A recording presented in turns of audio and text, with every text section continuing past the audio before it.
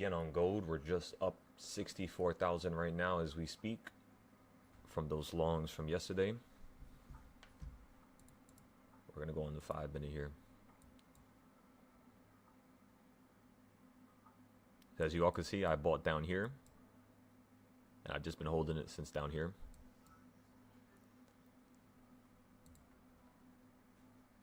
Which also means that at one point this morning we were up, let me check. So this morning at around 3 a.m. we were up this almost the same amount pretty much. Once you hit 70, I'm just going to take a nice little picture.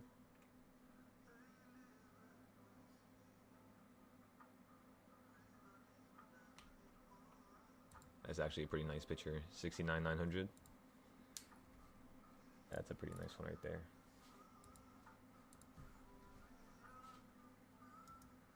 Alright, basically just going to take profit here.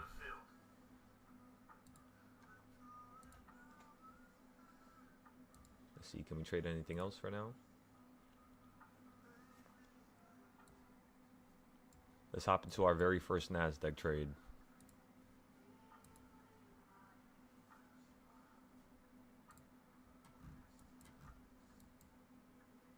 Yeah, I'm going to go long here.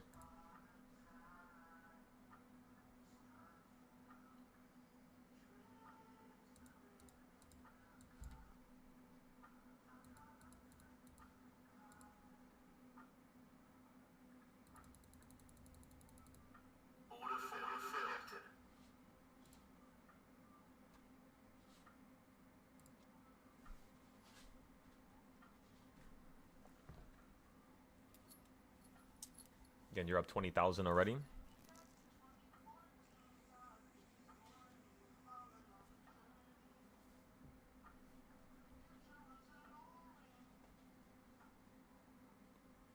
All right, let's let this rock out for a second here.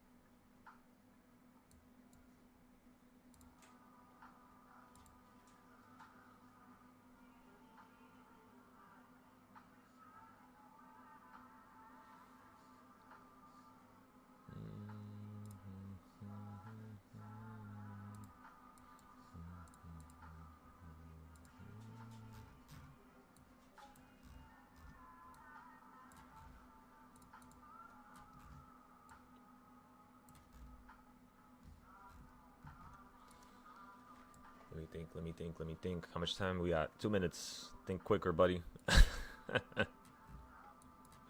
Okay, yeah, this is what I'm looking for.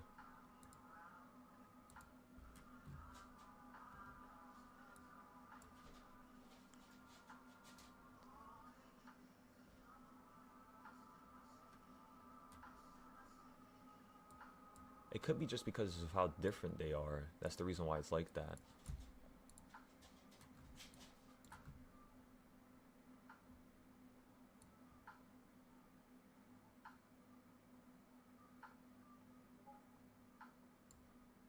Yeah, you're way past that midpoint. So 676.47. I gotta create a box for this. 676.47. That was from that low to that high right there. All right, everybody. So as soon as the market opens up here, we have 2 minutes to prepare. You guys know what we're about to do. Again, we haven't came up with no plan last night. The only plan that we've came up with was the one from the tippity top up here, and we're still just following it. The next thing I would like to see this market do is going to be hold right back down here at 672. So I'm kind of looking for this market to drop here. The only part that sucks is you have to fill that gap from yesterday. So if we fill that gap today, that's going to be a $8 run up, which is equivalent to 1,000%. if you basically buy a call at the bottom here and you hold it all day, at least not all day, because you don't want to hold it all day. You want to hold it for at least half the day. So, ladies and gentlemen, what we could do here, as soon as the market opens up, we could potentially get a call for 678, if not 680, and just hold it for today. Get it really cheap, right? And then what we want to do is we want to buy another set of options, which are closer. Okay? Alrighty. Let's do it, ladies and gentlemen. Let's have some fun here.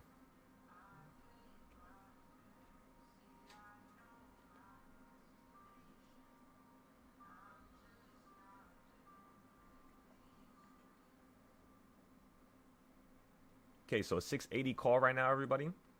These cost about $24.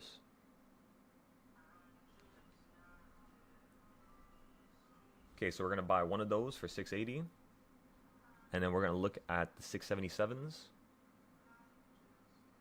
And then we're going to scoop up one of the 677s.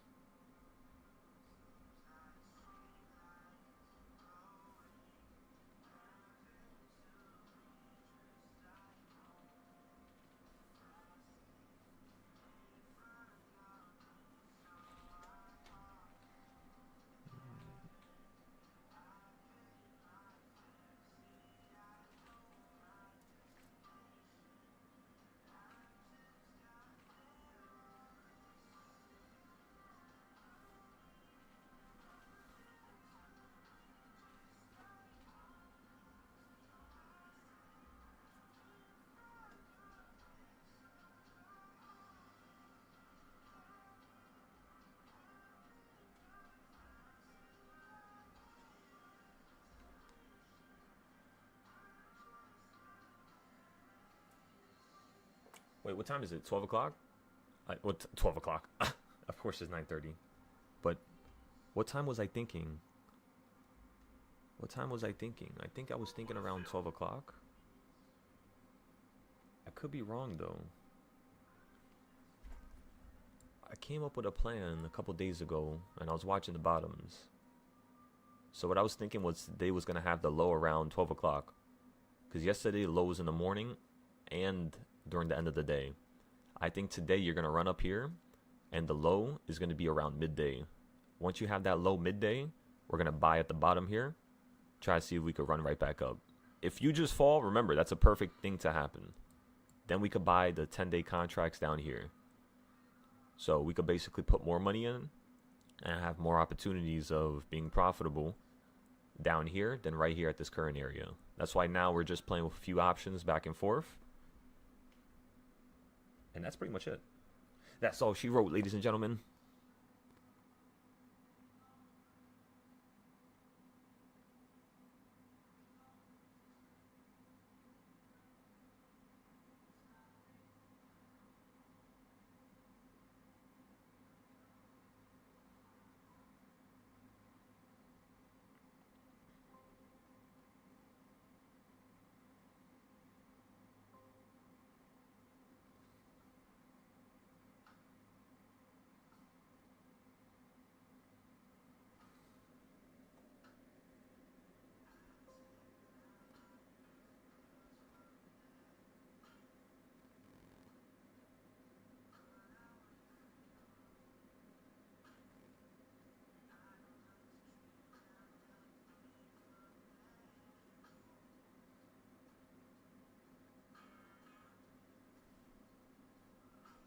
Okay. Goal for the closer strike is 20 to 200%.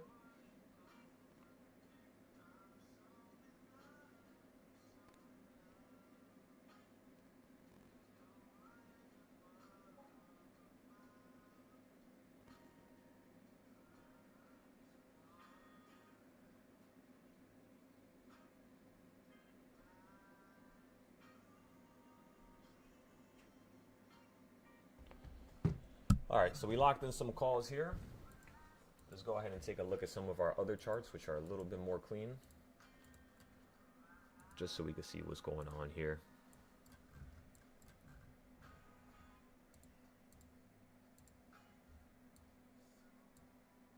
Yeah, I still think you can go lower here. you might just fill the bottom of that gap that we created last night. So below 674.63, we'll pay very close attention to this, and we'll see if we could start playing some downside. Again, we'll let it drop below it first. Double point of confirmation to the downside, more puts. If it just holds on top of it right now, that could mean a double point of confirmation for the upside, which is more calls, right? So again, we'll give this just a moment here.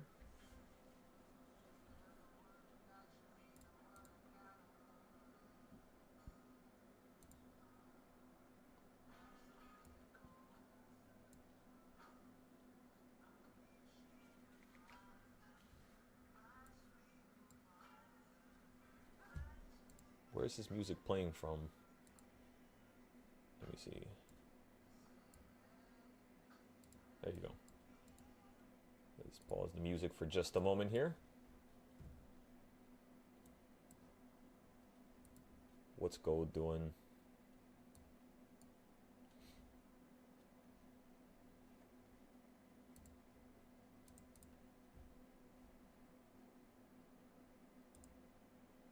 No wonder it did that.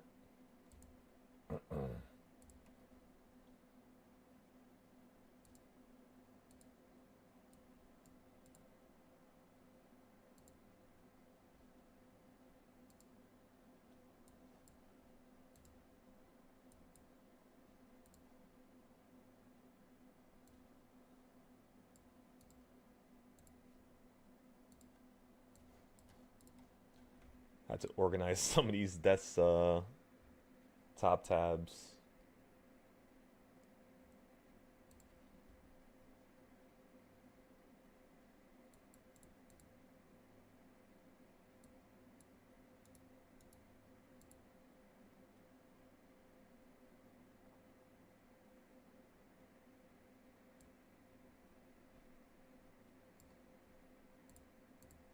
I can close this. What else can I close out? All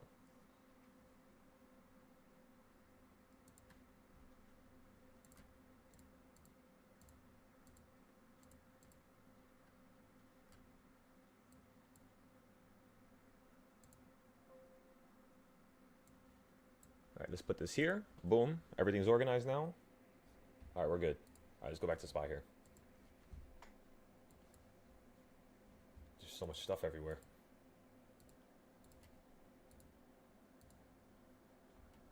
Tesla. So as you can see, everybody, you keep falling from the same level on Tesla, which is perfect. Tells me that this market's running out of steam here. You might get a bigger drop to the downside potentially. A bigger drop meaning you might fall from 440 all the way down to 390 on Tesla soon. Let's go ahead and scout some options. We were going to trade it last week, but it was just too expensive. So let's see if you chilling at the top for a couple weeks is going to start killing some more value. That's all I'm looking for, really. So an option for 390 right now for a 2-day play currently costs around $50.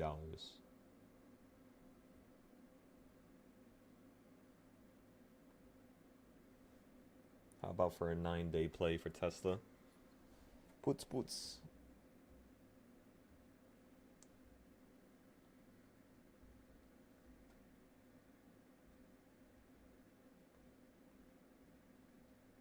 We could get into something for fun here.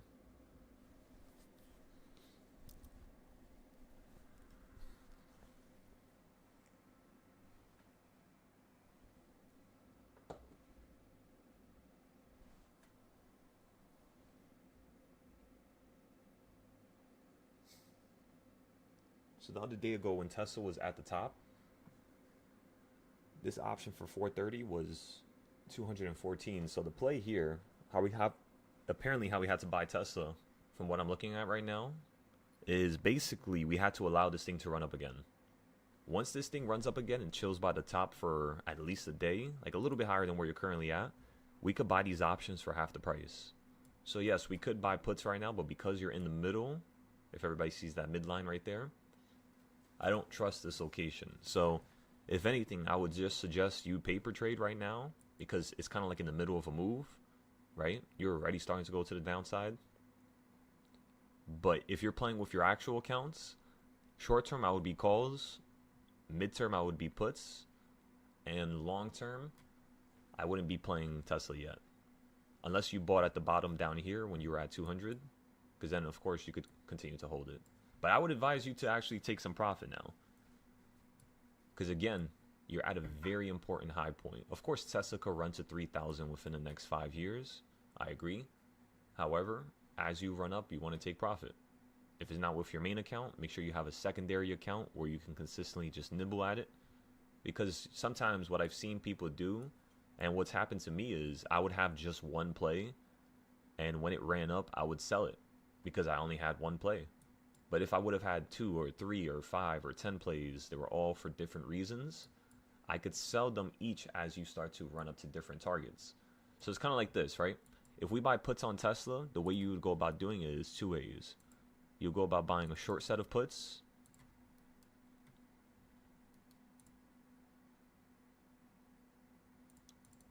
A longer set. You can actually add a couple more. I'm going to add a couple of these. You could play from up here straight down to here, which is just a little bit longer. Or just, you know, even way longer than that, which would be from here straight down to that 350 level that I was talking about. So this is how you play Tesla here. Of course, depending on which contract you choose and which expiration, like what type of trader are you, depending on how long you want to hold this, it's going to, you know, depict how much profit you make, of course. But I would always suggest going for the smaller plays. So if you can go for a small play, which is what we were trying to do the other day on Tesla here, it was basically do this little pink one right there, the fourth one or the first one you could say, and yeah, that was pretty much it. So we'll give this a second. We'll see if we could play that short set of puts first, and then maybe we'll play maybe these as well. These and these down here are a little bit more dangerous right now. That's why I was saying to wait for it to run up to the tippity top, because then we could start playing these here, the bigger ones. Because these are already pricey right now because you fell from the top, you know? Just that little drop right there made these very expensive. It kind of doubled these already. And again, you're not even down here yet, which is the craziest part. So, and then where's the 430? This one right here. This one would be for 430. So this option right here, sorry, I apologize. It wasn't the bigger option. That's my apologies, everybody. It was the smaller option. So this option right here, it goes from the top to the bottom of 430. That was the option that doubled already. This option back here did not double yet. It probably is up 20%, 30% though, from the top. So yeah, that's a good thing to measure, and the reason why that's a good thing to measure, everybody, is because if we can consistently always find a trend or a trade for Tesla, for you to always do something that's a little erratic, irrational, that's the only thing we're pretty much hunting down here. So as long as we could find out when it does something irrational and how we can actually make it, you know, something that's easy to understand and use to our advantage, we'll probably be able to do it within another week or two. But yeah, that's the goal right now. Find something consistent with Tesla. Okay, so we talked about it. We chopped it up. We showed you all the different plays that one would get into, right? So you can't have that one mistake happen like how it used to happen to me, where I would always just buy one single set of puts for every company, and it would always be extremely far. I would always basically trade the blue one.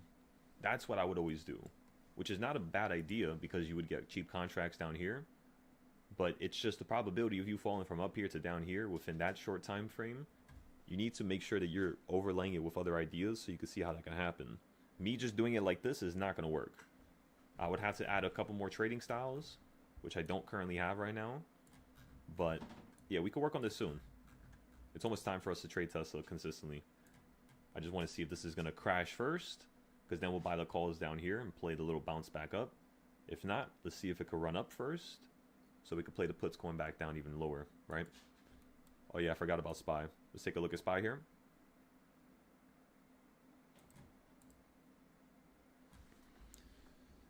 Looks like you held at that orange line, which is beautiful. We were up a second ago. Now we're down about 10% here.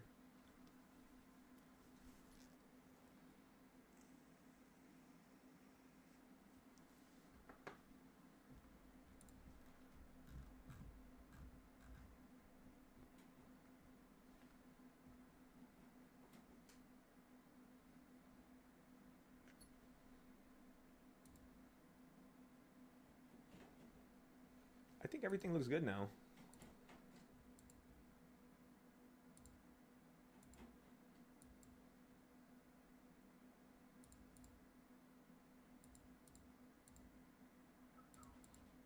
Who's that? What's good, bro?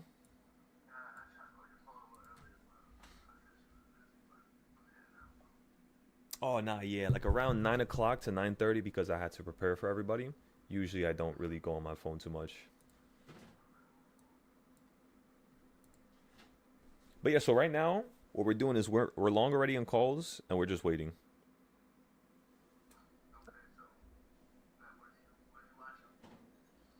Okay, so what we're looking for is basically we're using our weekly trading style, right? The boxes. And we're trying to see if this market's just going to fall down to that bigger midpoint so we could buy something more expensive. Yeah, 667. Yep, yep. And then we have some smaller boxes that we made from this low to this high, which are on the futures account. So yeah, we're kind of watching the short term with the futures, and then midterm, we're kind of like just staring at it with options with SPY. Like midterm, you could say, yeah.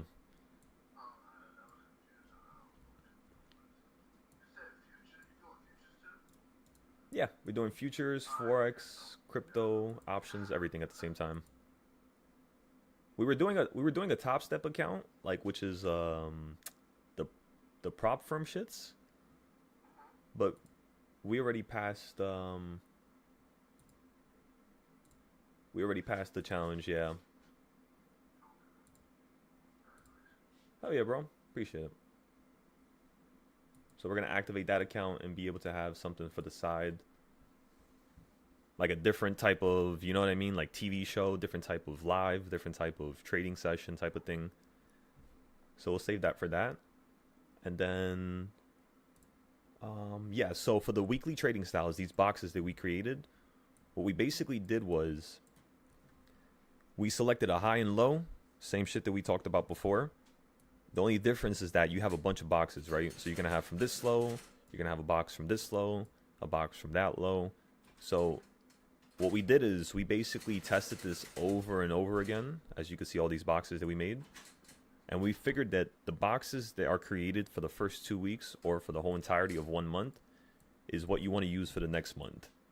So what I'm basically saying is I'm using October's boxes to be able to trade November. That's how it always works. Exactly. So I could see if it's faster. I could see if it's slowing down more than last month. You can get a really good depiction as to what's happening. Uh, this right here was basically me copying the trend that ran up from down here to up here. And basically what I did was I put it to the line. So just in case if we fall down here, if the market really wants to get fast and drop, it's going to follow what it did running up, you see? So that's the baseline going down. If it wants to do it faster, we'll be able to see it. Yeah, I could actually lower this a little bit so we don't have to have it so bright. I think I should be the only one probably just looking at this for now because it might not work, you know? So I wouldn't want everybody to just focus on that one line. But yeah, so right now, everybody, we're up 33%, which is already $400. Last night, we had to take a $150 loss. And it's okay. You know, we had to take a loss on the last trade. The later trades throughout the day are a little bit hardest to get into. So the fact that we went down 800 and we went right back to being only down 150 yesterday was a huge plus. It was 2 times it happened. So for today, again, we made back what we lost with that last trade. We're still holding a 680 call, which is up 20%. The 677, again, we sold it for 30% there. And the next thing we're looking for is a drop basically from this high here. Let's drop right back down. Let's see if we can maybe get into some puts. and let's see if we can go from there. Let's see it. What's up?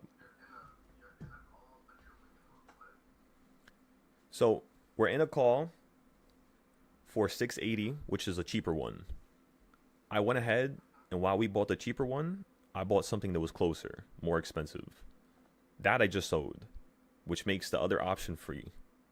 So in case the market runs up throughout the whole entirety of the day, it's all good because we have that extra play. So it's kind of like insurance.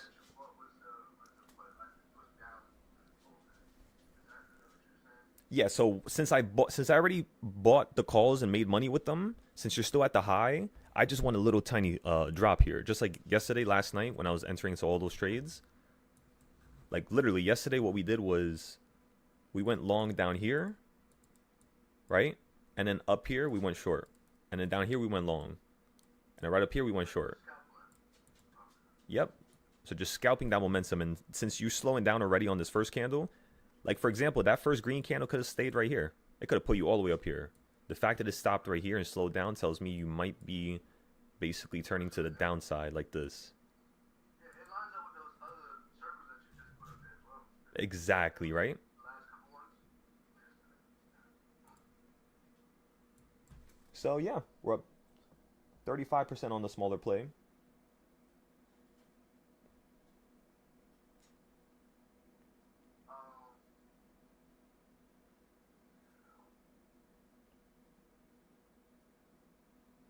Okay, so we completely got rid of that. The next thing I want to do here is I'm looking for puts now. Okay, so the puts that I'm looking for, remember, we're still holding one call just in case the market runs up all day. That call is up 45% already. So we're going to hold that, and we're going to buy a put for a whole different reason. I'm not buying a put to basically run a straddle, which basically means I have no idea where the market's running.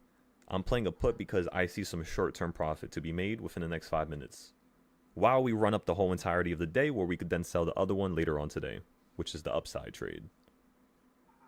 Just like that. Okay, so I'm getting a 6.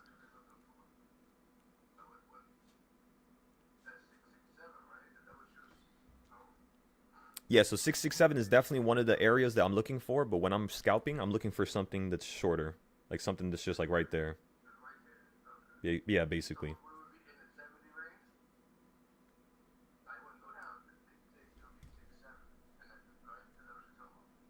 Well, I mean, it could drop to 667, but I'm talking, when I say short term, I mean, I'm just trying to see this drop $1 right now. Well, yeah, that's what I meant. Like, yeah. Not $10, not $5, it's something real simple. Yes, exactly. So you probably wouldn't be looking at a 15-minute chart at that moment, or would you? No, there's no need. The reason why I don't need to even look at a chart while I'm trading now, or while I trade with you guys, is because it's more so us already knowing the flow. So this is just a very normal situation here.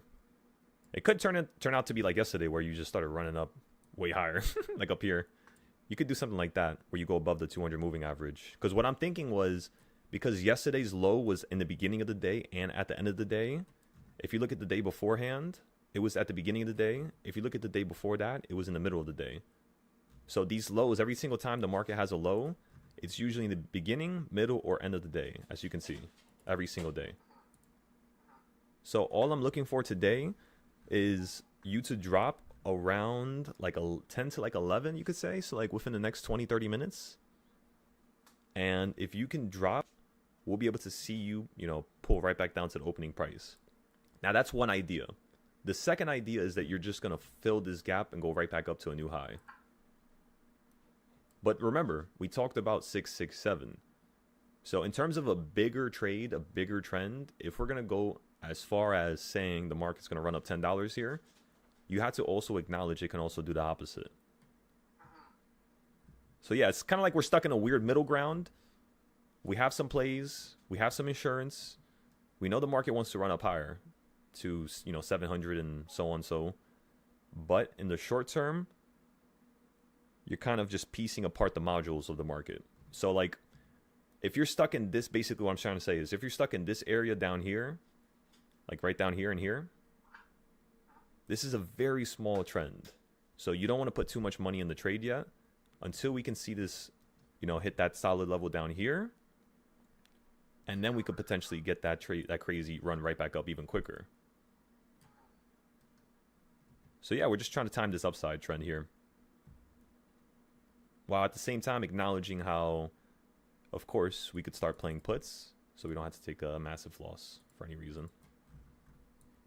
Oh shit, what did I just do? I kept drawing stuff. For the last 5 minutes, I made this chart so messy now. Let me see. Let me delete all this. And then what you want to do is, you see this chart, how it has nothing on top of it? Well, the weekly trading style is just a weekly trading style. So the idea here, Josh, is with these other trading styles, if I use this. Wait. So you said the weekly trading style is the week. You said with these other ones. So what's this other one? This is for the daily. Okay. So then what we do is we combine our weekly and daily trading styles with our monthly ones. And it basically tells us every level that the market wants to radiate towards. Which is also why we're looking at 667. Okay, so we could. Yeah, it's like all, you know what I mean? Like all the different trading styles, whether it's smaller or bigger, it's all pointing to the same shit. And the second you realize that, and the second you have that ability to have that upper hand, everything changes. 674.99. All right, so this is at the right place, everybody. All right, so number one, you didn't slow down. You slowed down for just a second, like a millisecond. You're doing something very similar to yesterday. Which means, again, when we bought these puts here, it was very similar to yesterday. Very similar to our second put play that we got. Yeah. Now, for that put that, now it says red candle, right? Yes. You expect it just to go on top of that last, like, high? You see, like, right, go down a little bit? The high that was before it? Does that make sense?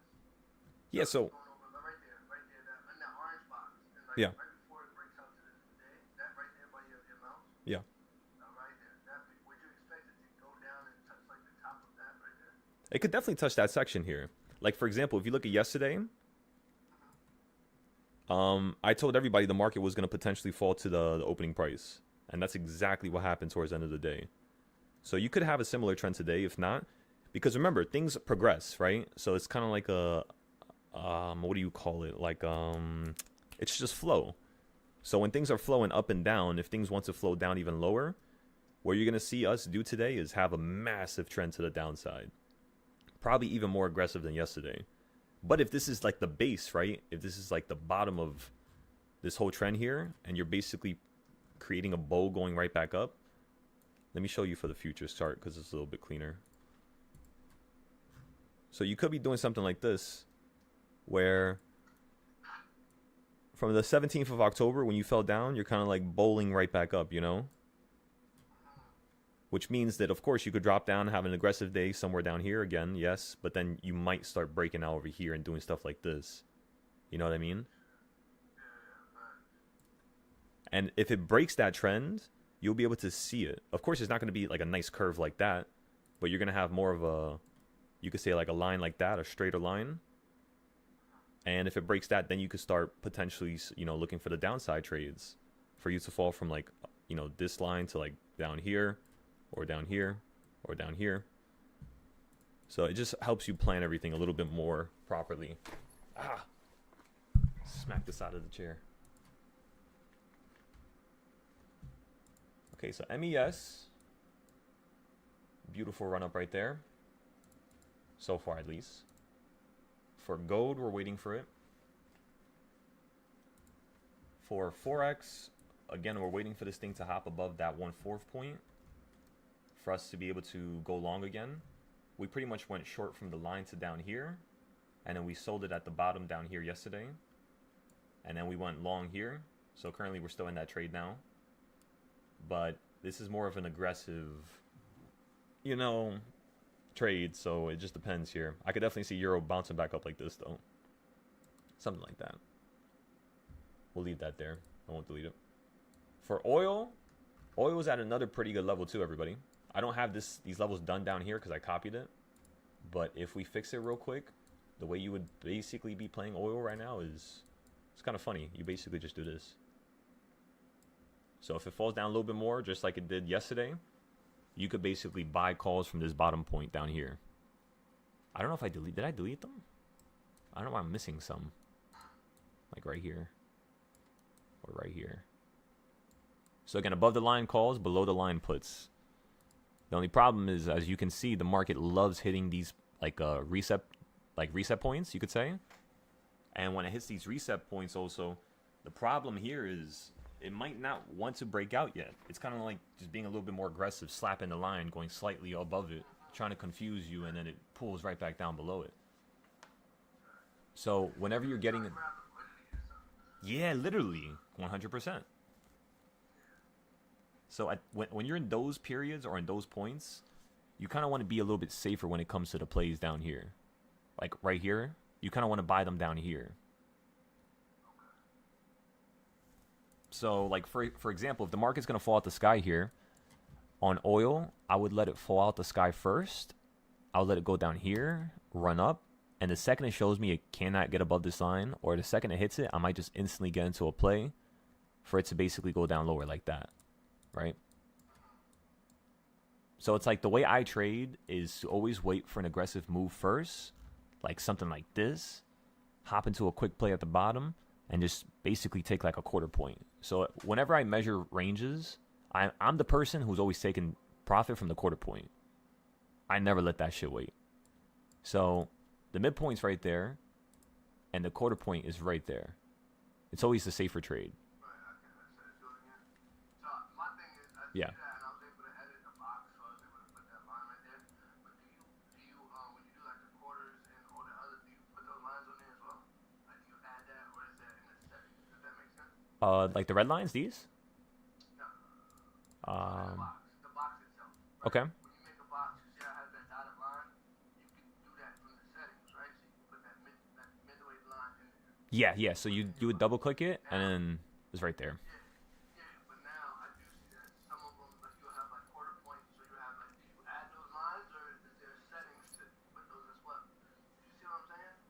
Oh, no, yeah. So you would basically just double click it, go to text, and just write it out. Okay. Alright, so you don't have to, like, there's no settings to add those other lines to break down the top half and the bottom half. Oh, nah, yeah. Nah. I wish that on some platforms you have that, actually. You know that? On some futures trading platforms, they give you that. Or Forex for some reason, but for options, they don't. I don't know why. Like, for example, look at this tool here. This is one of my favorite tools to use. It's kind of like, and Josh, this is what broke my head, bro. This is what really started making me realize that, nah, yeah, that shit just broke my brain. Because,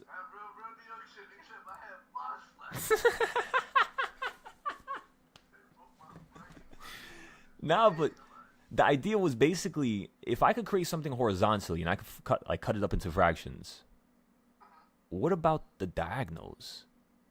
And that's when I realized, bro, you have a tool that does it for you.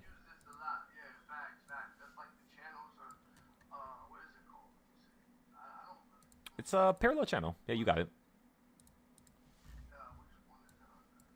That one is under... Let me see. I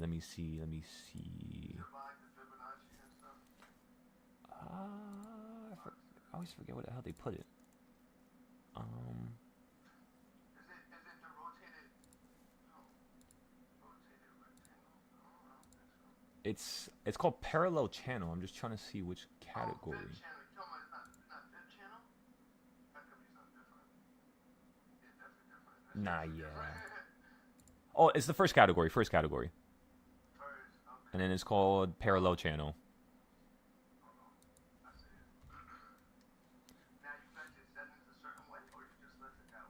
I think I just turned it on, honestly. Usually I just make it one color so it's not too much shit on the screen.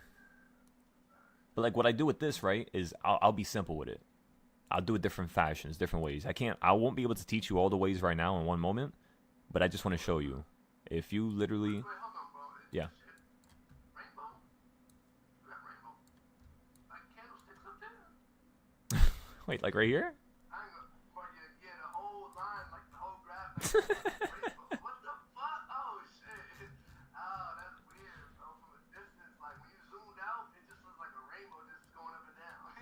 Now I can see what you're saying. Yeah.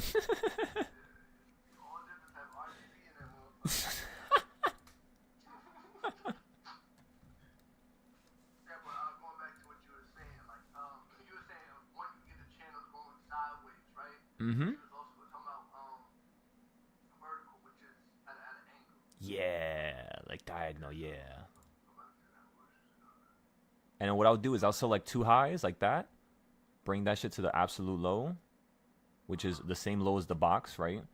And what this channel basically means to me, because everything you create, every box is gonna have its own list of rules. So it's kind of like some anime shit where you're like, all right, this box is gonna, have the ability to hold it, in this area, that area. It's gonna have the ability to buy, you're gonna have the ability to buy puts at this level. You'll be able to get some straddles at that level. So it causes you to do a bunch of things differently, but relatively, it's all the same. So now we have a channel going down, right? So boom, that's the diagonal channel going down. The reality that I started realizing was this channel has an equal channel on the opposite direction. But because I want to be a little bit more agile with my charting, I don't want to have so much shit on the screen. I'm just going to start from this low down here, right? Just give me 1 second. Let me zoom in. Sometimes it doesn't let you click the low if you're too zoomed out. So you kind of have to like zoom in a little bit like this. Let me see. Come on. There you go. Okay, so select the low. And then we're just going to select one of these lows from over here, right? And then we're going to bring this down to the bottom of this line there. So it's like you could do things like this, but it tends to just get really, really busy. So I just like doing stuff like this, for example. I just want to get a good trend, which is from here to this line. And this is basically an uptrend line. So now what's the difference between this line and this line? I'm going to color it green. And the other line, I'm going to color it red.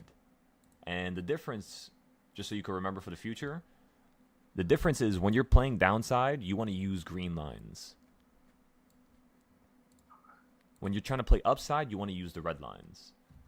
So in order for us to go long on oil here, like on the weekly and monthly, it just says to us that right here is a red line. So we got to buy calls right there. If you hit the green line, we could buy puts beneath it. Is that kind of like why you have the green and red arrows right there as well? Yes. Next to that box? Exactly, because that's like the horizontal version of it. And the same thing with these boxes as well. If these boxes are created, like this box right here, this orange one is the main box that I used to create the other little purple ones. And I did it from that low to that high. Now, the reality is that's an uptrend. So using an uptrend, we're figuring out how to play the downtrend. And then I have this box, which is basically another uptrend. And then we have the big box, which is this one here, which is a downtrend, which is going to show us how the market really wants to explode like all the way up here, these bigger boxes. And then the smaller ones is just like kind of showing us where all the paths are, like on the street or whatever you want to call them. Within those bigger channels. Yes, exactly. Just like that, brother. Just like that. Okay, so the second, was this the second? No, the third SPY trade is going against us right now, everybody. We're slightly down from it. Basically, we're down the initial amount that we were down when we first bought it. So you're not really losing too much value in that right now. You did hit number 4, though, which was a really good section. Now, in this trading style, Josh, the idea is when you hit number 4, you go short if it's running up to it. If you fall down to number 4, you go long. So what about, so you're saying like 1, 2, and 3, those are just like potential if it doesn't. I know you can think of it. You almost said it. So I guess, yeah, so if you see it like around 3, you see it like making that reversal, then that's when you'll act and you'll kind of like go, is it like, would it be like the same, like you'll kind of like buy up or sell down into the other, that same other number? Does it make sense, like from 4 to 4 or from 3 to 3? Literally just like that. So on the rules on the top right here, what I have written out is basically how you go about playing it. And I got a small ass monitor, bro, so it's hard. now you chilling. I'll take a picture for you and send it to the chat so you can see it. But you want to think about it like this. If you could see this here, I'll blow it up. That right there says when you're at reversal point number 1, 2, 3, you're basically playing only $20 or less. And if it, like, let's say if it hits number 3 and goes above it, this says right here you could play calls going above it. So basically you would put $20 into a short play. It would probably fall to like 18 or some shit, and you would still continue to run up higher. So then you could buy something for 10. As soon as it goes up to $15, $20, and you pay for half of that first contract, you just sell it, the insurance play. So that's how you use the insurance. It's just to be there just in case if you really are thinking that the market's going to continue going up higher when everybody else is playing puts at that reversal point. But what this also means is, where are you putting the most money? 4 and 5. So it's to reduce the likelihood of somebody taking a large loss. But yeah, basically, yeah, when you hit number 1, 2, 3, you could buy trades, yes. That's usually where I scalp. That's how I scalp. I'll usually buy a put the second you hit number 2. It'll then fall from it normally. Right now, this market is speeding up here, though. So you are starting to get like the moves, like touch 4, 5, and like 7. So the smaller moves that normally happen throughout some months and some weeks, it's kind of like now you're speeding up again, you know what I mean? So we might not get those touches of 1.5, of 2 or 3. So what you want to do is you want to reduce the amount of trades that you have and only wait for 4 or 5 or something larger.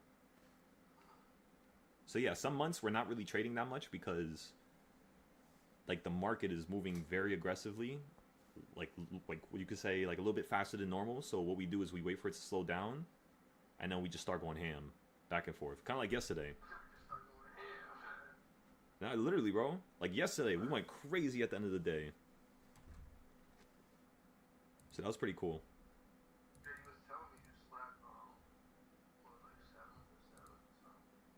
We were gonna be 7 for 7, but the last trade, which was bought, I think we bought it somewhere down here, like on the line, like right around here. You just didn't have a strong reversal to the upside. So you went down about 600, then it went up, it was break even, then it went down about 800, and then towards the end of the day it was up again, so I just got rid of it. But we did take a loss on that one, yeah. So for today, all we had to do is make sure that, 1, if we take a loss from something, we instantly figure it out and compare it to yesterday. 2, we want to write it down and make sure we have it in our notes. And 3, we want to plan how we're going to change our trading style for tomorrow, accounting for this one reason that made us lose money.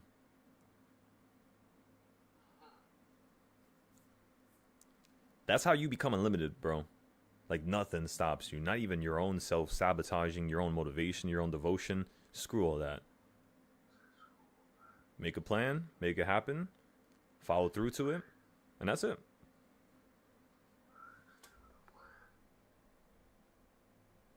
All right, everybody. So, yeah.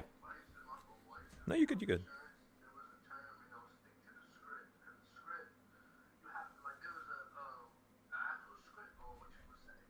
I used to be like, "Hello, this is Tucker, your licensed health insurance advisor," and you'll go through the whole list. Like, there's a whole thing you would have to say. You feel me? And as soon as you veer off thinking like, "Oh, I could say whatever to this person," you fuck around and fumbled the bag. You know what I'm saying?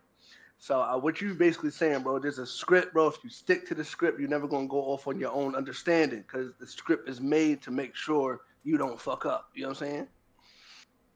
I love the way you just said that, bro. I'm actually gonna add that to the Discord. Yeah, The idea of it, because we basically have something like that, yeah. But it's just like we don't call it that or define it as that. That's a good way of explaining it, honestly. Yeah. What was it? There's a movie that I had to watch. Or you probably watched Wolf on Wall Street before, correct? Hell yeah. Yeah. Now there's another one. I think it was oh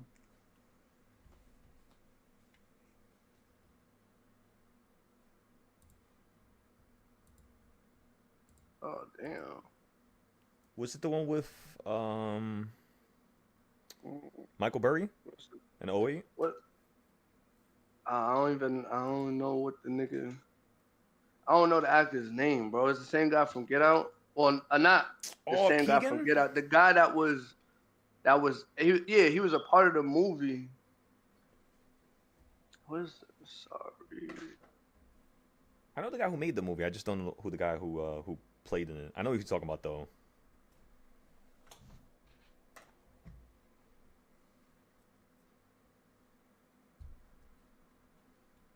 Remember, everybody, we're in some shorts on number 3.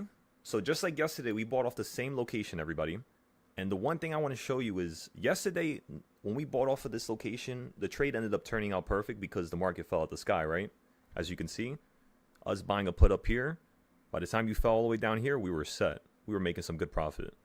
Today is the same idea, same concept, but we did it at the same location. So again, same idea, same concept, same location, same everything as yesterday. The only difference is the option we bought is way closer than yesterday. So yesterday when we bought around this level here, you were basically playing around a different strike price. So you were looking for this to drop around 2 strikes instead of 1. Today you're just looking for this to drop 1 strike below number 2. And we can take profit there basically. If we just fall out the sky completely, same idea as yesterday, right? You fall down to opening price, this option is going to go from 100 each to about 210 each, 220 each. If you just go up to number 5, this option is going down to like $20 each. Currently, right now, you're around $80 to $70 each for the option. We bought it around 100 flat, so we're down a tiny bit. Again, all we're looking for is the much bigger move, or not like the much bigger move, but like a more mid-sized move. Because sometimes, just like days like yesterday, you might continue that trend into the next day, which is, of course, running up in the morning, falling towards the afternoon. It's just we might do something a little bit differently towards the end of the day in terms of like running up to a higher high. Because remember, we talked about the bow shape. And the one thing I want you all to pay attention to, if I hide everything on my chart here, where is that red line? That's the 200-day moving average, right? It's kind of like your weekly trend. And before, that red line was above us for a while, right? Now you're potentially going above that red line. So again, it's the same idea as the bow, right? You might be turning here. It could be curving. What we would do is go and look at all of our other trading styles and basically come to a conclusion. Like my conclusion right now is I want this to go lower so I can get some nice calls down here at the bottom with a cheaper price. If it happens, it happens. You see what I'm saying, Josh? Like that's script. If it happens, it happens. Mm-hmm. If it doesn't happen, And that's you can't let your emotions dictate it. You feel me? Like you yep. have to let it. Yeah, you're right. But the movie I was talking about, brother, just dropped it in the chat. It's called Sorry to Bother You. You probably seen it before. It's basically about a call center and learning the ways of the call center. You know what I'm saying? Basically becoming the script to the point where it's like, I ain't gonna lie, they were selling like fucking nuclear missiles and shit. Like eventually, because they got that good at selling stuff, you see what I'm saying, from a regular call center, then they got hired up. They went to an office somewhere else. It was crazy, though. But That sounds sticking awesome to to the listen script to. can bring you to it can get you to places that you never, you never thought of. Sticking to that script. That's so crazy. Yeah, literally. I've never had the ability to have a good analogy for that. And it kind of sucks because that's what this feels like. This feels like it's like a call center. You know what I mean? Everybody's trying to do what they got to do. Everybody's trying to follow the script, not go off rails. And at one point, depending on our success here in this group, it kind of defines our ability to have those future things occur to us, which is like, opening up the prop firm, for example, or the school. Mm-hmm. Mm-hmm. So, yeah, I do think we need to get everybody on board with thinking like that, honestly. Hell yeah. Hell yeah. Because it's like whenever they think about like, damn, I messed up. You feel me? Oh, well, did you do this? You feel me? Like for us, when you sell health insurance, it's like, well, did you say this? When they say, oh, no, you feel me? You never like take no for an answer. You know what I'm saying? Yeah. So you got to like stick to the script. How is it going to go? So for example, like if you have a trade, like you shouldn't take, you might have took that loss, but don't Don't like piggyback or whatever. Like kill yourself over it. Stick to the script. Go back to the script. See what I did wrong. What can I improve on? For me, and then I feel like eventually you'll realize, oh, I keep doing this. For me, I keep just clicking before I'm thinking. You feel me? Not clicking and getting into a trade before I really like get those signals. You know what I'm saying? Those verifications. Like when it pulls back before it comes back and tested that line. Did it really fully break through? Did the candle close all the way under that price? Or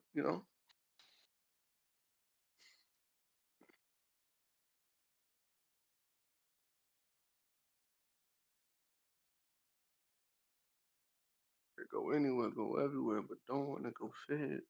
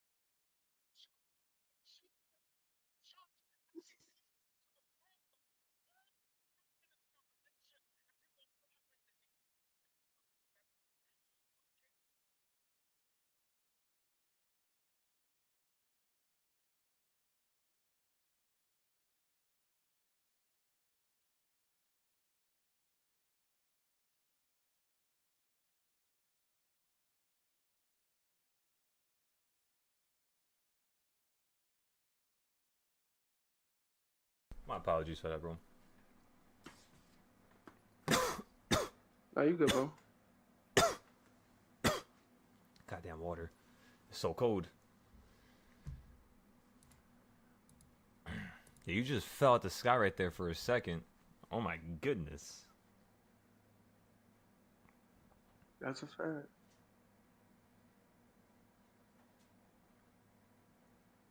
Yeah, you just went up to break even price right there.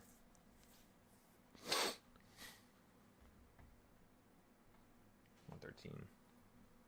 160. It's 1023 right now.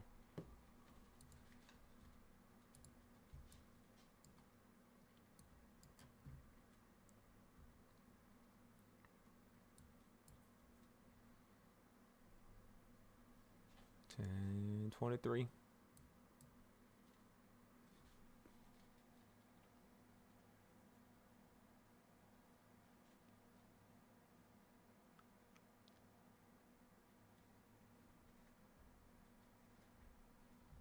me see something real quick.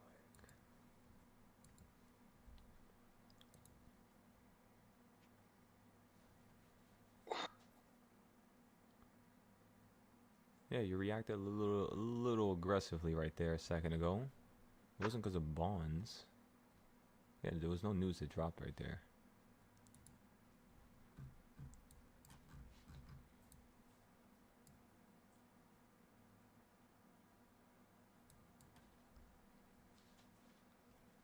then compared to the weekly boxes,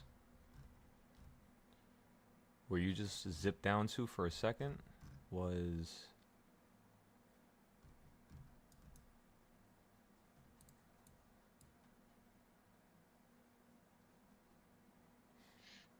we can't really say.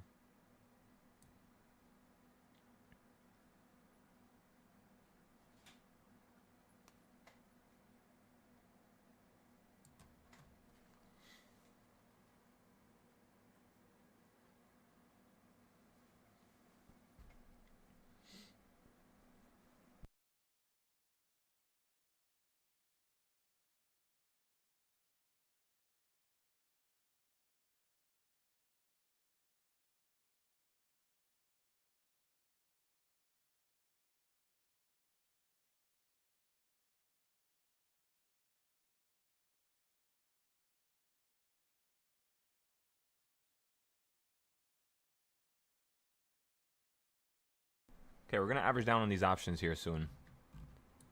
So depending on what you do for the next, let's just say 30 minutes, we're gonna average down on them.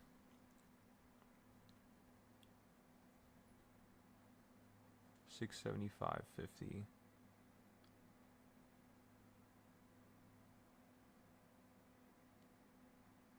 I think I should fix that little way that I have you guys trading options here.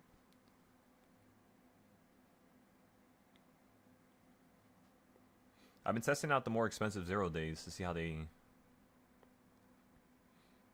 flow, and it's pretty good.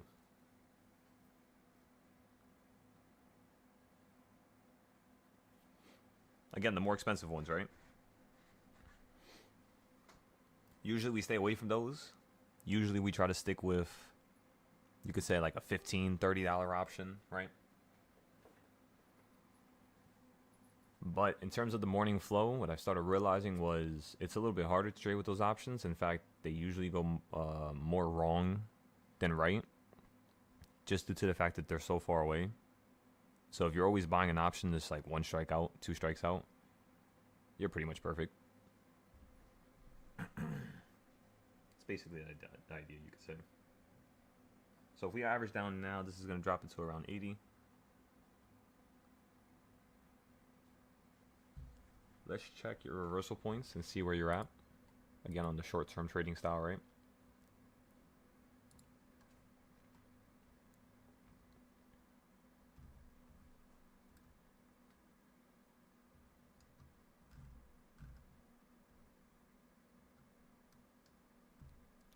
So again, everybody, you're at number 4 here.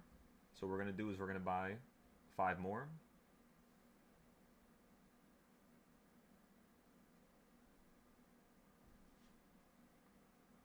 Also, average drop down to only 90. Oh, that's why. Because it was at 113 before. Okay.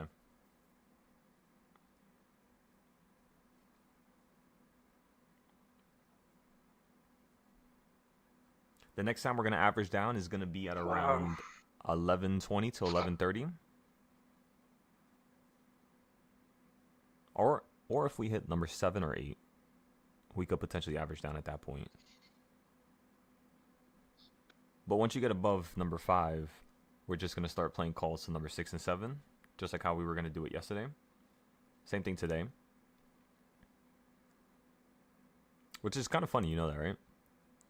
Like if you have a plan from a previous day and you just don't go to those highs yet, meaning like you don't break out yet to run up higher. When it's time to run up higher, when it's time to break out, it tends to just follow that initial idea you had. It's usually always the same. The only thing that changes it, really, is like the crazy short-term momentum that slips in and out, right? Like with like crazy-ass news reports or with certain bills getting signed. That's pretty much the only thing that really speeds up a market, you know? And again, that's why I tell everybody, don't watch news. If you watch the news, you're never going to be able to trade at the highest level, because the first and the most important thing that a person needs to understand when they first begin trading is the news is just going to dilute every idea you have. Meaning, when I was following the news every single time I used to watch the news, even if I didn't believe what they would say, because I heard something, it would still deep down change and twist my initial perspective. And for some reason, every single time I would watch more YouTubers, I would watch, every single thing that's going on around the world. I'm on Twitter all the time, scouring for news, right? And the one thing I realized was that was just all a waste of time. Of course, it allowed me to actually see what news was important, like create like a little chart for it, which is what we have on the Discord, where we arrange all the news reports in order to show you what's the most important. Same thing with the Fed speakers, the people who are on, the Federal Reserve, right? The one thing I want you guys to just recognize is, since everything is already planned and dotted and plotted for you, all you gotta do is just remember it, write it down, and that's pretty much it. But again, I wouldn't watch the news because it's just gonna change all your opinions, your ideas. It's better for you to get the trading styles done, get all that stuff mapped out, test it with paper trades, of course, for like a week or two. Wink, wink, slip in your own real account, right? Act like it's a paper account. Again, that's what I did. That's what gave me like real good confidence when it comes to actually trading the options that were shorter term. Was I would just paper trade it, and as soon as I would start getting good results, I would just start trading with my real account. And sometimes you get into so many trades, like paper trades, and they all work out perfectly back to back to back, 30%, 50%, 100%, 1000%, 600%. You know what I mean? And with that flow, you just throw in your own account. It kind of makes sense.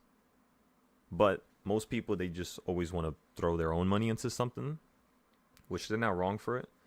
But if you could make it so that your paper account teaches you the lessons instead of your real account, you're not going to have to, deal with the problems that many other people have. Like, for example, one of my friends that became a funded trader that I actually know in person, he's younger than me. When I was first teaching him, the first thing I realized was he told me he did not want to spend a single dollar in this market until he has all the structure and everything done. Because around the time I kicked out around like 90 people from the Discord because nobody was trying to build the structure. Everybody was trying to wait for me to go live and follow my charts.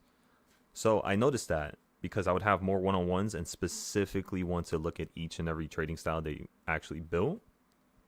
And some people were there for like 8 months and they didn't do nothing.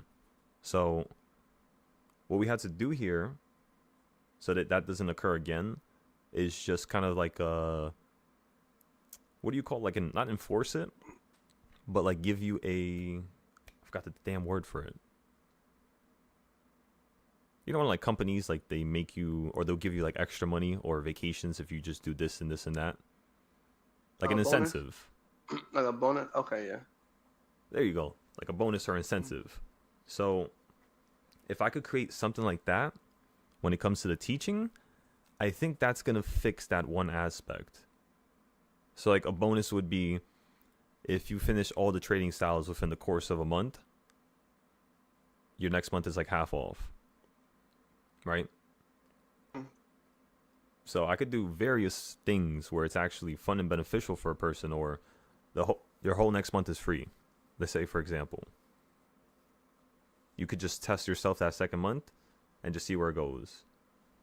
And yeah, it was pretty crazy. But what he made me realize was, because he didn't trade too much since he was just beginning and I was teaching him, and he waited to trade until he had everything done. When he started trading, he was already at such an advantage that he was able to not go off rails. Meaning like maintain his initial goal of just selling stuff very quickly, getting into the trades at the right times. And you might ask, like, how do you know it's the right time?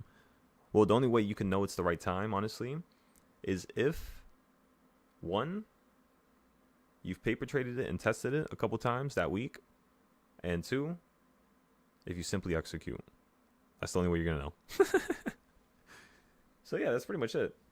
Now, if you don't know right away and you don't like know nothing, you haven't paper traded, tested it, of course, you're not going to really be too foreign or whatever. Not foreign. I said that shit yesterday to somebody. I forgot who I was on the phone with.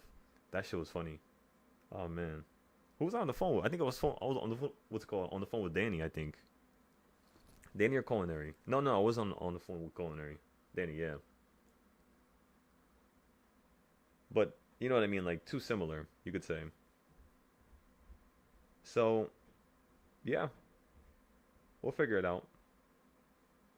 Because I also want people to do the prop account challenge, but that of course requires you to pay money, and if people are gonna pay money for something, it's kind of like you gotta be able to make that money with something else. Type shit.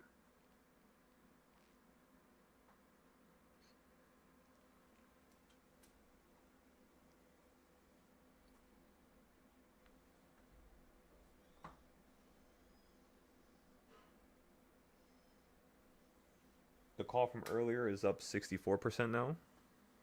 This was the 680 call.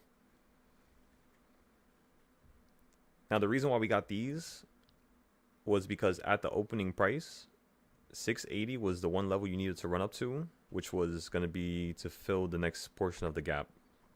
So not to fill the whole thing of it, but to fill a portion of it. Which means, if you do fill the whole thing,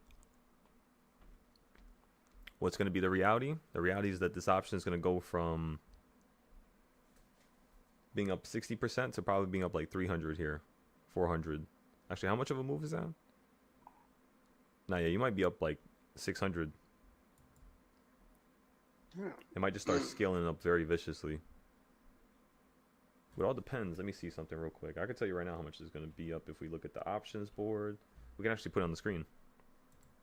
So we'll look at the options board here.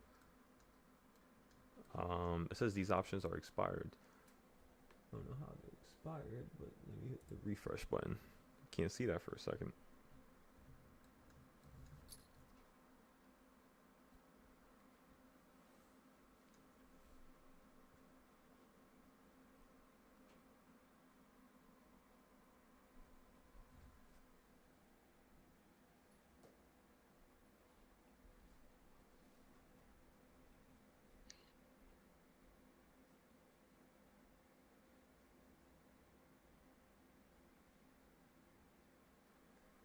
Okay, are we good now? Okay. Now let's go to the side here. We're looking at these calls, and then it's for 680. So yeah, right now they're around 40. If you run up to 682, that's going to be a change of basically 1, 2, 3, 4, 5 strikes, which means our contracts are going to go up 1, 2, 3, 4, 5. Yeah, so we should be up around 1,000% actually. Because these we paid around $20, which means they're going to be around 340, 320. So that's basically going to be around like 1,500%. Depending on how fast you do it. If it takes you the next 2 hours to do it, you could say that value is probably going to get cut in half.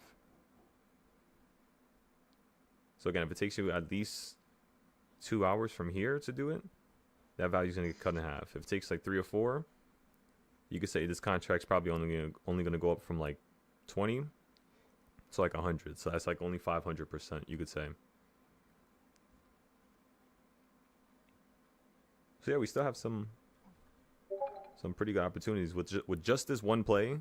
It has the potential of erasing a $300 to $400 loss for any other contract that we played. That's the benefit of trading cheap contracts and only trading like 1 or 2 or just a few. If the move occurs that day, I mean, yeah, you're basically paying off everything else that was more massive of a loss. If it occurs the next day, of course, you have your other contracts positioned for that, So you're always going long, and in terms of like an option is 5-10 days out. But not really 10 days out. You could more so say 5 days out. Like 2 to 5 days out. That's kind of what you want to focus on when you're in environments like this right here. And then when you hit the bigger magnet points, which is going to be down here at 667. The next one's going to be at 660. After that, the next one's going to be 651. So these are all the reset points. All your midpoints of all your weekly ranges, which were the main ranges of that month. We pretty much know where all the levels the market's going to want to rotate towards to the downside, which is absolutely insane. I don't know if you guys realize that. I kind of just spoiled it right now, but if we turn this to gold, if you just focus on every single gold point to the downside, like these, we did it a lot. We copied a bunch of them one time. So we got to change these here because these are not gold. We'll change them to like dark orange for now. This one here can go. That can stay. This right here is turning green.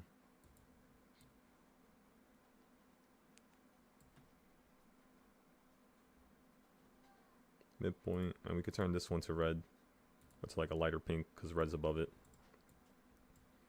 And then this one could be a darker green, right? Just to follow that pattern.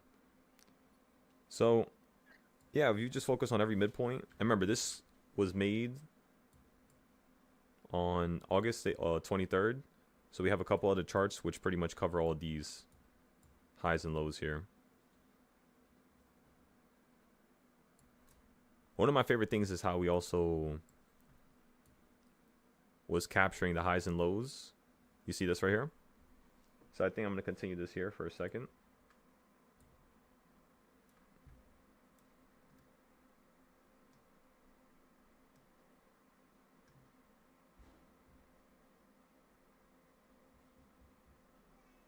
You see how I fix it right now? I tend to just, I'll close this on the side so it gives me more screens like real estate, and I'll be able to pull it.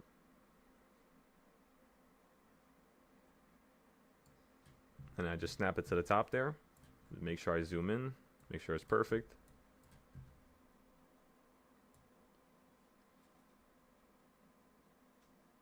That's a really nice double point. And what day is this? August 29th. August? October. Oh my god. I'm about to say that was not it's not August. Oh my god. 29th. October 29th. Stop saying that shit. Do we have these lows mapped out? We don't. We can also do that one right there. So we did that high. We can select that high.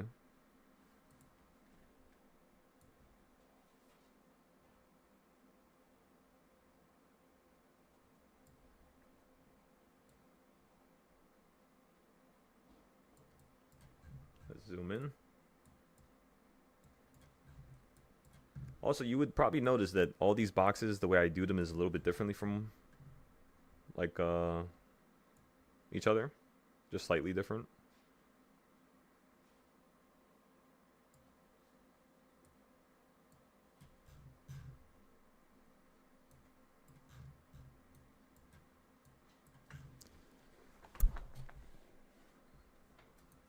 Like the colors, how I copy it on top. That's basically what I'm referring to. So this is October 8th.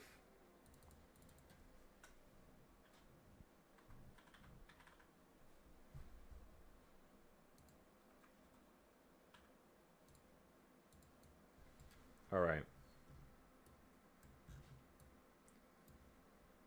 Now you might ask, like, what is the purpose of this?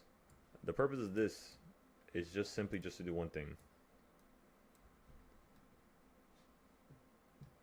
Oh shit, I just deleted it. Alright, let's just let's just try that again.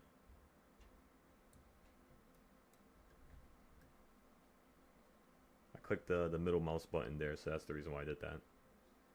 I have no idea where this low is at. I think it's like somewhere around here. Yeah, there you go.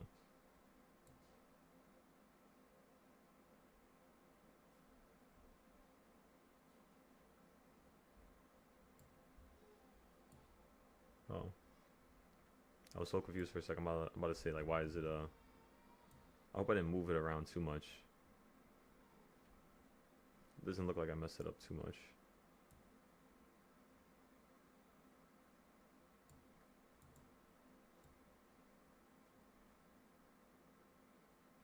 Shit. I'm just gonna delete it and try it again. So it's perfect. I'll keep my screen like this so I don't have to move around. There you go. Now we're doing it faster. Perfect. Yeah, I don't want to, you know, mess it up. I like when everything is just like perfect, copied. Or else I'm gonna spend the next hour here trying to fix it by hand.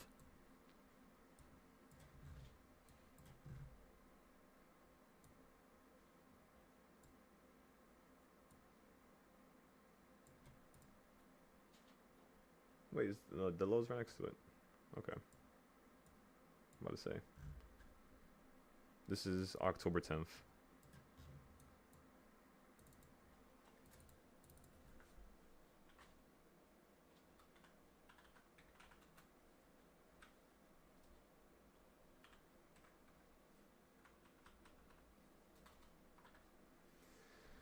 And ladies and gentlemen, this is literally the process I had to go through every single time. This is pretty much it. You have to consistently keep doing this over and over again. You have to grab every low. And again, this is for you individuals to be able to see it much quicker, especially when I have it on the 15-minute. It looks pretty good. It actually stands out above whatever price action occurs in the middle. That's also another reason as to why I don't copy the boxes on top of themselves so much for the future. I just create a new box for that recent week. And it's because, yeah, it kind of just looks really nice, honestly. That's pretty much it. That's it. It just looks good. So, this was one of my favorite boxes I ever created. I might try to see if I could do this one again. This one was like really perfect. So when you were falling down on top of it and you hit the midpoint, basically, you guys know how 667 was the level we were talking about today? It's kind of like, imagine this. Today, your market's pretty much in like this situation. It's like stuck right there. Like if we compare this week with this week over here from August. So again, if we compare November with August so far in the beginning, or this is kind of like towards the end of August. But if we compare that to what's going on right now, we're in a very similar scenario where all I'm looking for is a little fast drop just like this here. I think it's going to happen. I think that's the reason why you wicked down like that and ran up so fast. I think they're just going to tank the market. In fact, we haven't even looked at SPY here in a second. So let's pay attention to it here. It could also happen towards the end of the day as well, because tonight was supposed to gap down. Sometimes when you have a gap down, you'll have a moment in the middle where you just kind of consolidate for a little bit, a couple days, and then you can still continue to get that gap down. Remember, where did you gap down in the first place, everybody? Isn't this crazy? Again, you gap down right here, right? And then when you gap down again recently, where did you gap down? Inside of another gap, right? So the one thing I want to teach every single person here, if you're currently watching right now, is if you have a gap and it's created, let's just say, a large move to either the upside or downside, regardless of what side, right? If you just have a large gap somewhere, the one thing you have to recognize is that it's going to start creating other gaps in the future. So, for example, if you look at something like this day over here, right? One of the first times you were up at this level up here at the top, right? And I drag this to the right side. The first thing you're going to recognize is when the market gaps up again a couple days later, it's like consistently using this range so that it can move pre-market, right? So you have a little incident here where you gap up from this level to this level. You then open up right in the middle. You fill some of the gap to the downside. You run back up, fill the rest of it to the top side. You then fall back to the midpoint again. That same day, again, you open up, or you basically run up, you close down here, you fill it pre-market, but of course that's still a gap, right? Just because you filled it pre-market down here, that doesn't mean that this is not a gap. If you have price action down here, there are currently buyers and sellers down here that we put, what's it called? You could say potentially might meet. I was gonna say probably, but you could say potentially. You could just say potentially. And that's pretty much it, yeah.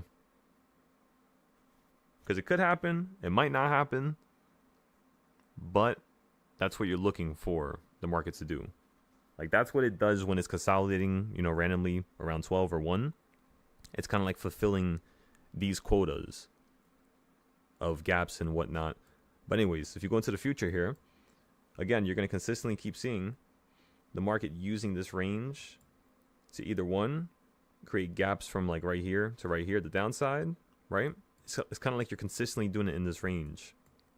And if you go right here to the right, again, you're still doing it. You're still gapping down using that initial range, this time a little bit more viciously. And you then have a new gap down here. This gap goes from down here, so you could say that open. But of course, what did I just tell you all? You got to include this price action. So now if you use that box here and you drag it to the right, when we fall down here into the future, the one thing I want everybody to recognize is you have gaps everywhere. You potentially might just start gapping and gapping and gapping to the downside, right? Just continuously gapping. That's the only risk here, especially here. Because now since you filled that bottom bit of the gap, which was the first initial gap, right, everybody? You only have the top half of this gap left. So what could happen here is, again, what time is it? 10 o'clock, 10:50. So this is around the time that we told everybody we're thinking the market's going to fall. It's still ridiculously early, let me tell you. But yeah, so this is around the time we told everybody we're thinking the market's going to fall. We set it around 9:30, if not a little bit before open. And once it does fall, we'll start buying something around maybe like 12 or 1. Because I want to see it fall first, of course, and then I want to see it do something like this. Right?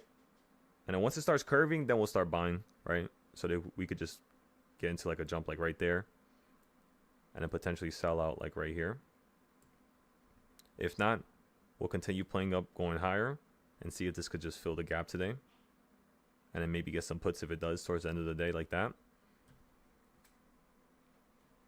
If it just runs up now, again, you might just fill that gap now.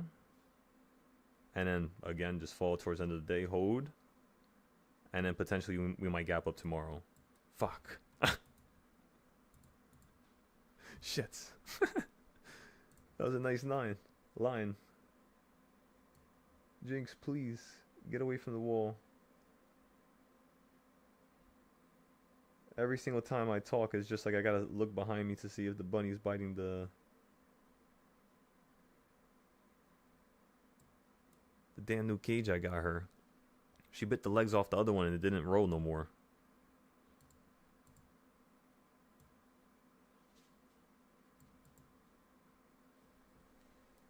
I was thinking about getting her another one and stacking it on top and creating like a 4-story home for her. But I think that might be a little too much.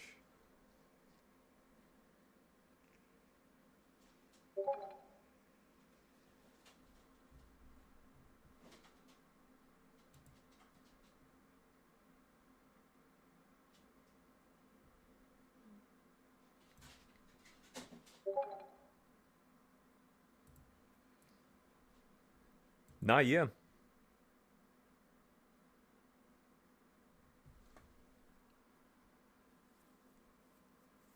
That's what I'm saying. Every single time I'm talking, I'm like trying to look behind me.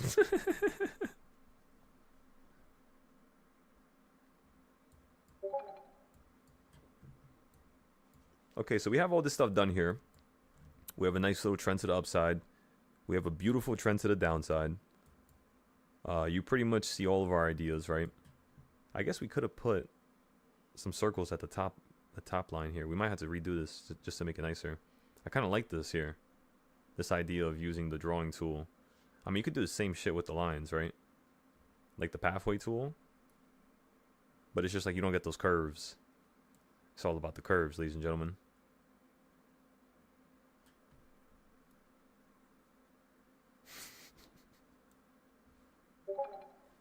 Let's do it. All right.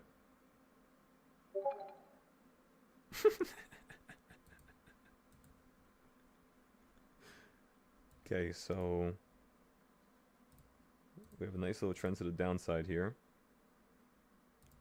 So yeah, it would be a little bit more difficult, I guess, yeah. Because you kind of have to draw the lines going in the formation. I mean, this is basically how the market moves. It's not going to move in a curvy pattern. Imagine. This shit just starts looking like a slide. But yeah, it's kind of like the lines are like a more simple interpretation of the paths when you draw yourself.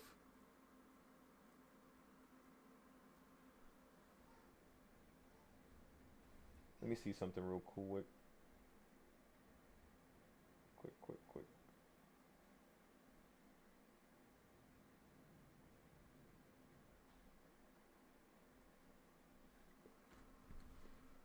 Yeah, so we're pretty much just waiting now. There's nothing more for us to do here. We could just fix up more charts, I guess. There's nothing else. We should also do the charts like that as well, the little arrows. It's just right here, there's so many damn arrows. Yeah, if you slam down right now, ladies and gentlemen, I'm just letting you know you're gonna fall with this guy. You're gonna go right back down to 667. You guys remember that episode of SpongeBob when they were pushing the city away from the damn worm? That's what this feels like right now.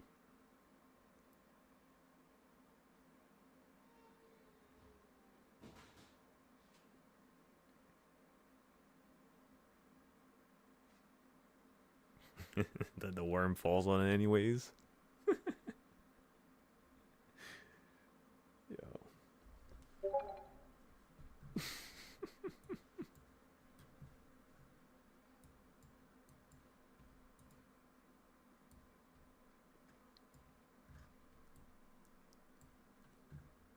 It seems like the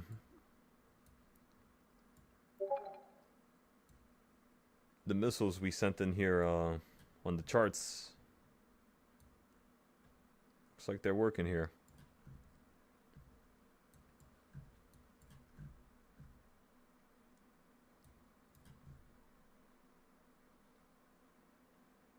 That's wild how we caught that perfectly right there.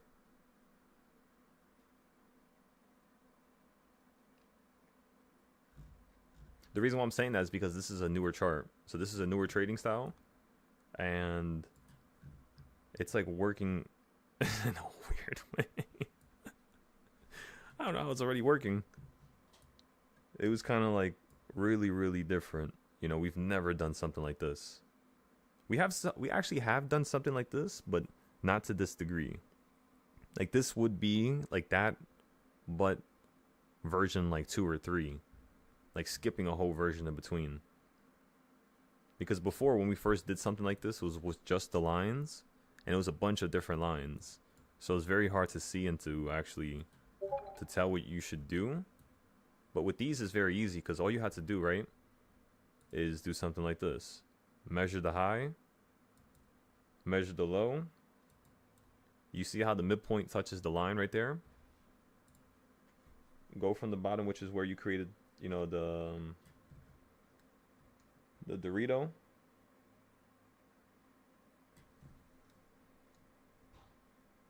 And then, what the hell this is at? Nope. Oh, man. Where's this at?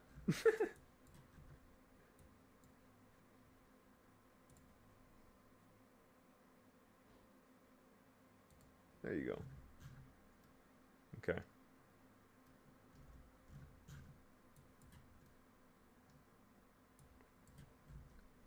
So you take this line now and you put it right at that midpoint. And now you basically just chopped up one of the triangles in half. The funniest part is that if you look at my buying points because of the other trading styles, which is, you know, this parallel channel, it basically follows around that perfect area, right? So like, for example, you could move the circle. If I copied it to the future, it seems like I forgot to copy it. That, or I was going for less circles. Oh, no, I did copy it because you slide it down. So then this one right here that we didn't copy, which was the midterm one, when you slide it down here, it basically, it's kind of like the same thing as this circle now. So it's like the weirdest thing in the world, but with the other trading styles, when you merge them properly with one another, it gives you a perfect buying point already. If I then merge that with another trading style, now it's proving my point. Do you see what I'm trying to say? If I then merge it with a whole nother trading style on top of those initial two, then boom. It's kind of like now you're aggressively like achieving a level where it's just, it's like one trading style is good enough for you to become a great trader and for you to profit.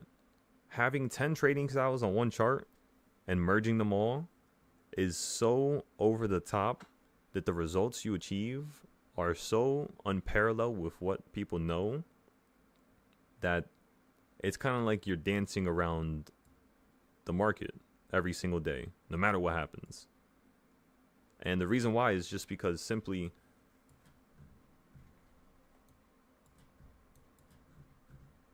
this right here, you just have it all mapped out, right?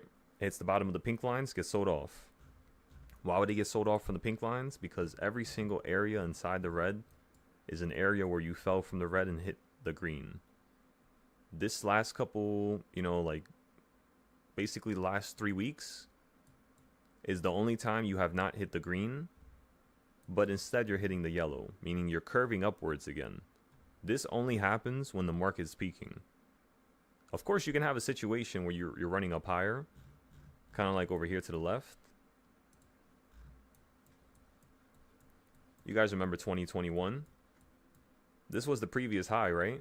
And then look at how like aggressive you were here. But the one thing you got in 2021 was you falling down, or 2020 you could say, was you falling down and touching that previous high here. Over here to the right side, do you see how you're just leaping into the sky? You tend to have these drops, and that's what we're looking for, is the next massive drop like this here. This is a $60 drop. These right here are about $30 drops. I think that was a $30 drop. This right here was about a 20. This right here was a 36. And that's pretty much all. But again, this is 2021. That's the craziest part.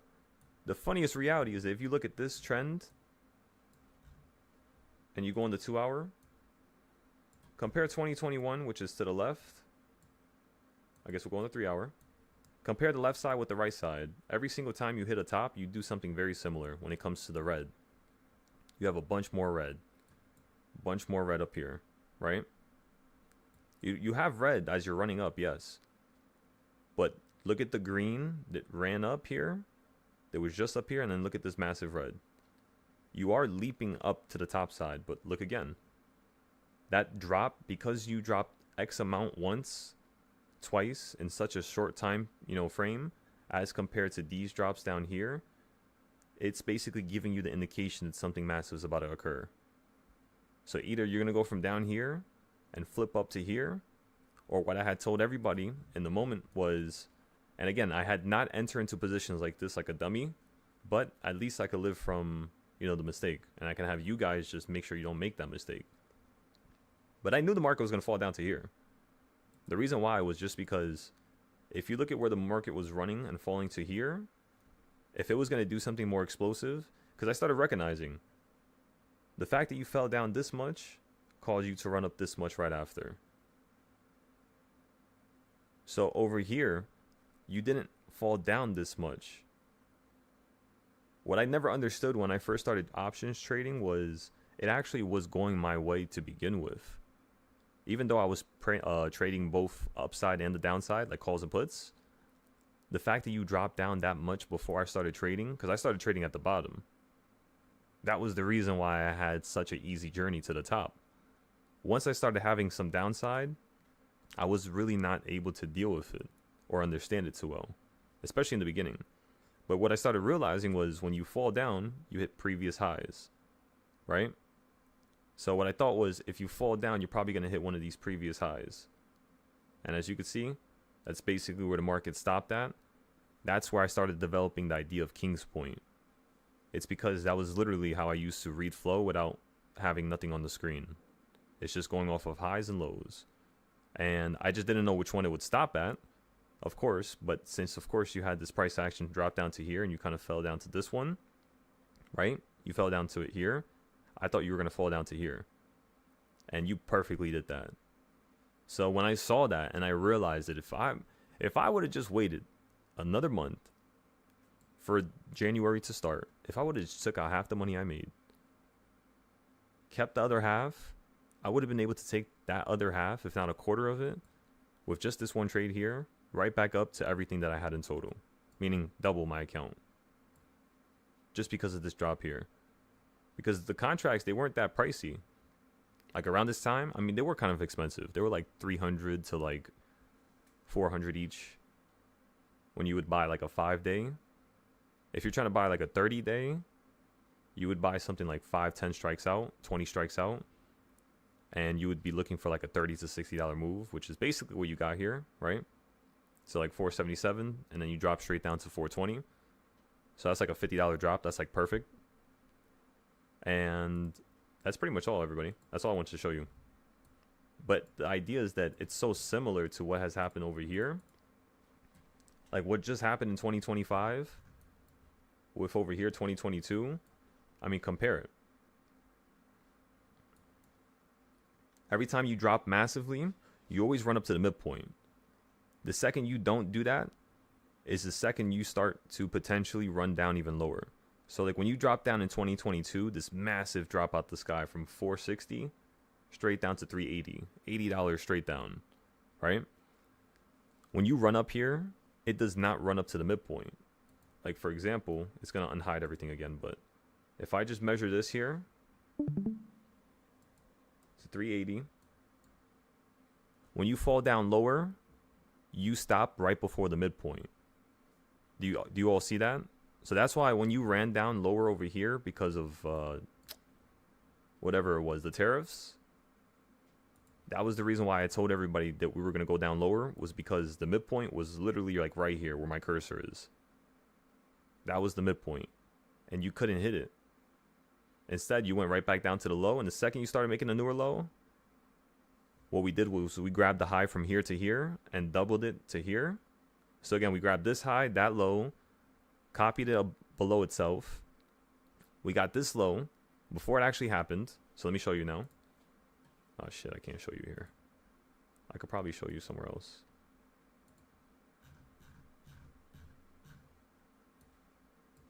Yeah, I'll just show you here.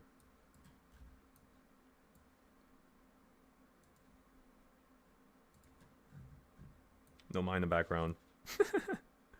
We got a bunch of stuff going on in this chart, but so again, like we said, we're gonna measure the top of February before you fell because of tariffs. You guys see this box, right? If you take that box and put it below it, that's exactly where the market stopped falling. So that's why we knew the market was gonna stop falling here, because the short-term boxes said it because of this drop.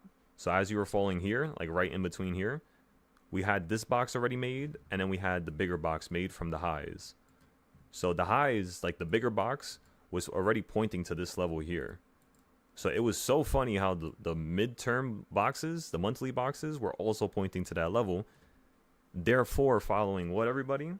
That initial idea that as long as you do one thing perfectly one way, all other trading styles will align. Even different monthly and weekly boxes. Before you even create a monthly box that lines up with that area, if your weekly box says that area is a really good point to buy, or your monthly box says that's a really good point to buy, I could promise you on the bigger term, the all-time, if not the yearly, those points are also going to point to bigger terms. So instead of you having to go to through the process of measuring all that stuff and getting all that stuff done, yes, it will help you, of course. I'm basically ruining the fun for you. just so you can have a little advantage here. And what I'm going to tell you is, again, if it works on the weekly, daily, monthly, it works on the yearly. It's just you might not understand how to make it work, but if you have a monthly box, I think you can understand, because it's not that hard, honestly. Like, for example, if I take this monthly box here and you fall down even lower, the market could do something like that, right? Let me delete that box. And if you fall down to here, that's 420, which is so funny because, again, if I remember correctly, 420 is a point of entry or a point of interest on the monthly boxes. Can you fix yourself? Goddamn. There you go. So again, 420, let's go instantly go to a monthly box that we can compare it with, or yearly. 420.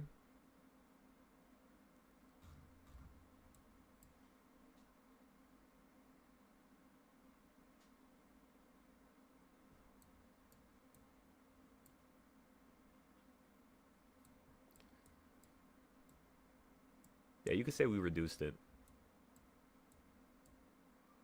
Meaning that is a point. That was a point we had because of the left side. However, we removed it so we could have the bigger point, because I want everybody to pay attention to this one down here, which is 340. So again, 420 is going to be a point of entry, but we're going to start buying in the 440s and the 430s. That's the reason why this one's different. If we actually try to look at a monthly chart that has 420 properly, it would be this one. That one right there is the different one. So 420, we would have to look at the left side.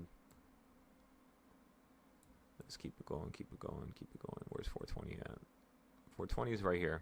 So yeah, you can kind of just take this box. Yeah, you could literally just take this box here. So this is where the market's going to want to stop at. This right here has to be changed. $40 drop. $40 drop. Actually, no, we could keep that there. We had to start placing upside with that, though. Jinx, what's going on over there?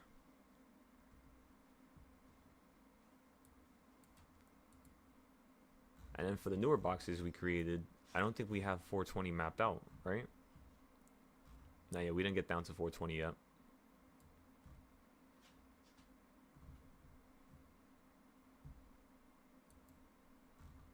I know we have it on somewhere.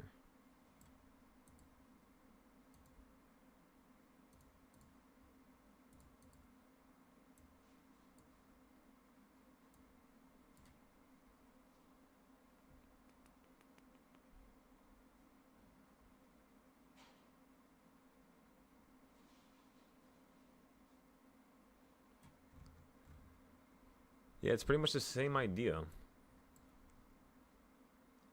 Yeah, so all of our charts, we have 420, but we're skipping around it. And the reason why is because just in case if the move is very large to the downside, we don't want to have a situation like last time where we bought into the trade, we were up 300%, but because we were looking for the market to recover to the top, you ended up just tanking down to a new low. So during this drop here, we had, of course, puts that we were playing from the top. Those puts, we held them all the way down to here, which was this bottom right down here. We then hopped into calls, and as you began running up, we sold them at the top here at 570, 575, around that level, somewhere around here. And then we went short for just like a day or two. It was nothing crazy. We didn't put too much capital. And then at the bottom here, we went long again. And then that was what we were up 300% on, like right here, on this crazy little run up, just because of how fast it was. And then you continue to collapse. Once you got below this area, we continue playing the downside to about 520 first. Basically every $20, basically. So it would be 540. If you get below that, straight down to 520. If you get below that, straight down to 500. If you get below that, straight down to 480. So that's pretty much it, yeah. I want to see, is 420 a line? There should be a line here. 421, 423, and what is this? 426. So you're a pink line, at least. Yeah, the 430s are more important. The 430s, that line is blue, which is a stronger fraction. Yeah, blue is stronger than purple as well. So blue is stronger than every single one of these short term. So yeah, 420 is only a pink line. 480, the level that we stopped at, was a purple line. So when we crashed because of tariffs, it wasn't that insane, in my opinion, because, again, you hit the purple line. The funniest reality is that what's next to that purple line? A blue and a green, which are both stronger than the purple. So the funniest reality is that whenever the market's trying to run to a certain area, if it's about to hit something important, like a blue line, it tends to hit something above it or below it. So it tends to go right through it, is what I'm saying. So like for instance now, since you're at 670, the next massive important fraction is going to be at 695. After that, you're going to have this important green line at 728. And I think, let me see, let me zoom out for a second.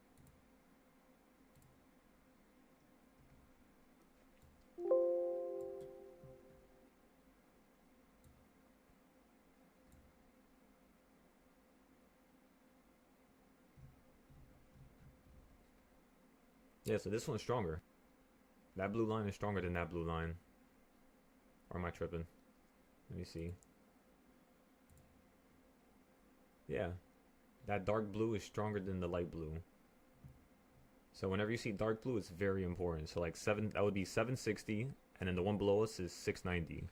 So again, we're about to hit one of the strongest fractions you could possibly hit in SPY's basically it's in its entirety.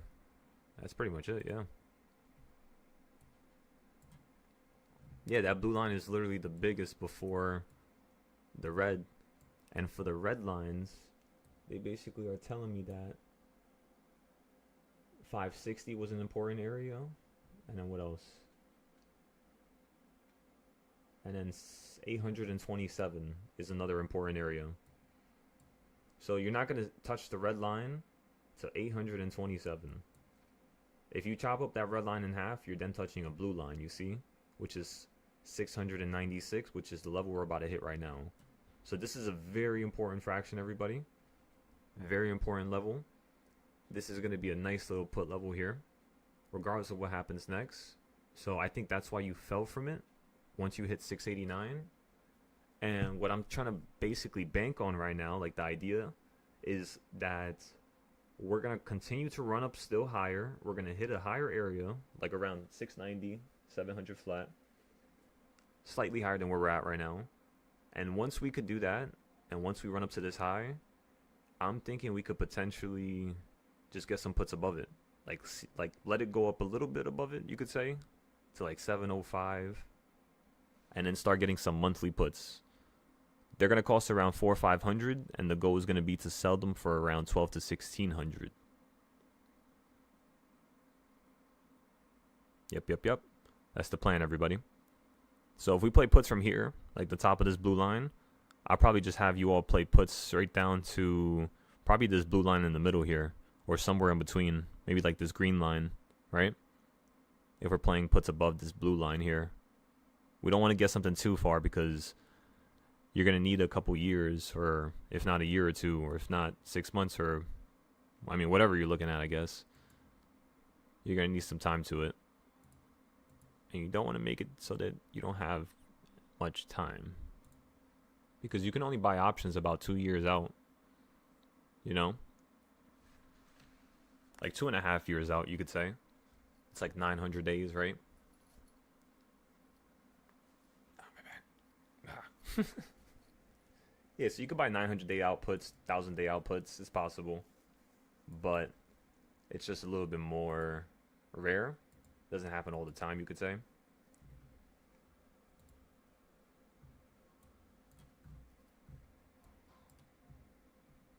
if you bought something that's that far out, Yeah. doesn't like after let's say a time like days going by, doesn't that eat up the profit that you would have made anyways? Like by staying in there, paying for it to still be open. Does that make sense?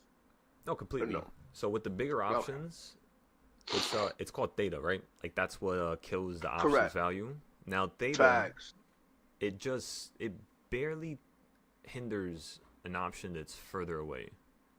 As it gets closer to the date of expiration, the theta will start to depreciate a lot more. So meaning like let's just say the SPY stays at one level from here to the next day, there's automatically going to be a certain amount that this is going to lose. So it might go from like this contract here, 970 strike price, 800 days out for SPY costs $469.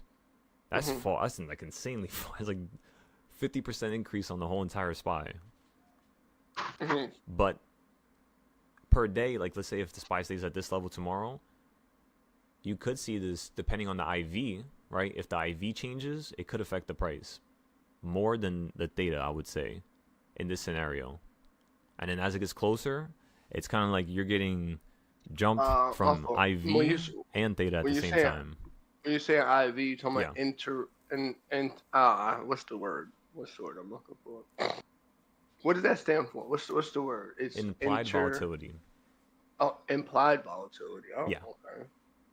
Oh, okay. So you have the implied volatility and then you have the open interest, which is like the OI. And what that means, it's basically the only time you're going to see a number here is if somebody bought something on Friday. And wait, what's today? Today's Monday or Tuesday? I forgot. Today's Wednesday. Holy shit. So,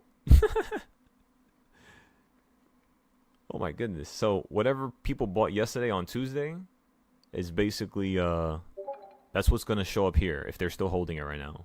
But today, of course, they could have got rid of it. So what you need to do is you need to check back in with this tomorrow and see if it basically lowered or got higher. That's how I track down my options so far out. So if I go to puts now, 800 days out, you could basically track down where all the money is. Like there's 6,000 orders at 375. And it's kind of funny because all these levels that people are buying puts and holding it at all perfectly align with my boxes.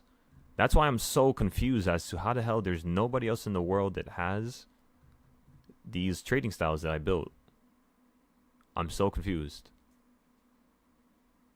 It's like really weird because like why is everything lining up with my stuff? This is too perfect. What's going on here? So yeah. Let me see. Okay, so again, the 800 day out contracts, there's not that much people buying them, and if we buy them, like the prices are so insane. Like if we're trying to buy puts here, 800 days out, what I would say is the market's gonna fall down to 340. So I've been waiting to buy these puts here, the 340 puts for basically 900 days out. Actually, no, these were supposed to be 900 days out. 100 days have passed since I last looked at these, I think.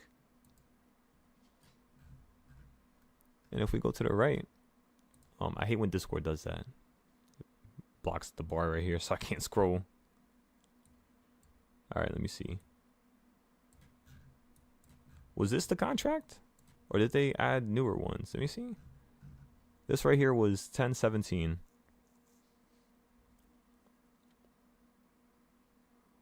1009. Was it the 340s? What the hell do I have on the bigger chart again? 340 to 330. It might have been at 330. Let me check those. 340 to 330. They might have added that a little bit later. Yeah, they did. So I was looking at these in, yeah, you could say like the beginning of, like the middle of September. Middle to like the end of September. And these were around like 500 and something. They ended up running because, again, we were falling like a crazy amount for like a second. They ended up running straight to 630, which is kind of funny because if you just hold these puts, the one thing I'm trying to teach you guys is if you hold leaps for like puts and you have a steady day out, meaning 800, 300 days out, you have a crazy amount of days. The one thing you're actually going to realize with an expensive contract is, yes, it can lose a lot of value. I agree. However, if it holds around a certain level, like $30 or more, or less, you could say, sorry. So $30 or less, if it can hold around that range and you could buy an option, you're just going to cycle between like $20, $30. And then when the move actually occurs, you literally, I kid you not, every single time will go up in the profit. Me and Danny were testing this last year, I remember, where we would basically, what would we do exactly? Oh, yeah. So we would basically be buying options that were like 3 weeks out, 4 weeks out. Every single time the SPY would make a new high and hit a certain number. So if it ran up and hit, let's just say the market runs up right now. If we're following that same pattern we did last year, it would be like you run up to 696. We automatically get a monthly put 3 weeks out, 4 weeks out, and you literally just wait. Within a week or two, that contract, if it doesn't go in that direction, will be down 50%, right? If that move occurs the third or fourth week, I kid you not, you always go into profit. Because your strike price is more expensive. You're closer. It's just you're waiting for more of a yank so that you could sell it for just $100, $200. So these contracts, they take a little bit longer unless you're kind of doing what we did last year, which was go for like a 3-week contract. If you're going for like a 900-day contract like this here, again, you could make a lot of money with that. That's $80 right there per contract. That means if you have 5,000, right?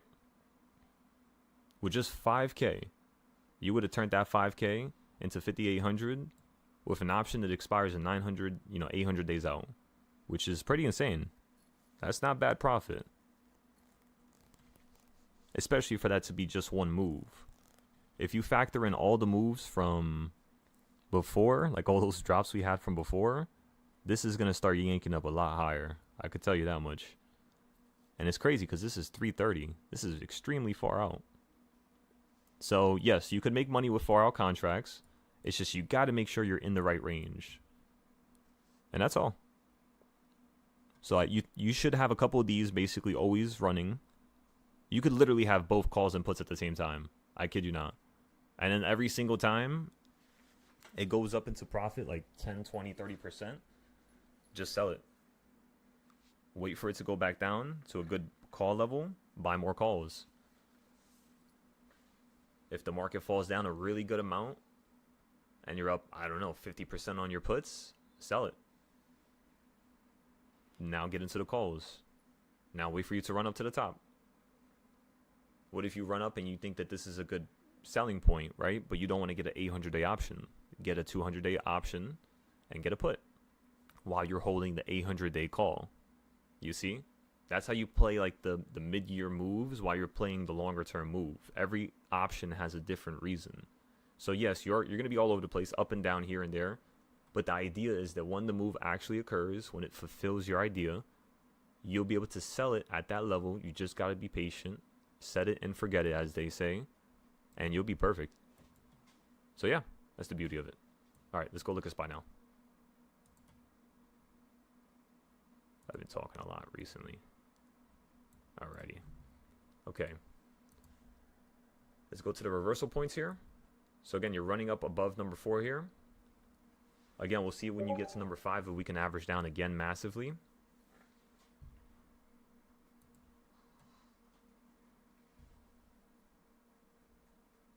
We'll buy like another 10. See if we could just completely drop this average from 90 all the way to maybe like 40.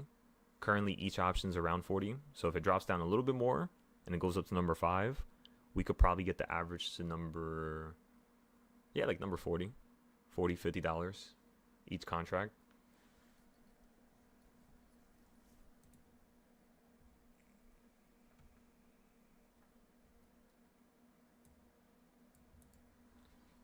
You're still doing the boring middle moves, you know what I mean? It's not really choosing a direction, but it's slowly kind of hinting towards the upside, especially with this trend you're doing right now. It's just tightening itself.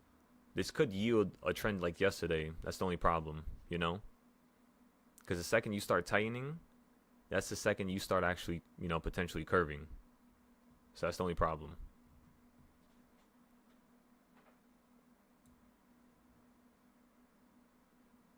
Yeah, 667 is still. It's kind of funny how that's going to be at number 8, which is exactly the level. Yeah, literally. I don't know how I knew that before I saw it.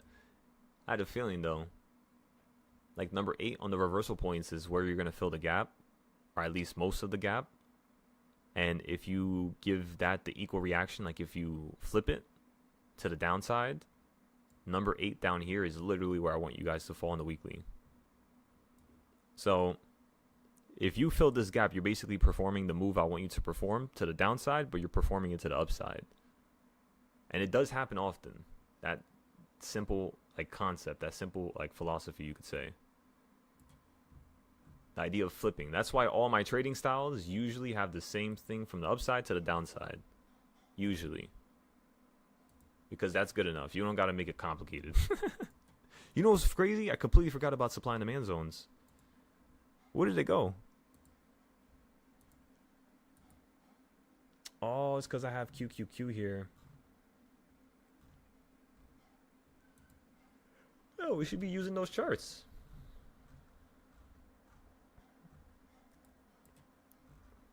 We haven't used this thing in like, I don't even know.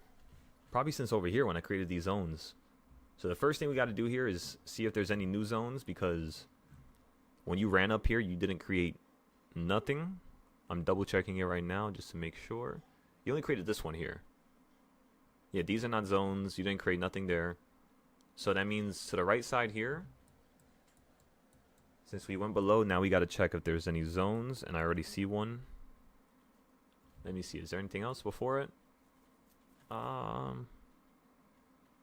there's nothing before it. So you just had a zone here at this big ass candle. We're just gonna move it to the right, and then today, you actually created another zone right there. That's like a perfect zone. Not touching both of them. Excellent. All right, so now these zones right here, because this was created on, let me see something real quick. Let me zoom out.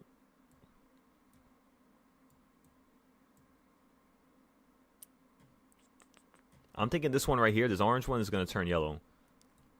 But for now, we're just going to have to turn everything orange. That's what we're going to do for now. Let's do it. Where is it at again? Right here. I got to start cleaning some of that stuff out. Yeah, so these are some really good zones here.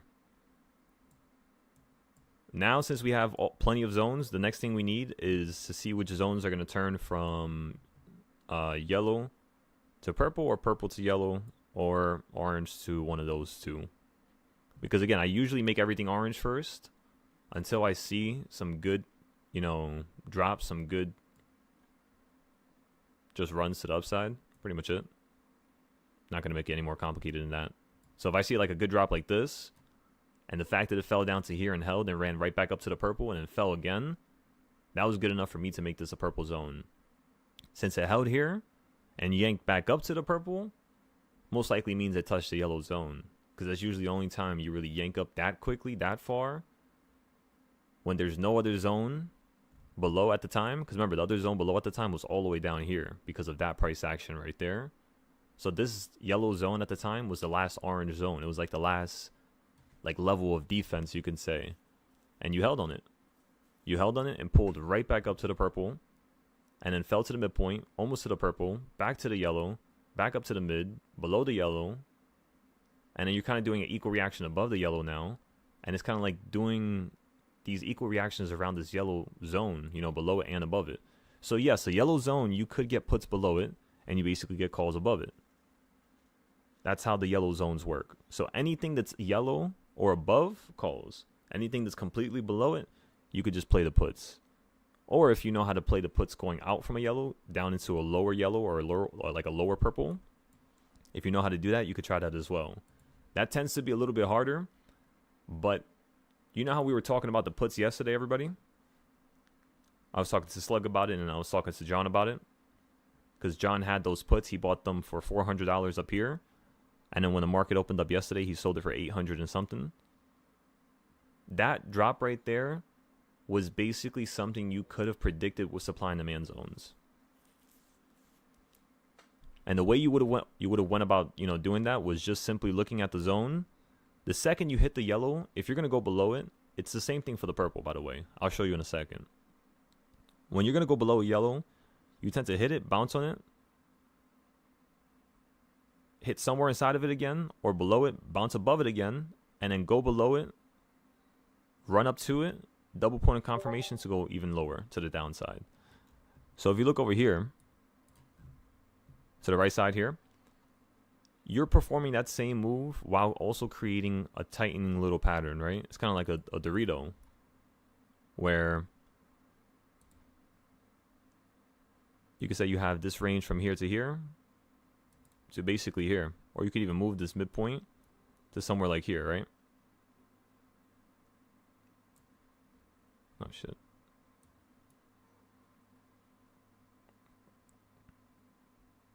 So you could basically say like this is like your range. And the second you start going below that range, you could start gapping or falling out the sky, because that's, you're basically breaking the trend here. So what you could say is that every single day since you hit it here, here, and you basically create it from here, here, and here, and let's just say you bring this down to not acknowledge this, what's called that day over there, it would have looked something like that there, right? So while you had this move that dropped you down here, this move that picked you right back above, you already completed what was necessary right here for you to go down lower. So for whatever reason, if you get below this yellow zone, you're basically going to fall out the sky. To what level? That's the hard thing to tell. With supply and demand zones, it's not that hard, because all you got to do is look at a previous purple point or yellow point, and it's either going to hold on top and use that as support when it was once resistance, or, as you can see on the right side right here, it does that. Or sometimes just simply goes right below it a little bit and then yanks above it. But it's kind of like a range, right? That's why when you hit a yellow zone up here, you're kind of like, what is the word for that? There's like a certain thing that does this.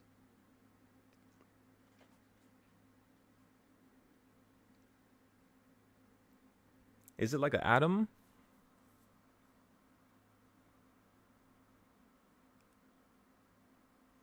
What moves around like that?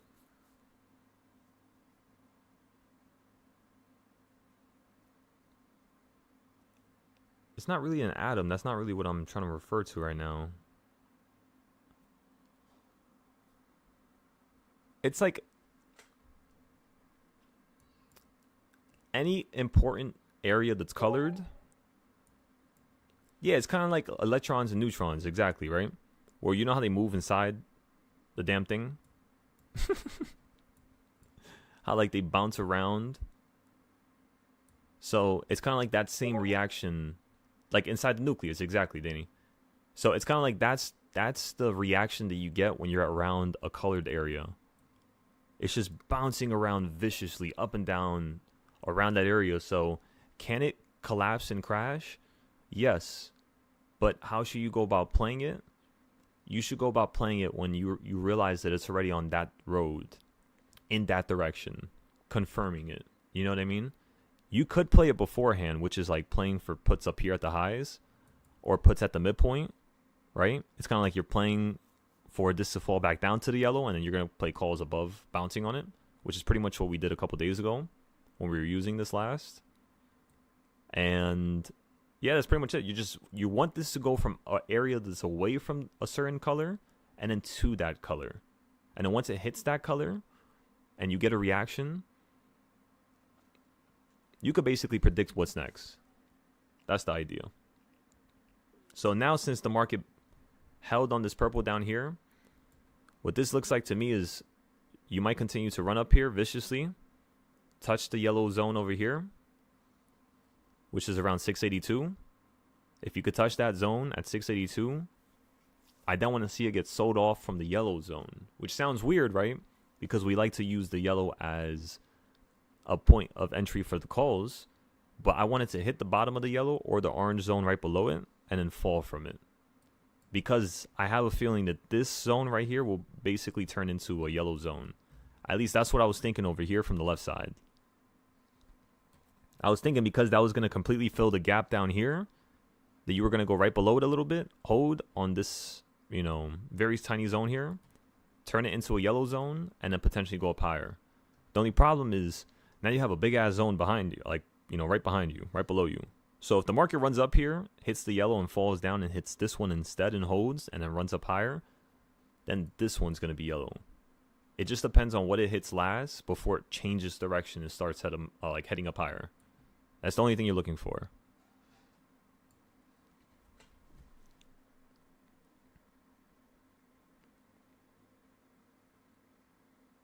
Okay, so the calls are only up around 100% here.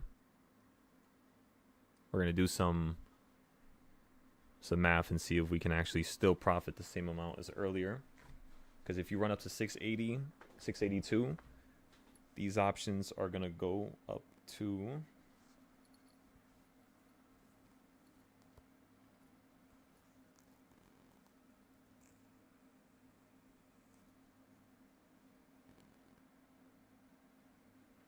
We still have an that's crazy. Remember how I told you guys earlier around 10:30, if this happens within 2 hours, the contracts might be a little bit less than 300. It might be like 2 something, right? Right now, as we speak, with an hour passing, you're literally at the same price for those, meaning like you have the same opportunity still. So if you still run up to 682 here, these contracts are going to be worth around 300 to 400 each. So again, we're just going to hold that. And then for the puts, we're going to try to see if we can average down and then hop out for around break even, if not a little tiny profit. Again, even when the trade goes against you, I'm telling you guys, there's a skill when it comes to averaging down, and it's just to remain composed. That's it. That's all you have to do. Remain composed, give this a chance, give this a second. There's still value on the board. There's still something we could do here.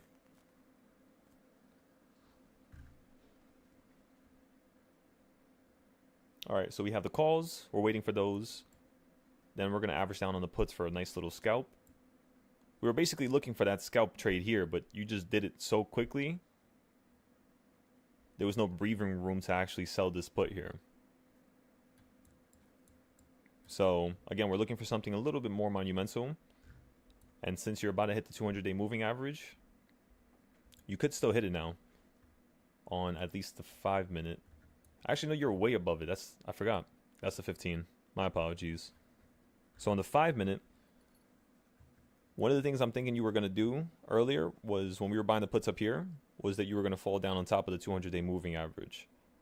So that was one of the other little indicators that we have, that we use. It's kind of like your morning checklist, right? So right here is your checklist. This is all the stuff you need to pay attention to. And as you see here, number 2 or number 1? Yeah, that's number 1.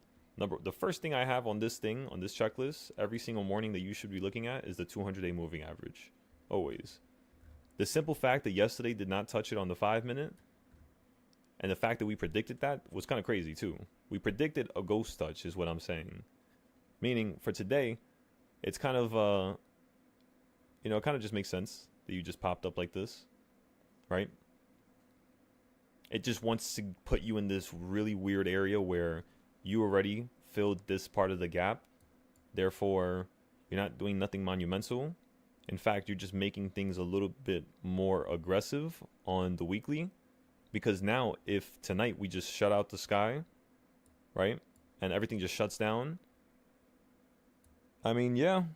You could see this pull right back down to that 667 level, 666 level. So we'll see. We'll see exactly what happens here. If it just slows down around this point, again, we'll give it like another 20, 30 minutes. We'll average down into the play. See if we could back out with 0 to no loss. At the same time, we have some calls going. So those calls are going to give us back whatever we're losing for the puts, of course. And that's all we're trying to do right now. We're trying to play both sides in a similar way so that, yeah, we basically profit both directions. Same thing as yesterday. Calls and puts, right? Calls, puts, calls, puts. Now, today is 11 o'clock, and you did not have the low of the day around the midpoint. Or, like, basically like the middle of the day, like around 11 to 12. So I'm wondering if this just shuts down around 11 or 12. can you still get that crazy low to the bottom here? We haven't got a midpoint touch in a little while here. It's been since October 31st. I mean, that's not too long. October 31st. And then the time before that was around like right here, you could say, which was October 28th.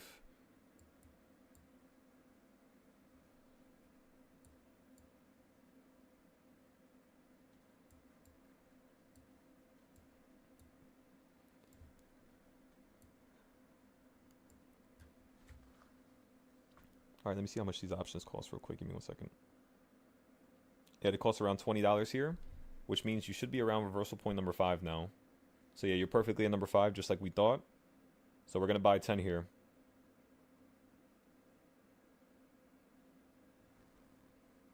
Again, the reason why we're buying 10 when maybe 2 minutes ago we said we were going to wait another 20, 30 minutes is simply because you finally hit number 5, which was the last target to average down on.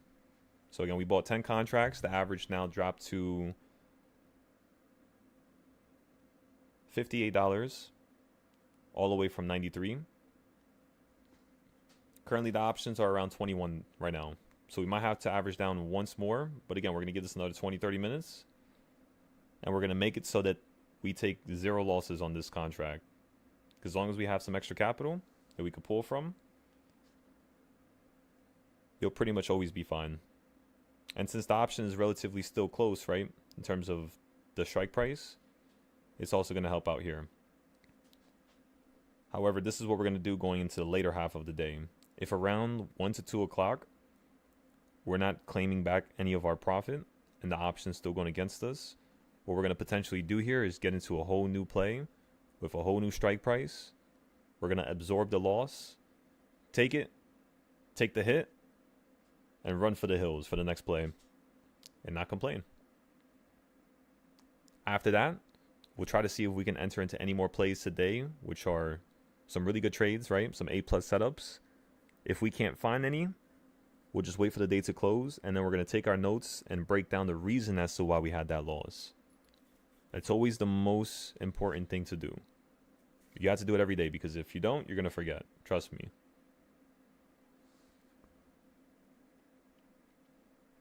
So yes, regardless of what direction this plays out at, or plays out to, this is going to be fantastic, ladies and gentlemen.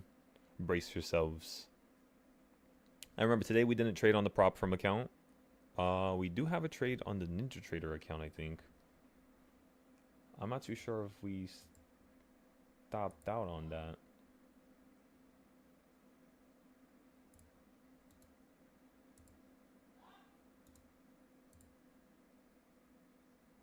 Huh.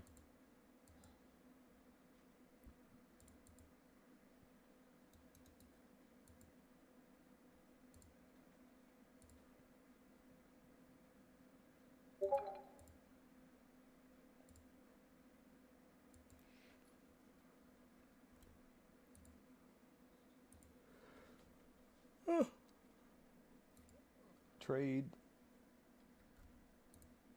Start the simulated account, ladies and gentlemen.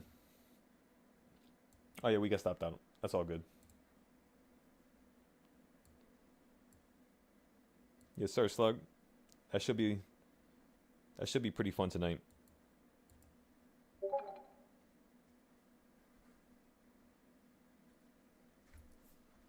Alrighty, so remember, you got above number 5 here. Let's go ahead and take a look at this other call play. Currently, you're up 200%. So you're up $45 now. Again, each contract cost around $24. And currently, they're up around $70 each. Was it $20? Yeah, $24, yeah. So from 24 straight up to 71, 72. And we're going to use this for tomorrow, so that we can enter into some cheap trades again with our other account. Because again, we're still trying to start this $15 account. That's the title of the YouTube video after all. But we haven't traded with a $15 account yet. So we're still waiting for our opening for today. And we might be able to have it right now. Let me tell y'all.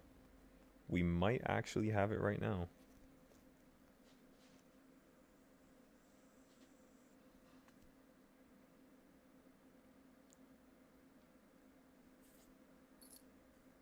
Last week we were on a 1,000% spree. Let me tell y'all, we went from 100 to 500 to 1,500 to then 2,200, all within the course of 4 or 5 days. Yeah, it was like 5 days. So from like Friday all the way to Thursday, smashing it out the park.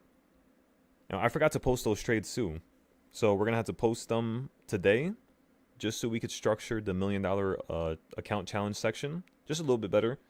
It looks pretty good to me, honestly, but I know there could be a little bit more, things we add.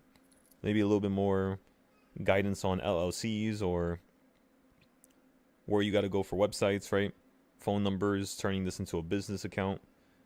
Because I recognize something. When you're trading futures, you can open up a futures account with an LLC, right? I don't know if you guys know that. And if you don't need to have a lot of capital, I don't know yet. I have to check it. I'm telling you guys, we're just going to trade on the LLC. I just don't know how much capital you need to have. Because sometimes it's like Webull and all these other accounts, like when you have a business LLC, you need to throw in like 40, 50 bands. It's not terrible, but it's kind of like I would much rather have the ability to have a little bit less capital. Because it's a challenge to me. It's more fun, Having 50K doesn't mean nothing.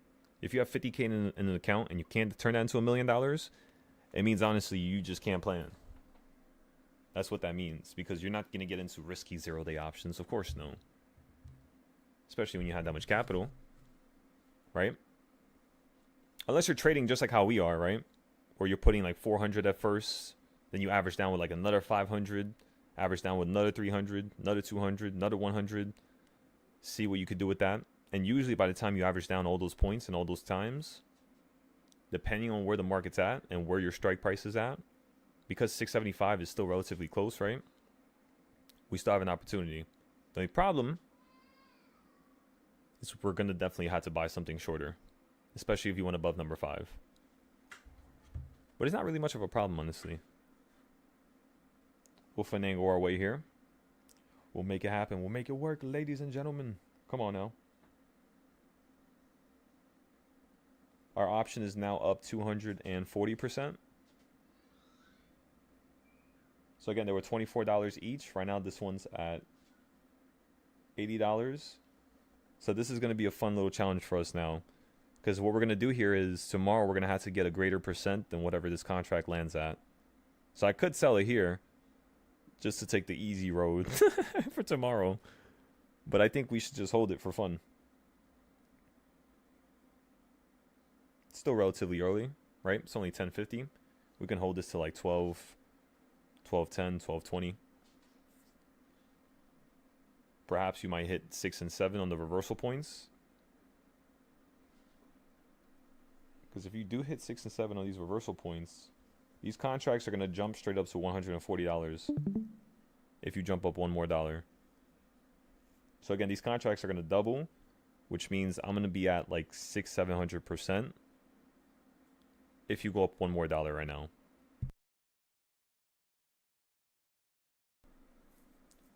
At that point, that's going to be the last level where we can average down on the first, or not first, what trade was that? The third trade, which was basically the puts that we bought around number 3.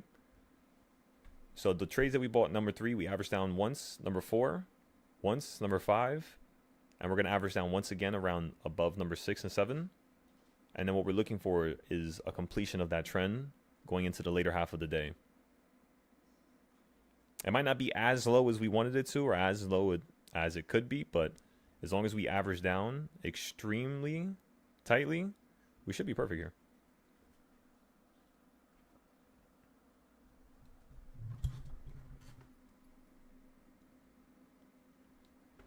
They might have changed it for Webull then. When I had spoken to like the support tab, like the little help tab on the side, I was talking to this one guy and he was telling me, no, yeah, you just need around 40 or 50. And then Mumu, I believe, is a little bit less. I forgot how much they told me, actually, for Mumu. It might be around the same thing as Weeble, honestly. But yeah, I'm trying to see if I can find a business account where you could start trading with like just like $100, $10. Because then we could literally have everybody start with a business account off the get-go. The only reason why I can't do that now with everybody is because you need 50 to like 100K. You know, you need a lot of capital just to have a business LLC. And they purposely do that, of course, right? Give less people opportunities. Give less people less chances, right? Keep you down in the dirt. Because if not, then what's the necessary reason to have it structured that way is what I would say. You know? But yeah, we'll see. We'll see what we could do here.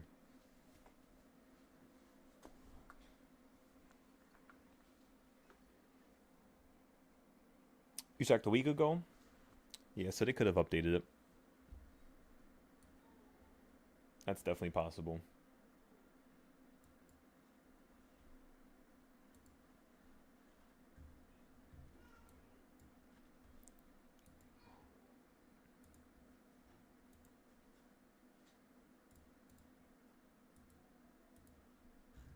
Let me see where you're at now. Okay. So our position with the puts, we got that stuff playing out here. Gold. I want to enter into some gold plays real quick. Let's go here. Gold, gold, gold. Before I forget. MCL. Crude oil is at the location where we could buy it now. All right, everybody.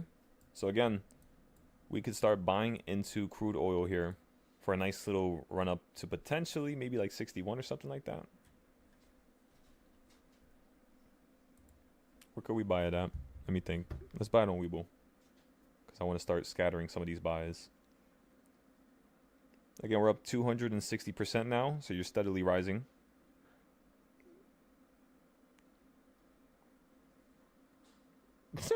Why did I just start thinking about the Pac-Man shit? The noise it makes?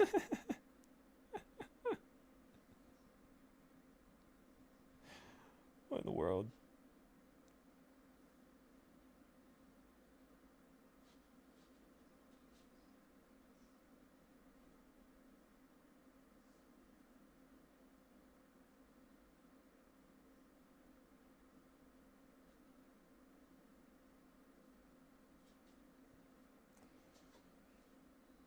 Alrighty. We got some crude oil in our back pockets, ladies and gentlemen. We bought it below the line right there. Let's see if this is just going to start swinging to the top side here. We'll give it about 6 hours, and we'll check back on this later on tonight. The next trade I'm trying to get into is going to be... I think I want to get into an not an MCO, MGC instead of a GC, which is gold. I might want to get into a cheaper one. But let me see. We could just do one. Let's go check what gold's doing. Yeah, I'm thinking gold is just going to continue to head up higher here. So we still got those other trades on the other accounts. I might enter into another one. But this is dangerous here. It does look like you're curving to the downside potentially, so you might drop down lower here. Especially with this little false floor you're creating to the bottom of us, right? Let's bring out the Dorito. Measure the bottom, ladies and gentlemen. Swing it to the top side. And there we go. We kind of have a little view into the future as to how this market might get sold off here. So I could definitely see you dropping here. I might just take profit on every account and just give this a second. Let it just run up, you know what I mean? It's definitely a good idea to buy down here because you definitely did fall down a lot, right? From the tops of gold. And I don't think gold is done yet. Actually, let me see. What do I have? What do I say here? I definitely drew it somewhere here.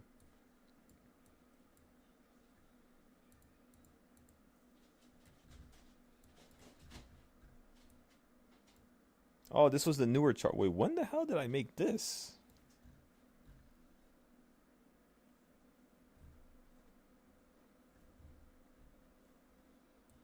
What in the world?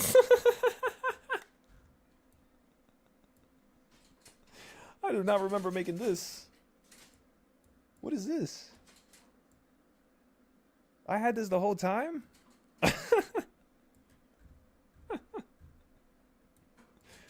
Apparently I did, everybody. As you could tell, I started building the other smaller trading style. I wasn't paying attention to that. I don't know why I didn't zoom out. This is what it looked like short term to me. So that was the reason why I didn't even zoom out. I didn't even recognize that. I was completely ignoring that. Wow. So, okay, so if we look at these boxes are very important. What this basically states is that you have 4120. Wow, when did I do this? So this is why you always want to do your boxes, ladies and gentlemen. I did it right here. No way, I did this in November? The reason why I could tell it's November is just because you see how this yellow box, there's 2 of them, right? That means that this was the original right here. And the second yellow box on top is the copied one, which means the high I used is right here. October of 2024. That's wild how we're using October's range right now. That's wild how you were at 2,600 last year. So yeah, if you fall down here on gold, you're going to fall down to this yellow line, which is 3,684. So you could be gassing out right now. The only level that you could run to now that's left is the 4400s. That's pretty much it. Once you hit that level, I'm thinking that you're going to collapse, because the last time, like for example, do you see how when gold first opened up, like I don't even know what the hell you would call it, IPO'd, went on the market, whatever you call it, right? The futures, whenever it got here, it ran up to this high here and fell down to here. If you basically just make a box out of that, look at how close it is to my box that I made going from this low to this high. Meaning, before I even created that box, you did a similar range, which means if I just copy this orange box, for all the way from 2015, I would have known everything that I could have done going up to the future, basically, all the way in 2024. And for example, I wish I was trading gold in 2021. I really do wish that, because look at how stuck you were. We could have just played ping pong with this back and forth so many times. We probably would have got stuck into some of these puts, or stuck in some of the like the calls down here, because I could see that we would have probably bought like right there. That's probably the level I would have told everybody to buy, like every few weeks, every few months. And then I would have told everybody to buy puts like right here at the top right there. So of course you have some instances where it goes lower, where we would have been down a little bit. But compared to the win, compared to how much you ran up versus how much you fell, does it work? And the answer is yes. Until you start gapping up into the highs, and then you're screwed if you got some puts, pretty much. That's why you want to spread your accounts, you know? Like, have a futures account with just 1,000, have another one with 500, have another one with like 100, and just slowly grow them all. You know what I mean? You can go from 1,000 to 2,000 real quick, split that, and just literally save one for the put side, save one for the call side.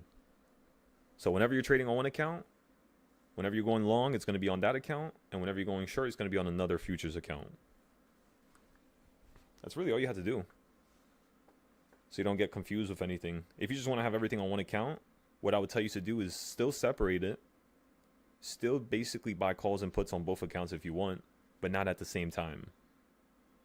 Like, have an account that's smaller and just keep feeding it money. So every time that I take this $1,000 account to 5K, I'll take out 4K, dump it into my bank account, which is like my other futures account. I don't like dumping money into my bank account, honestly, but dump it to the other futures account, another brokerage, and then just don't trade with it. Only trade with it whenever it's like a crazy, really good entry. So like, for example, what if gold just ran up to like 6,000 or some shit, right? You would be able to have so much capital to play the downside that if it falls down to 3,000, 4,000 again, you would basically be, you know, rich for life. You would be wealthy for life. Unlimited wealth, ladies and gentlemen.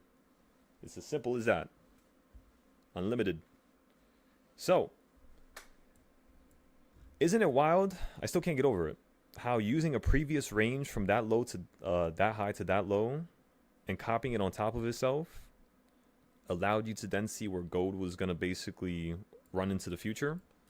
Like, for example, when you ran up here and you hit this line, you got sold off from it. When you then continue to run up even higher and you hit the next most important area, which was this orange line, again, you started getting stuck by it again. And then you used it as a resistance at first, used it as support right after, bounced up into a new high. And all these little times where you're hitting these moments, you know, where you're running up above these lines here, they're basically all put entries, you know. You may not think it because that's not a big area, but just you buying puts from here to here, that's enough for you to be up like $300 to $400 with just 1,000. Actually, maybe a little bit less. You'll be up like $80, 120 with just a move like that. It might be more. It might actually be more now that I think about it. Because this move right here, from down here to up here, I kid you guys not, from down here to up here, with the $1,000 account, it's currently up 3,000. So like you could say, like 3,600. I think it probably dropped at this point though. But yeah, yesterday it was up like 3,800, somewhere around this peak here. 3,800. So it was at like 40, yeah, it was like 48, 47. I think this morning when I looked at it, yeah, it was probably like around 4,000, 3,600. So it did drop a couple $100 here. But no, yeah, the idea is simple, right? From down here to up here, we're still up a pretty good amount, like an insane amount with just $1,000. So that means down here, you probably would have made, if you got to put at that line there, which was the 3,684 line, and you played just here to here, yeah, you would have made literally like around $1,000. I kid you not. That's wild. Even on micro gold. That's crazy. Okay, so it's starting to make a lot more sense, let me tell you guys. I do appreciate the fact that we took so long to trade futures, but it's kind of like a facepalm right now. Because if we would have started trading futures and options and Forex at the same time when we first started teaching in the beginning, it definitely would have drove people crazy.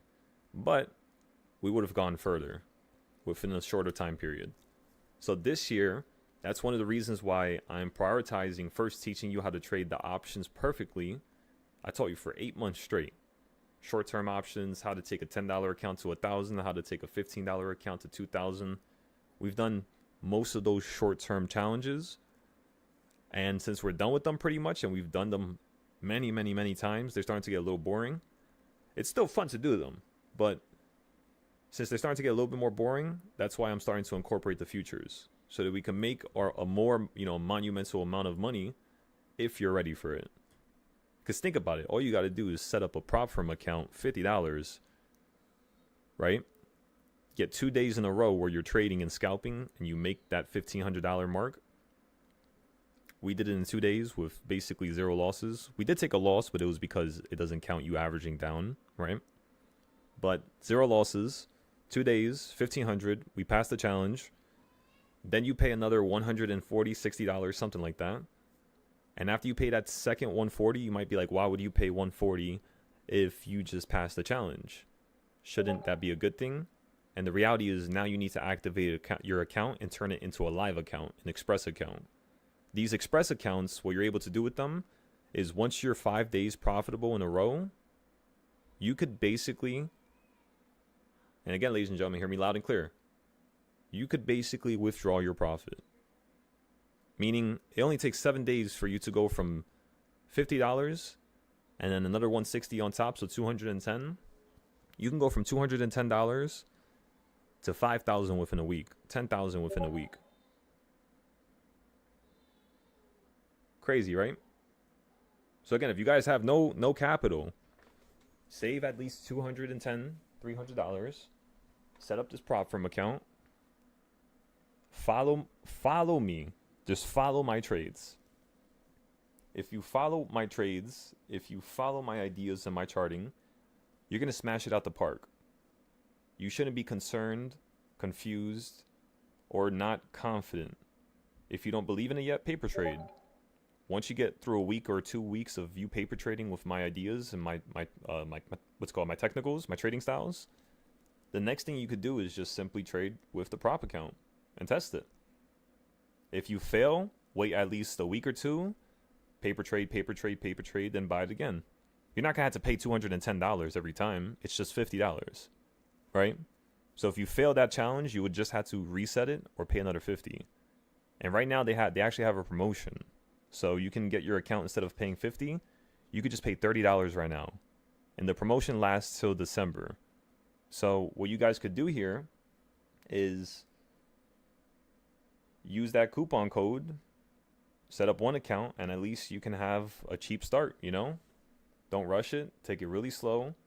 I would advise you only buying like one contract at a time and scalping it for $10, $20 and stress yourself out, get like 100, 200 entries in a day. And then the next day, try to get less entries. So day one, always have the most amount of entries. Always just try to go back and forth, back and forth, back and forth.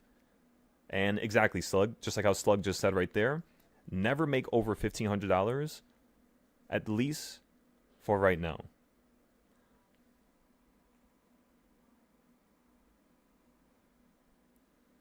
Once you pass the challenge and you pass the combine, you know what I'm going to tell you.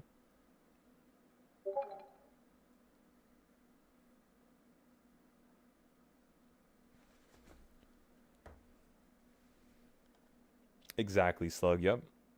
That's why you want to wait till you pass the combine, and then once you pass it and you have the Express account, then you can kind of go wild. You know what I mean? So again, you're going to be taking it really slow. You're going to be getting into a bunch of entries back and forth. You're going to be down. You're going to take a loss here and there. If you don't want to take a loss and you're trying to get a perfect score like how I was, I'll be honest with you guys. It's possible. 100,000%. But are you going to do the charting that's necessary for it? Because before you even start trading your prop account, you should have like 50 trades the past couple days prior to that. Just so you're warmed up already. You know what I mean? Don't just start trading off the gate with your prop account. It's not a good idea. I did that and I lost the first one because I didn't even understand the futures short-term movement yet. Right? Like how quickly you could be like down, how quickly you could be up. Now I have more of an idea, which is why I'm using these small-ass weekly boxes. Because this shit's like, you're up times like 5, times 10 in the small weekly range. With SPY, the most you're going to do is like times 2. You know what I mean? So this stuff is like extreme. Like really extreme. That's wild now that I think about that.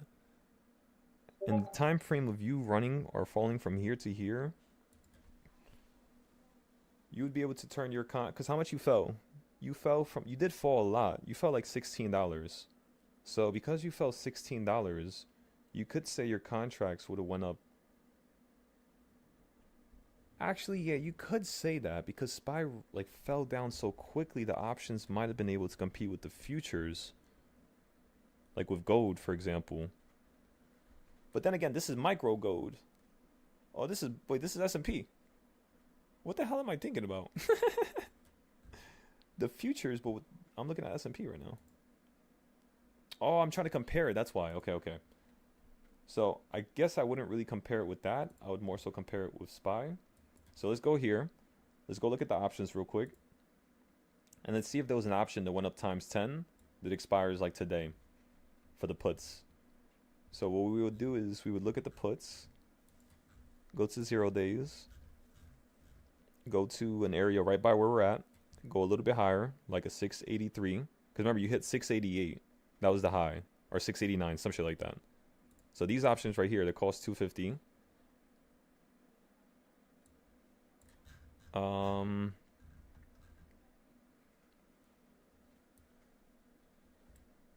Yeah, so you went from 160 straight up to 700, but that's over the course of one day. That was just that one time. And they never went up more than that. So yeah, you just had that crazy day where you went up I still remember you went up times 10 in a single day because you had an $8 move. if you were trading ES, you definitely would have probably made, of course, more money. But then again, a 10x. So like if I had, let's just say, 100K, and I threw it into the ES trade here. Let's do this with the demo account real quick.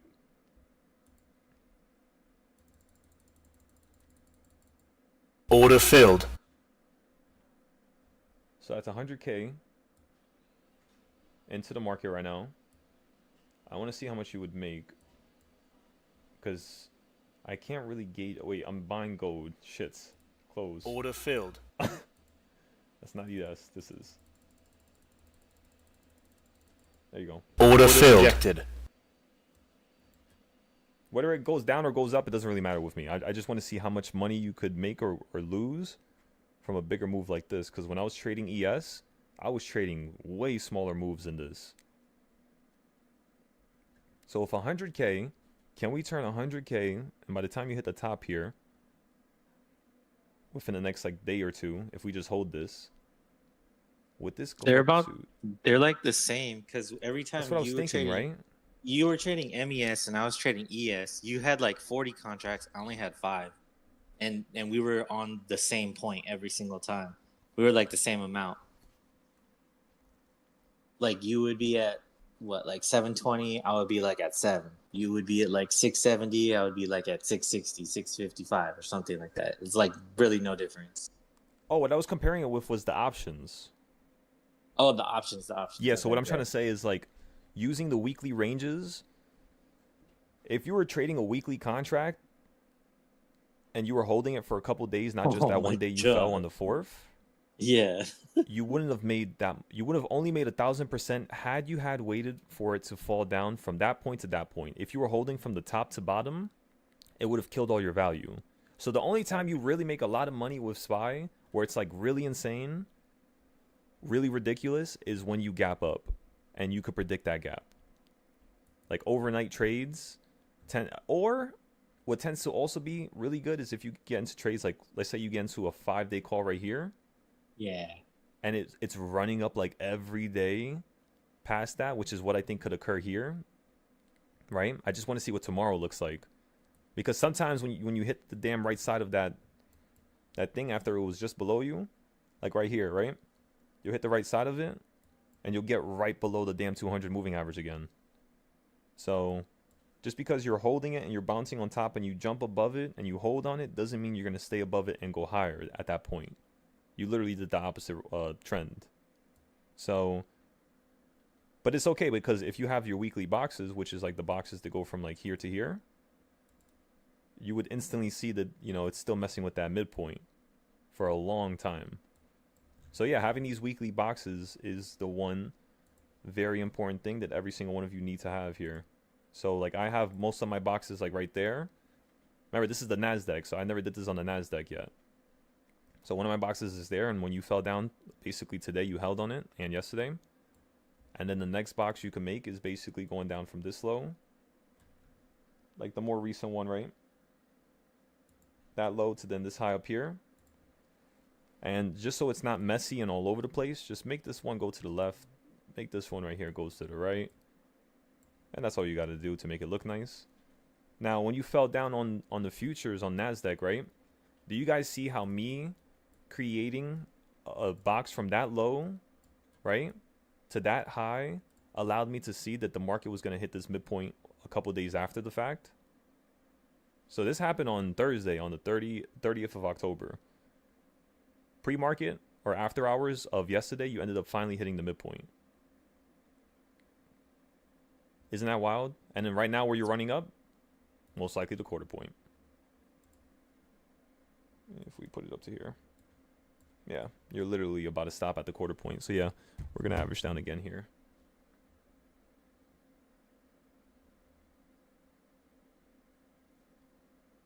So right now we're up 16,000 on 20,000.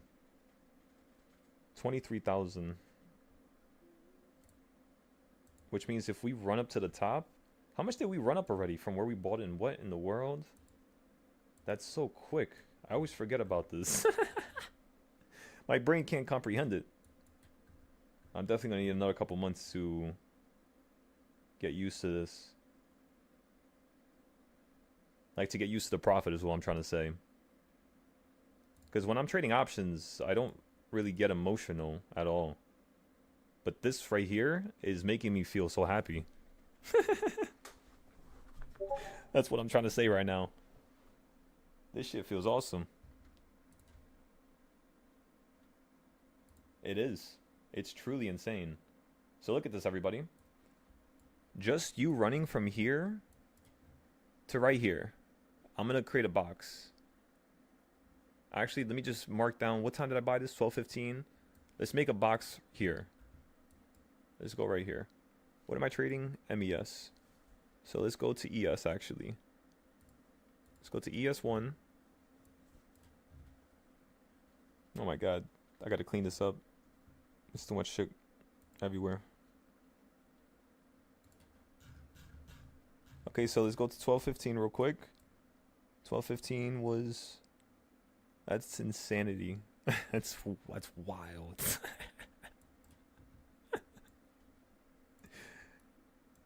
That right there, ladies and gentlemen, not even that right there. 12:15. That right there is the reason why I'm up 20% already on 100K. Just that right there. That means if you literally just copy that box a bunch of times, by the time you hit right here, if this is 20K, right there is like 40. Right there is like 60. That's 80. That's 100. Oh my god. Yeah.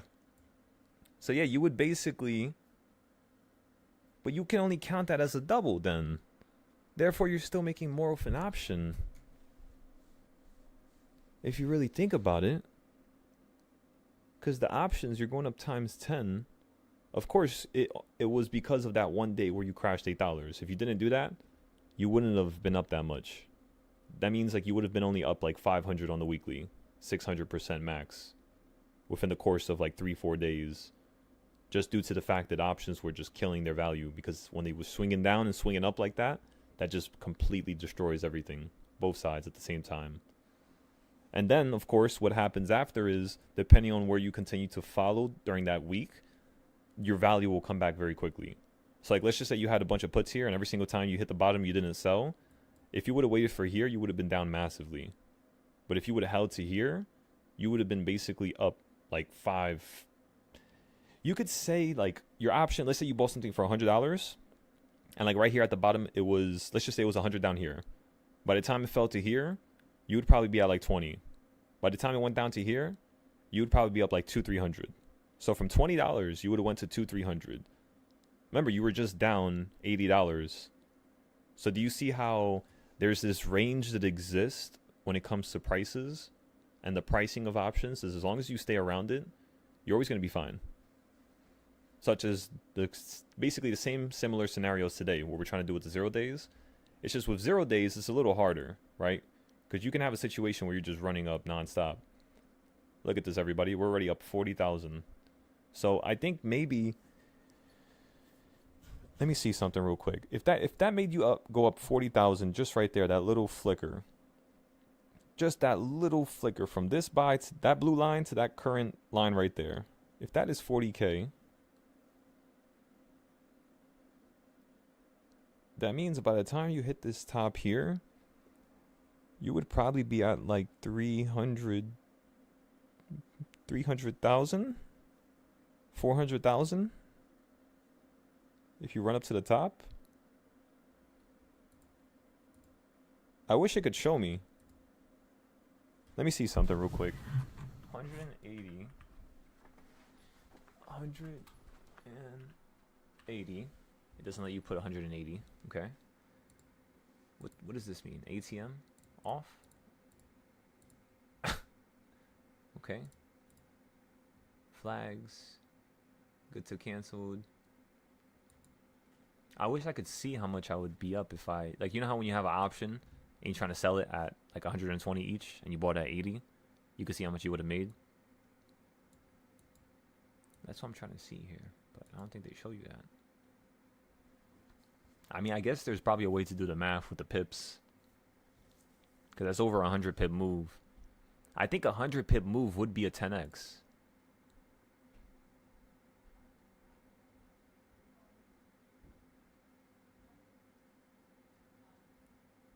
I guess there's only one way to find out. I mean, yeah, we could research it, but we're just gonna do it ourselves here. We're just gonna hold this, see if we can hold this all week. I don't know if it's gonna sell us out because we have a shit ton of them. Especially if you fall down for any reason back down to this level where we bought it, we probably might just get margin called.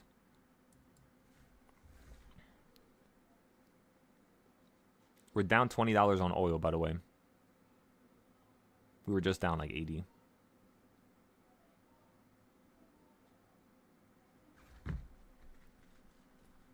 Okay, what else can we do here?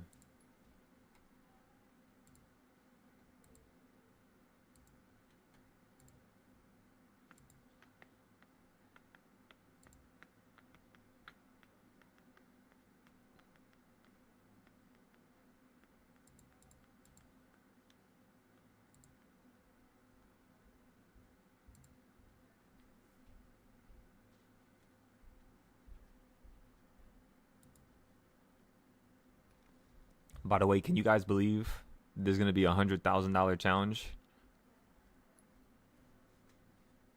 Can you guys believe it?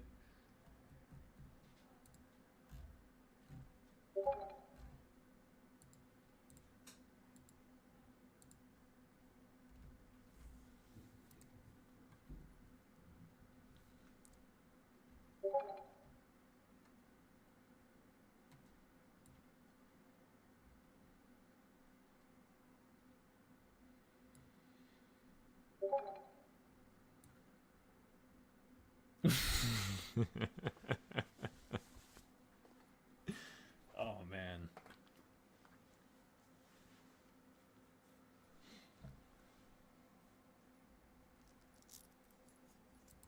We should create a plan so that the second we get that 100K, right? Let's just say we're the ones who win it.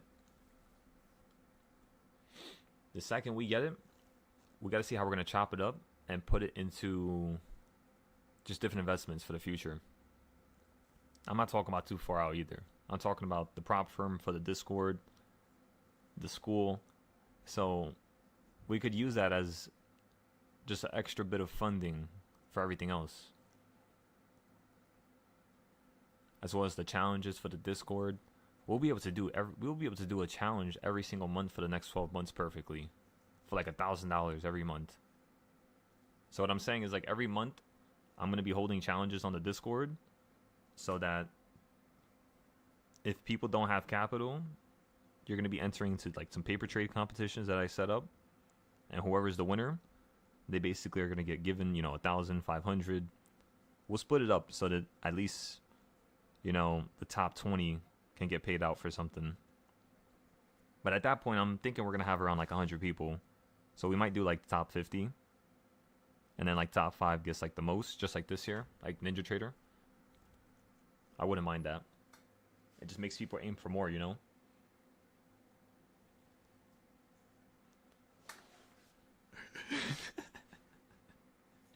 I gave you a damn Applebee's gift card.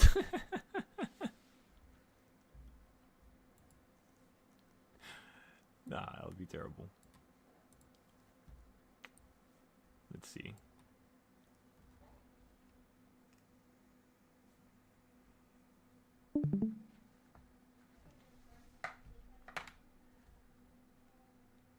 All right, let's start practicing for this futures account.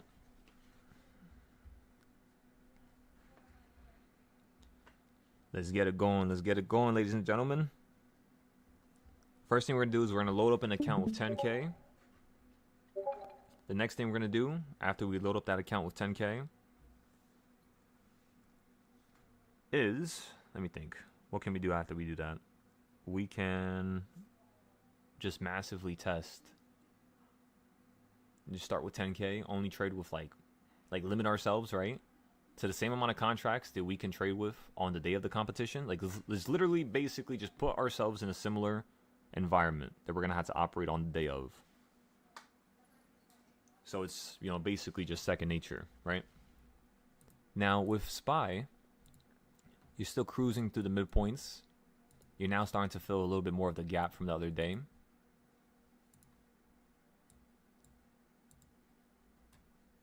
Let me see something. You're around 6 and 7. Let's go over here. Let's see if we can buy a new set of contracts.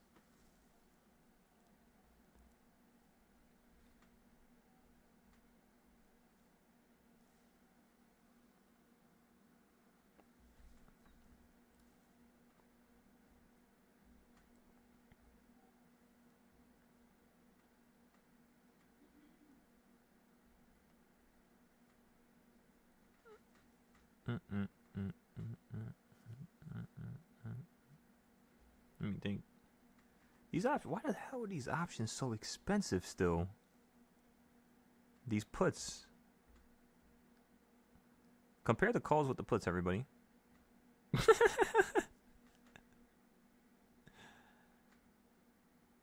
These puts are ridiculously expensive. I mean, they're gonna go up a good amount when you fall.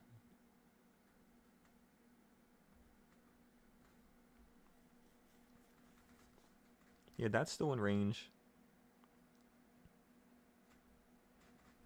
Let me see the 679s.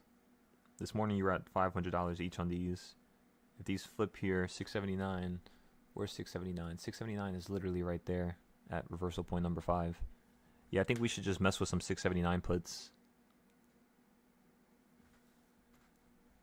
All right, we'll average into these here.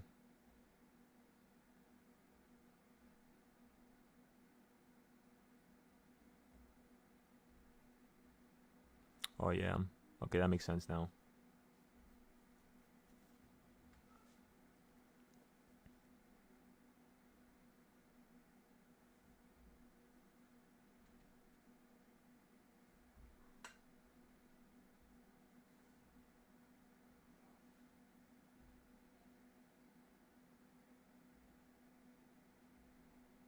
Oh, I see now. Okay.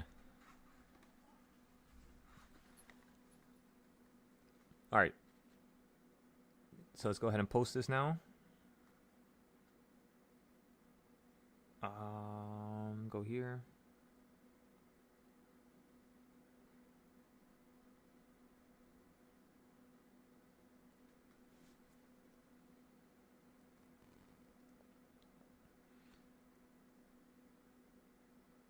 Again, we're going to go ahead and average into the position here.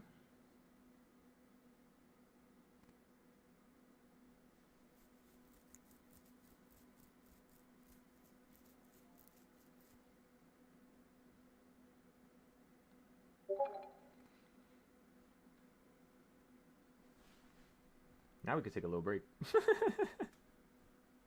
Excellent. Again, we got a 680 put. That's basically what I just went with right now. So 679 is the furthest you want to go out. They're a little bit cheaper. They're around, I think, $50 right now, $40.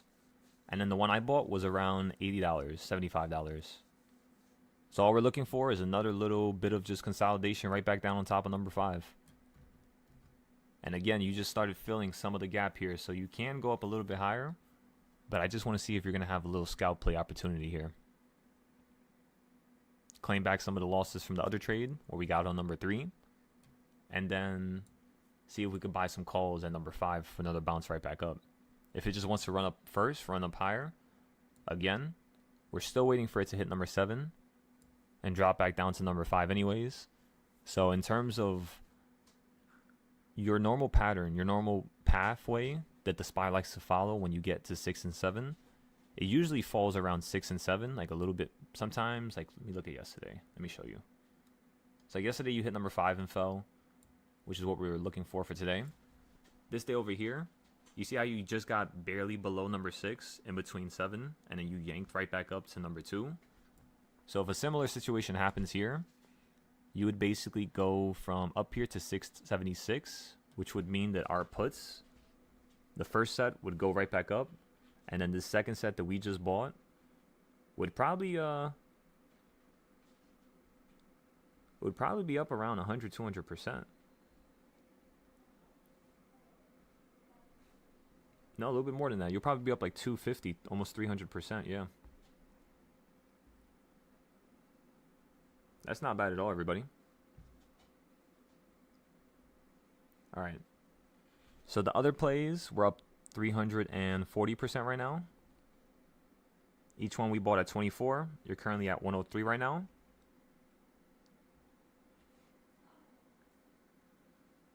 All right, let's average down on these again. Yeah, they're at around $9 now for the 675 puts.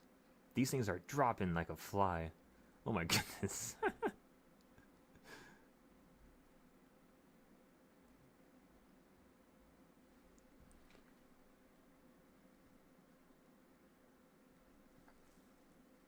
All right, we just completely obliterated that averaging down right there.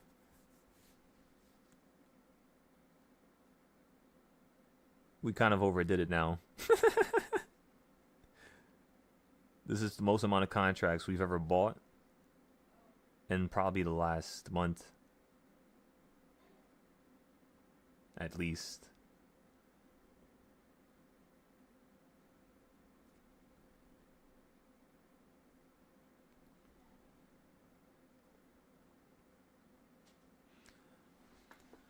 All right, everybody. So for the 675 puts that we bought this morning, our average is currently at $17 now. And we're at $9. So again, everybody, our average is at 17. We first bought into this at 100 and I think 8. We averaged down to 93, then to 58. And then right now we just brought it all the way back down to 17.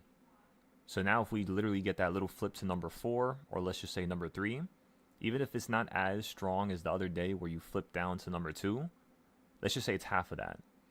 If it's half of it, by the time you drop here, these contracts have the opportunity to now potentially easily be profitable again.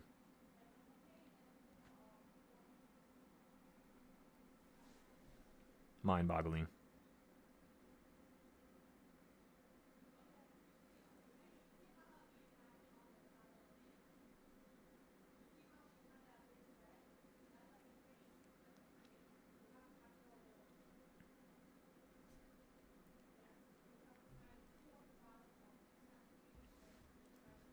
Oh yeah, our average was 113, not 108.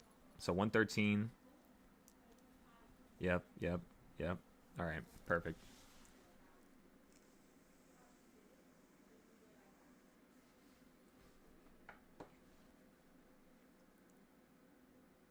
We're up 420% now.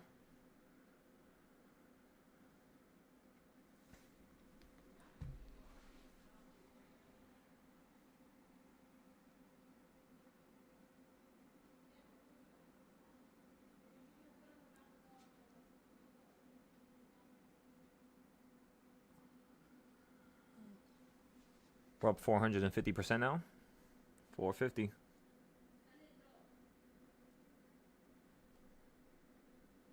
$456.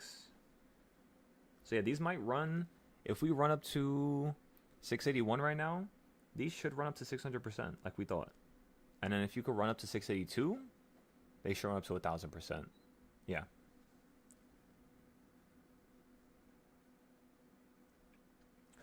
Let's keep it going, everybody. Remember, we bought these calls at the open. I want to see what's the other set at that we sold for good profit in the morning. Let me see what those are at. We bought them at a crazy price. So I know they're probably in the sky right now. Let me actually show you all here. So the first options we bought this morning, I forgot, what was the strike price? 677? I think it was the 677 strike. I'm pretty sure it was, yeah. All right, so let's go look at the left. 677. Ladies and gentlemen. 677 calls. So yeah, we were buying them around here, which was... We did not buy this shit for $200. Is today the 4th or the 5th? Today's the 5th. Oh my goodness. My timing is terrible right now. So they went from $70 all the way to $300 each. I think we sold them right around... What did we sell them at? Let's go take a look.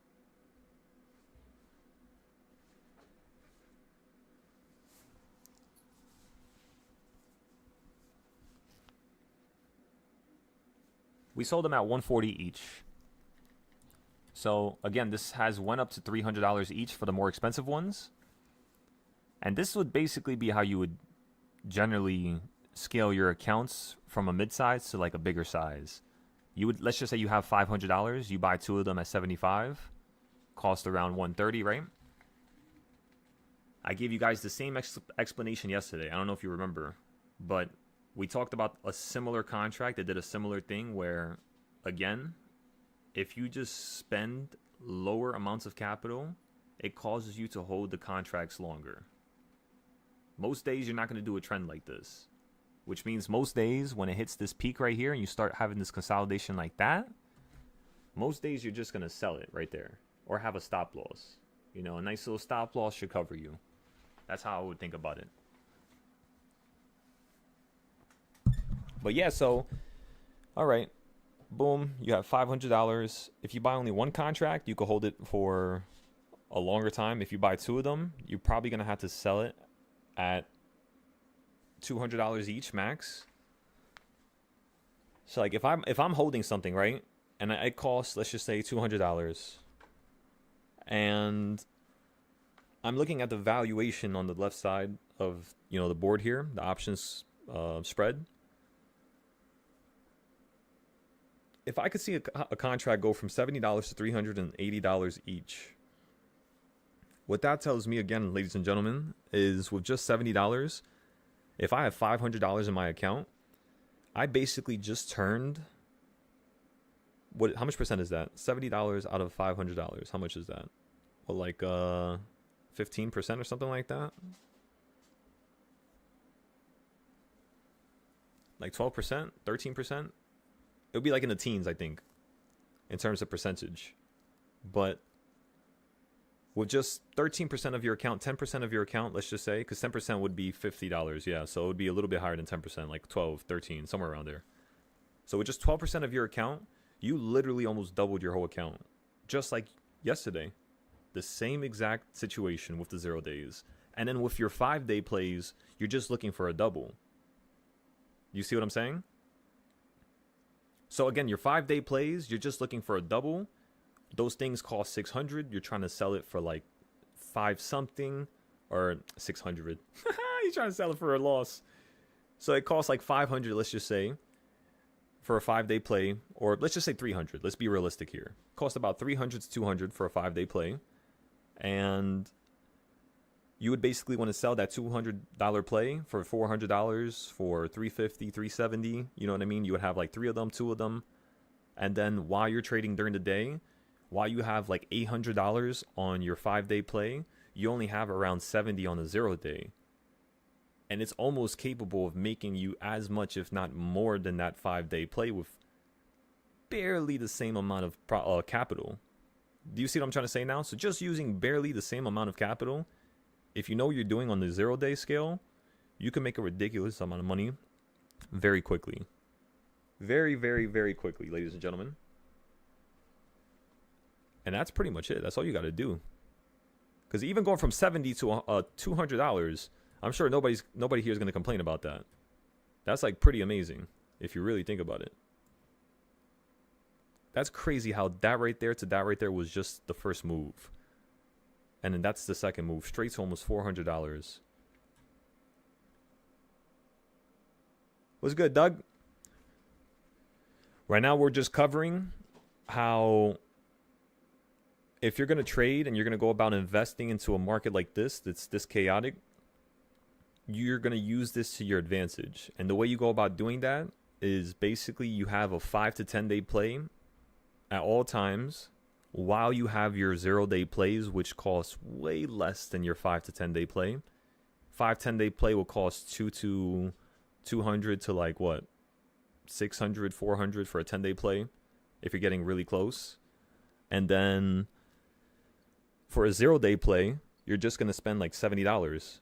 So again, while you spend $200 to $400 on a single option, you're just spending, barely a quarter of that. And you're making the same amount of money as you are with the 5 day play. But you're not competing with them. You're not trying to say, oh, I'm just going to do 5 day plays then. Or, oh, I'm just going to stick with 0 day plays then. You can't do that. You have to do both of them, unfortunately. And the reason why is because you playing a 5 day play is the reason as to what you know what's going to happen as to the trend that day. So again, the 5 day play, the 5 day trend, your ideas on that horizon oftentimes help you with stuff that's on a shorter horizon, you know? So again, you have a 5-10 day play on the board at all times, and then every day you're trying to get into the best 0 day. And a good 0 day play is you selling it for 100%. That's it. That's all you need to do. But again, our contract today so far, we hit 450%. So far, that's how much we're up, right? Right now, we dropped a little bit, so we're only up 418 now. 422. So it is starting to run up a tiny bit. So we'll just let it rock. It's either I sell this contract for 1,000%, or I'm just going to let this sit here. You could also put a stop loss, if you're trying to be smart, of course. If you're trying to be hard-headed, you could just be like, yeah, it's either 1,000% or nothing. It'll teach you more, actually, if you really think about it. It's kind of stupid, I know. Trust me, I get it. But if you think about it, if you can't get the percent you're wanting to get, and you're willing to go through the process of taking a full loss on whatever contract you just traded, whatever amount of money you put into it, it makes you try harder. You know what I mean? It's kind of like you're pushing an aggressive route into trading, where you're not trying to take the easy road out, the easy way out. It's kind of like you're forcing yourself to be at the helm of being wrong if your idea was wrong. It's like the quickest way to improve, in my opinion.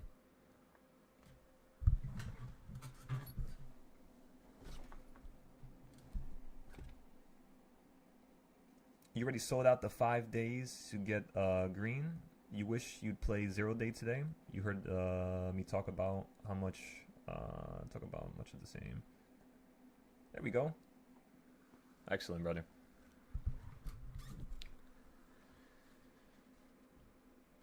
So yeah, that's pretty much it. That's like the whole dynamic.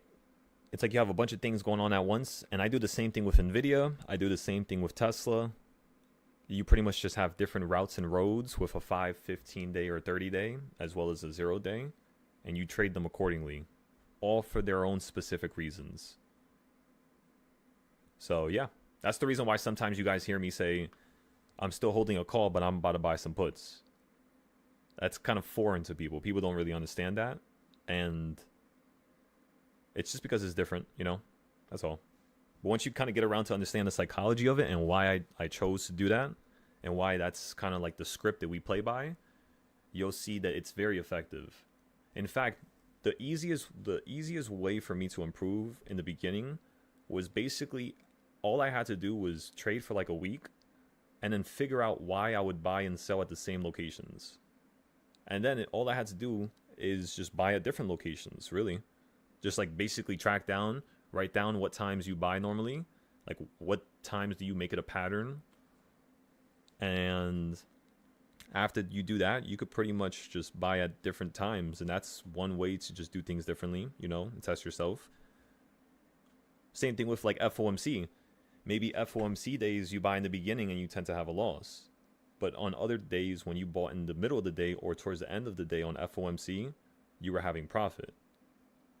So it's these little, you know, things that I like to follow. Just track down, make a pattern out of it. Try to make it work.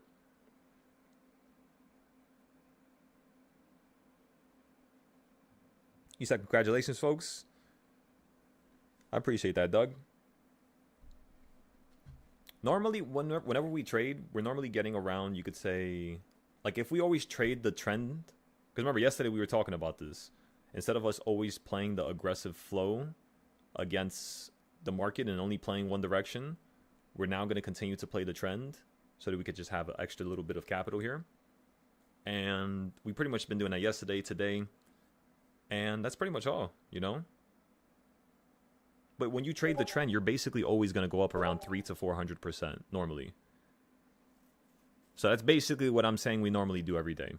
And then for like smaller moves, for like a $2, $3 move, they normally yield around 100 to 200%.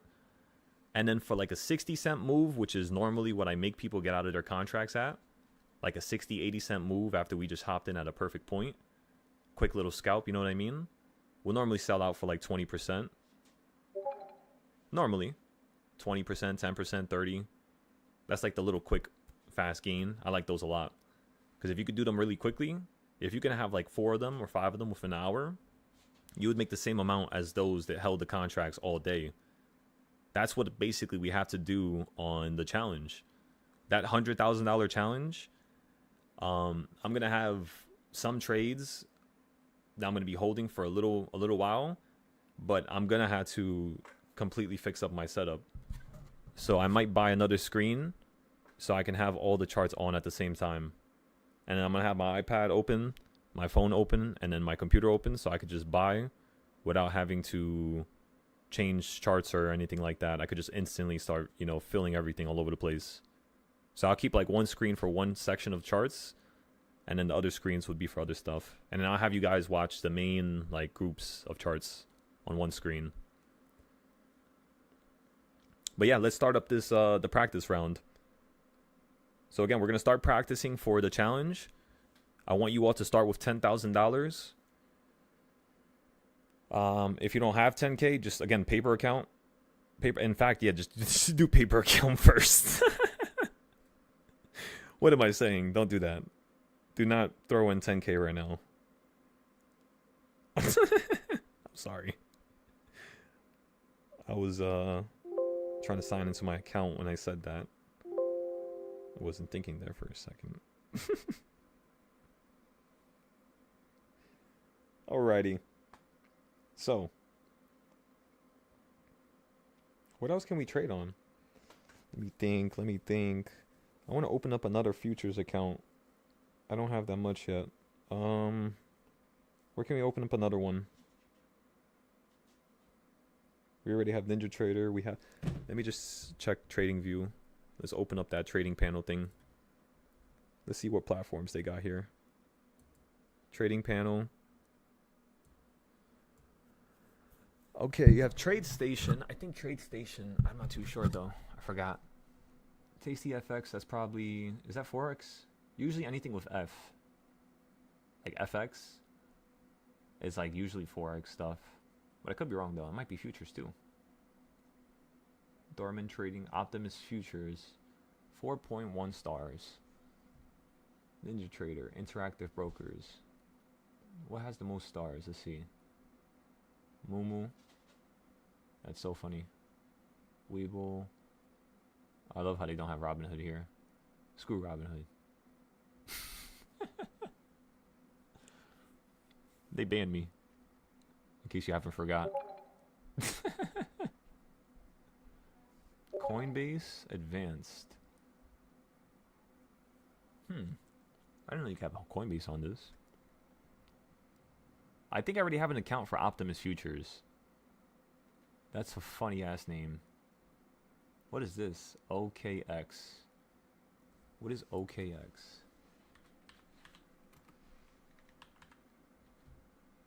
Trading competition?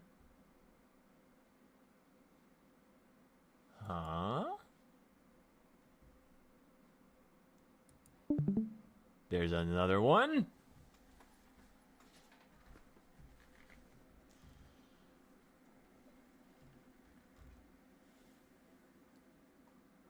Man. Trading competition, total prize pool. What competition is it? Winner ranking prize. Prize pool is award per person. 300 shares. Top ranking trader. Wait a second. There's another app that does this. I'm about to go through every single trading broker that exists on this earth just to try to see if we can hunt down all these challenges. I think we should literally do that all day today. We could pause the trades for a little bit and let's just hunt down all these challenges. Because who knows? Maybe there's like always a challenge going on every single month for another broker. Not only will you basically learn how to trade with every single broker, but you're going to see how different, just different attributes, The order ladder, the buys and sells, the bid and ask, if it has options, if you could trade on multiple accounts at the same time, like, what's the thing called?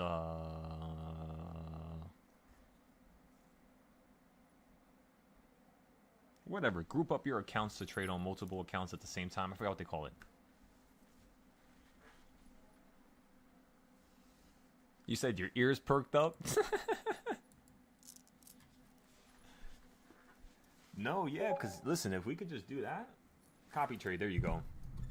If we could just trade with these challenges, I could literally create a whole nother Discord just for challenges. But I might just merge it with the futures one. I'll just literally keep it for options and futures. No point to, I guess, make another one. So we could just add that section to the Discord and... You know what I mean?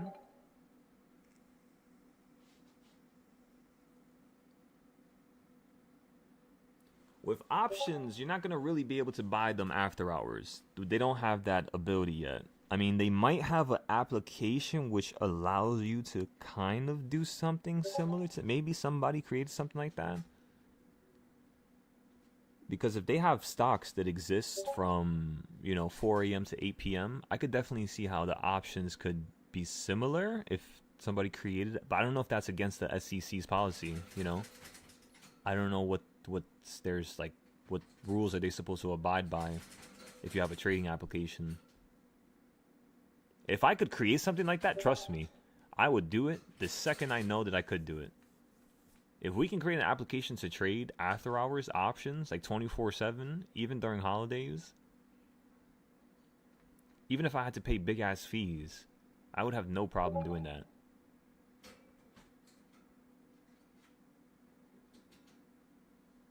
There's another challenge going on? Yeah, it's crazy. That's wild. Oh man. This just got a whole lot more exciting.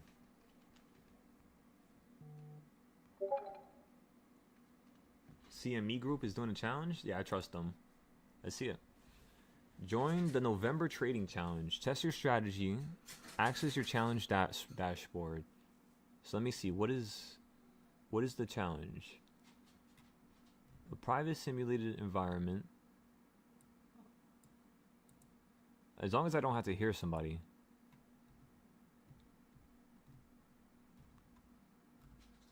Because I don't know if it's going to be like, what is this? How much are you going to make? What money we talking here? I mean, it doesn't really matter. We could just do it for fun. I really don't mind. November 9th. What's today's date? The 5th. Let me see this. Trading challenge. First place is $2,000? Shit. 4th to 15th prize is $100 each. That's basically how much we made with the Ninja Challenge. We were like basically in that range. So that means we should be able to at least get third. Every challenge we compete in, we should just try to aim for one place higher than the last one. Really. Just so we can not rush it. Because if we just go to first place every time, I mean, it won't be bad. It's not really rushing it. It's kind of more so displaying more skill, I would say. So maybe we'll just try to rush for number 1. We could do it now. It just depends on what you could trade. Let's see. Is it futures? So it's cryptocurrencies. Oh my god. Just get a damn stock or crypto that pumps. Instantly win.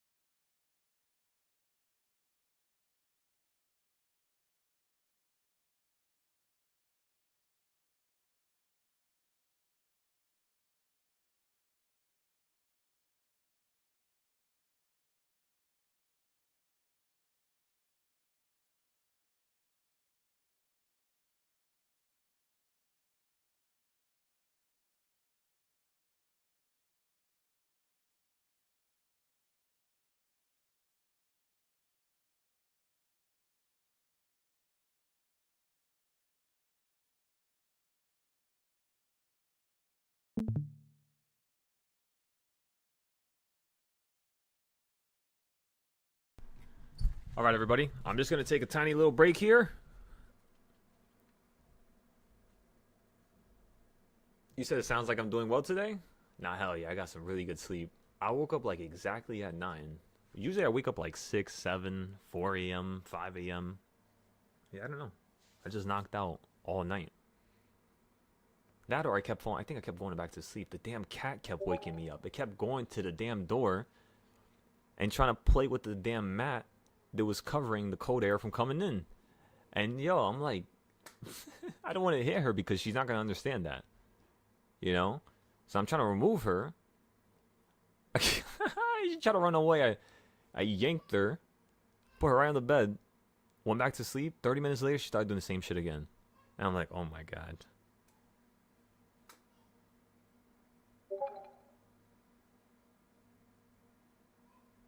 Oh yeah, when we stayed up, we've been staying up a lot recently.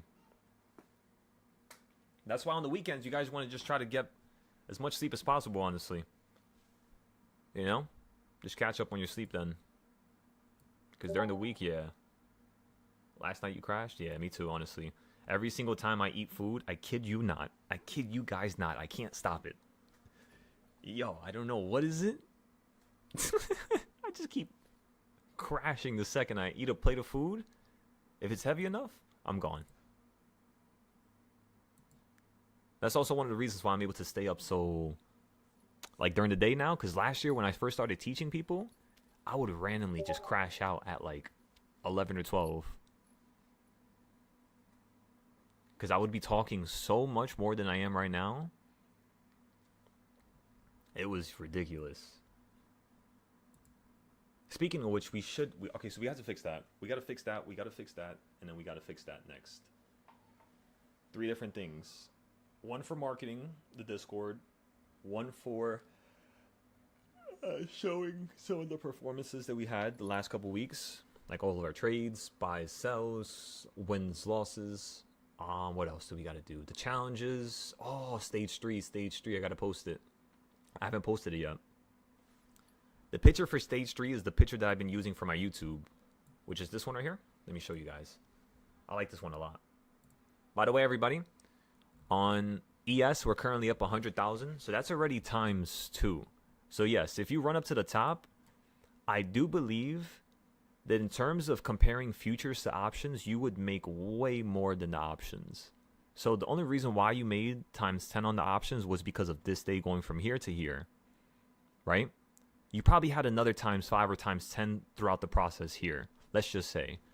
However, with futures, if you would have went long down here, by the time you hit here, you would have been up 600,000. Because again, just from that blue line to right here, just from the blue line to this current line right here, I'm up 95,000, which means I was up higher a couple minutes ago. I was probably up at like 120, 110K. And yeah, so if you went long down here to here, you would have been up like 500. And then from here to up here, that would have been at least like another 800K. So from down here to up here, if you have $100,000, you would turn 100K into basically around like 1.3 to 1.4 million dollars from the bottom to the top. And you know what's the scariest part? That's just a weekly range. So yeah, you could turn 100K to a million very easily within a week with just this. Even if you're kind of stuck like doing this back and forth. Because think about it, I made 100K, right? I could just sell this, throw in the whole entire 200K back into the market, sell it for like a 20%, 30% win to the downside, see if this can get even lower, like tomorrow or the end of today, and then full port again with the 200K at a lower point. And by the time it runs up to that high, completing you running up to like a similar high, I would be up, 900 in just 2 trades to potentially like 1.2 million in less trades. Just me actually, well, it's not really less trades. It's kind of more trades, but so yeah, you would be up more is what I'm trying to say. So by the time you run up towards the top here, if you're actively buying and selling it, your account would probably be at like 2 million. If you're following protocol and you're basically smacking everything out the park perfectly. Now you might ask the question, how does one go about doing that? The only way you can possibly do that at all is if you have multiple trading styles. That's the reason why I always have so much trading styles, is because they always point to where the market's going to run to. It's the same exact reason as to why I told everybody to buy a 682 call this morning. Oh no, 680. So right now we have a 680 call. It was up 450%. And the only reason why we knew the market was going to run up to here again was just because of the gap. We just wanted to fill a little bit more of the gap, pretty much. And yeah, since you're doing that, we got some puts now. We averaged down. And now we're just waiting for this market to see if it's going to retrace to the downside a little bit. Nothing too large, right? Just a drop to number 4 or number 3. Because remember, we bought some more puts. And that second set of puts, we currently paid $80 for it. The puts we bought were these right here. And as you could all see, they're at $90. So we're pretty much profiting on these already. Which means we should be up because we bought... How much did we buy? I think we bought 15 of them. Let me see. Give me 1 second. Give me 1 second.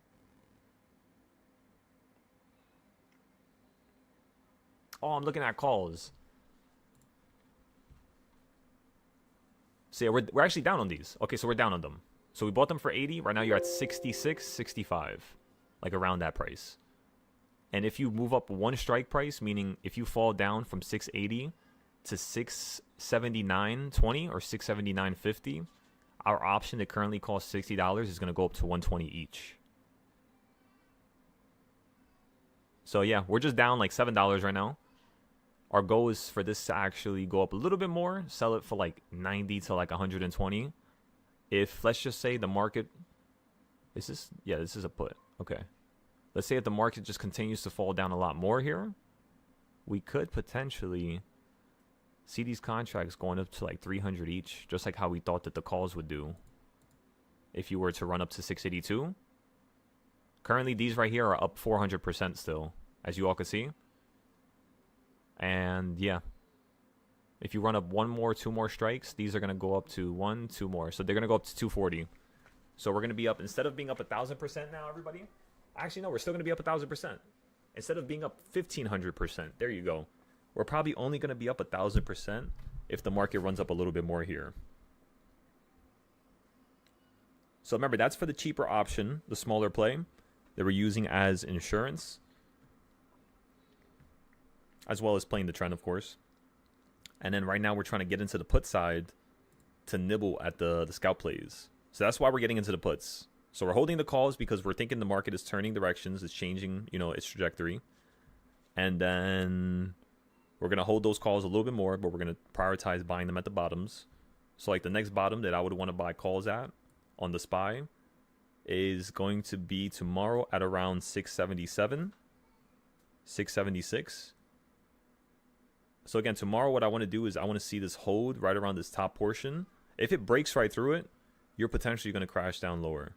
It shouldn't be down here for more than 2 days. So yeah, if we actually continue to fall here, I'm telling you guys, you're going to crash out the sky. So the way you play it is basically by looking at the puts right now. And you could get a 1-day put if you really want to. Get like a 1-day put for... what strike price do we think this is going to run down to? We said 675, 676.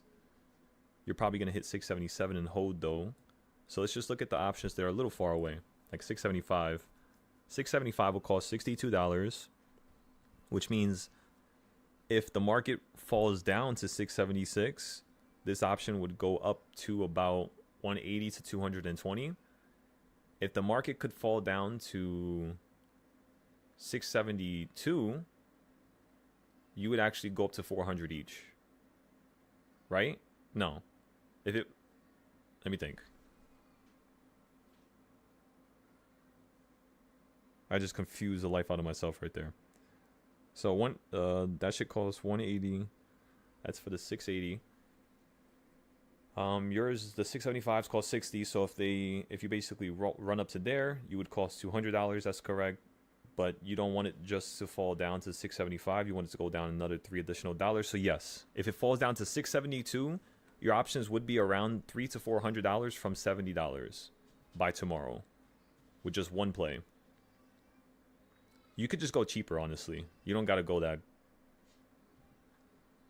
expensive or pay that much. Like for example, if you buy a 672, it costs 37, and you're basically looking for this to run up to like 140 or 180. Of course, if the move occurs and you're too far away, you're not going to get profit. So the one problem with trading like this is you had to actively be engaging in fixing your mistakes. So let's just say today you buy a 672 put for tomorrow, and tomorrow morning you fall down to 675, and this shit is just too far away. It's like the same price, basically meaning you made nothing overnight. It kind of just killed its value. The second you see that happen, the next time you simply want to buy something more expensive for the same idea, but that trend might not happen for like another 2 weeks, you know? So in like 2-3 weeks, when you start seeing something similar, your brain is going to recognize it. Or if you just mark it on your chart. Some people might ask, like, how do I know what's similar and what's not? Like, that seems like very weird to say out loud, right? Like, what does that even mean? And what that means is just something like this here, ladies and gentlemen.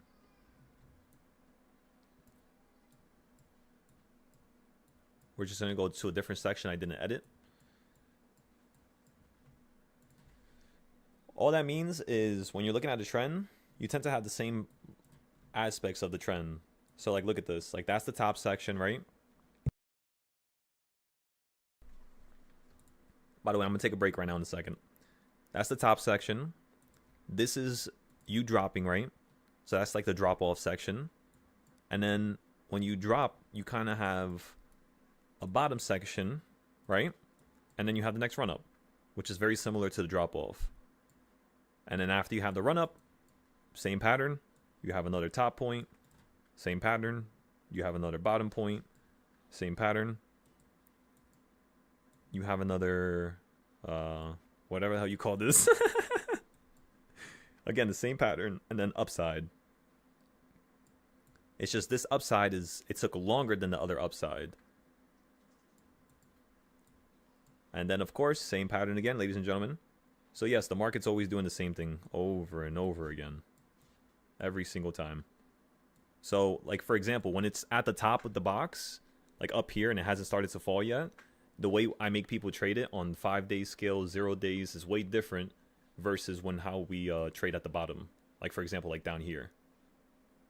And in the middle, it's also going to be different as well. In the middle, I tend to do more scalps, honestly, which is more dangerous, but it's the harder thing to do. Because when you're in the middle, you tend to just leap to the top section or leap back down to a previous, ladies and gentlemen, bottom section. And then when you run up to the highs again, what do you leap back into? Exactly. Back into another top section. So then, like, let's just say the market would have made another high. You would have had an uptrend section like that. And then you would have had another box at the top that would have been like that, sideways for a second. And then maybe you had like a little downtrend right here. And then it held. Then you get a little bottom box right there. Still holds. And then you run up to a new high, right? That's basically how that could have played out here when Trump crashed the market for tariffs. But you basically just did the opposite thing. So if you try to track this down now, the opposite thing down here, as you can all see, you go down here, you create a low, you can then therefore say that that is a bottom section, right? Then you have another little section where it's falling. So you have something like this here, kind of falls all the way straight down to the bottom here, and then it consolidates again. But what's the one thing I'm going to want you to recognize is as I'm doing these boxes, right? Do you see how barely it's stuck in here for not that much time? You know, like 1, 2, 3, 4 days, right? Versus over here, you tend to be stuck in the trends for 1, 2, 3, 4, 5, 6, sometimes 7 and 8 days. So this right here, I would wait more time for this. So when any market's crashing, like when the market was crashing on SPY and I had the puts at the top, but nobody else in the Discord was playing the downside, just me, what had happened here was, this is what I would tell them. What I would tell them is, wait 2 days. If every 2 days you're at a run-up, so like what you would start to do is you would tank, you would stop falling at a certain level, and then once you stop falling, the next day is usually above that low. Once you get a trend like that, everybody, that's when we would start playing the calls. Is the second you would start running up higher, stop and we would try to predict it. And we managed to do it here, and it kept happening every time. I kid you not. Like, look at here. Like, this was only 1 day, 2 days. The third day was all the way up here, but then you just kept going right through it. You didn't stop or slow down. Because what you're trying to do here is you're trying to buy for the next day. You're not trying to buy for that day. You're not trying to sell that day. That's the problem that most people have with certain trends.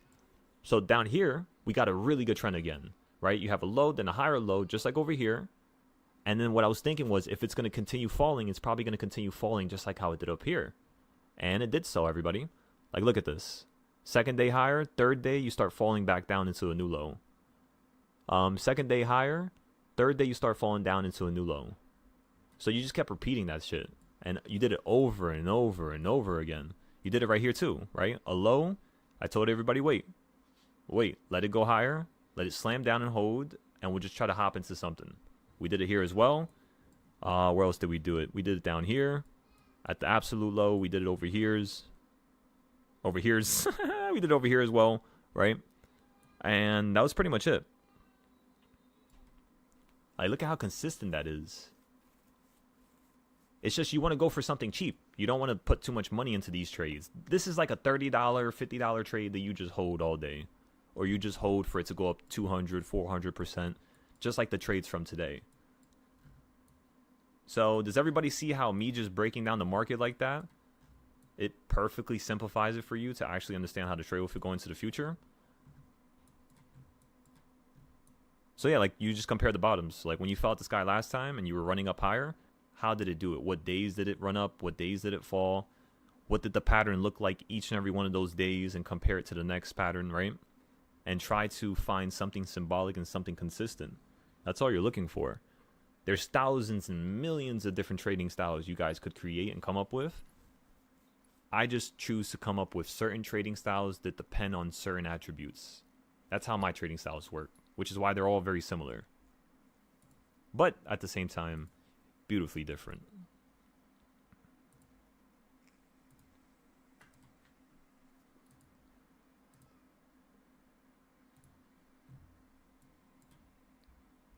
That's so crazy. You guys see this blue box? So Slug, this is actually kind of funny. For everybody else who's watching right now, you know that I love trying to predict the future. It's absolutely the most amount of fun that I've ever had when it comes to trading. This blue box is not a real box. This is a fake box. This is something I created because of where I think the market is going to fall at next, which is 692. So if the market, just in case it falls out the sky, I want to see if this can work. I want to see if me using previous boxes allows me to then create a future box that I can chop up and use for when the market's going to fall out the sky. Basically predicting the market like 20 steps ahead of where it's at. You know what I mean? Just always being massively in front of it. That's pretty much it. Every single day. Because right now, we're already in front of the SPY. We know what it's going to do to the downside. We know how it's going to fall. We're just waiting for it to do a large-ass drop so that we could play the reversal on it. Much safer to make your money that way when you really think about it, you know? And then, when we have some extra capital, again, once we have some extra capital, then we could start with the bigger entries. Then we could start with the 5 to 10 day plays. Then we could start with, you know, something a little bit more in the middle. But for right now, what I would say is just wait for the large move first. Most people that I've taught the last year, they already know how to, you know, trade those moves, honestly. Like how to predict the market before it falls. And some of the new traders that we've had join the Discord recently, they're already getting the hang of it. But try not to, like, what I'm trying to say is if you have like a $5,000-$10,000 account, don't just try to full port or half port. You know what I mean? Like before the drop actually occurs. Unless it's something that I'm telling you to buy into. If it's a 5 to 10 day play that I'm telling you to get into, yeah, you could get into it. That's fine. That's okay. But yeah, just try to not predict the market yet. Wait for the move to happen. Once the large move happens, start your charting. By then you should already have started your charting, actually, now that I say it. But just update everything and make sure that when you fall, you're holding at the levels that you said you would fall and hold at. That's all you want. So that's how you start predicting the future. Like, for instance, if you think the market's going to run to a higher high, come up with an idea using the last couple months as to what's going to happen when you run up to a new high. It's that simple, really. So, like, look at what happened when you ran up to 680, 670, 660, 650. You can even look at what happened when you ran up to 590, right? Because we're about to be at 690. So you might find some context clues just searching around that point in history. So yeah, basically I'm giving you guys some homework right now. What I'm telling you all to do is start coming up with a plan to predict where the market's going to run up to and where is it going to fall to.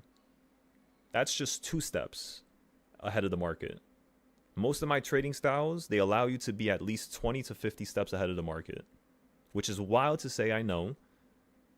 Took a long time to get there, believe it or not. And sometimes it shifts. It'll go and follow something 50 steps in a row, and the 51st step, it'll stop following it and follow something else.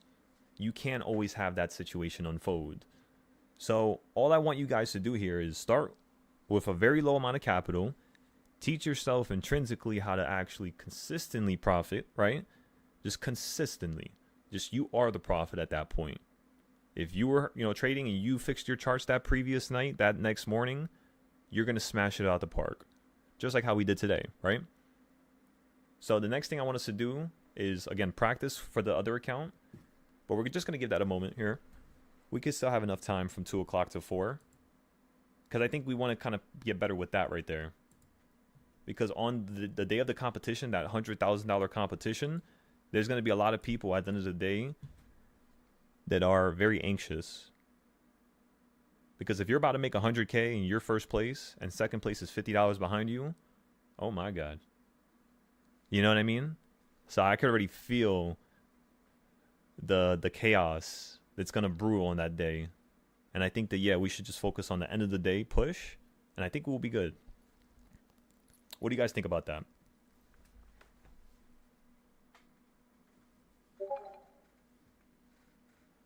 Ice water veins.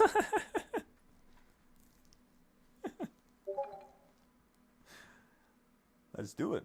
Exactly. No emotion. No feeling. No nothing. Just complete weightlessness. Like you're traveling 200 miles per hour. The machine becomes invisible. You become the machine. I forgot where that was from. I think that was from a movie, I think. He said something like similar to that. Was it that, or was it when I was watching that F1 race, like racer? It might have been the F1 racer. You guys want to see a truly motivating video here? Let me show you something. F1 racer crashes at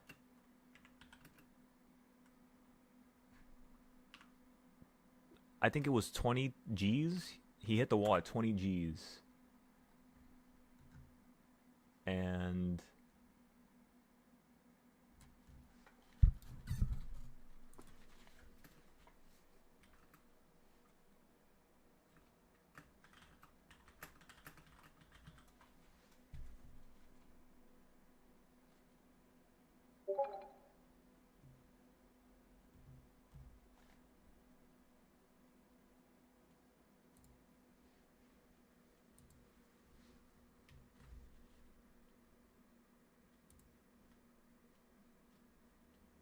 As an F1 driver, there are always chances you can take.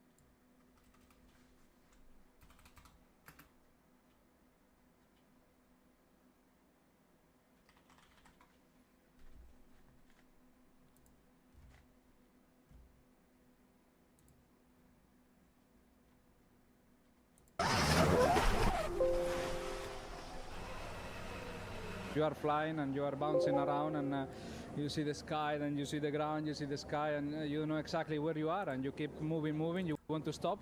Then the car stopped. I saw a little space to go out, and I said I go out quickly. And my mom will watch TV, so I want to be out quite quickly and say that I'm okay. But it was quite a big one. Yeah, they don't have. I wish they had the music with it. But yeah, in 2016, his car was flying 200 miles per hour through the air, and he smashed into the barrier. And the only thing that was going through his mind, the only thing absolutely at all, was just him getting up to make sure his family knew he was good. Like, it's like, oftentimes in life, there's these situations which occur, which are so extreme, and they kind of make no sense as to how a person would have survived that. You know, flying 200 miles per hour into a wall is insanity. And to just get up right after that. I think he did break something, but he was good. He was good. And it's so crazy to me. I feel like it's just because of his want and will to make sure that his family knew that he was good. Like, sometimes you can have this X factor of belief, trust, motivation, and assurance in what's going to go on and what can happen. And sometimes it just overpowers all odds. Same thing with the trading, you know? I remember watching that for the first time. It sounds stupid, but I remember that shit making me cry for some reason. I don't know what it was. It must have been because it was something as simple as being as selfless as that and stating that, right? Because maybe I was just too selfish at the time. That's probably what it was. But it's like that stuff teaches you. I swear that stuff teaches you and it motivates you, you know?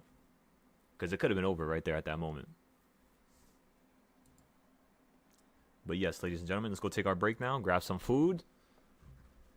Grab a little something. We already averaged down on our plays. We got some more puts here. There's 680 puts. So they're right next to basically where you're currently getting stuck at. You got a weird ass trend today.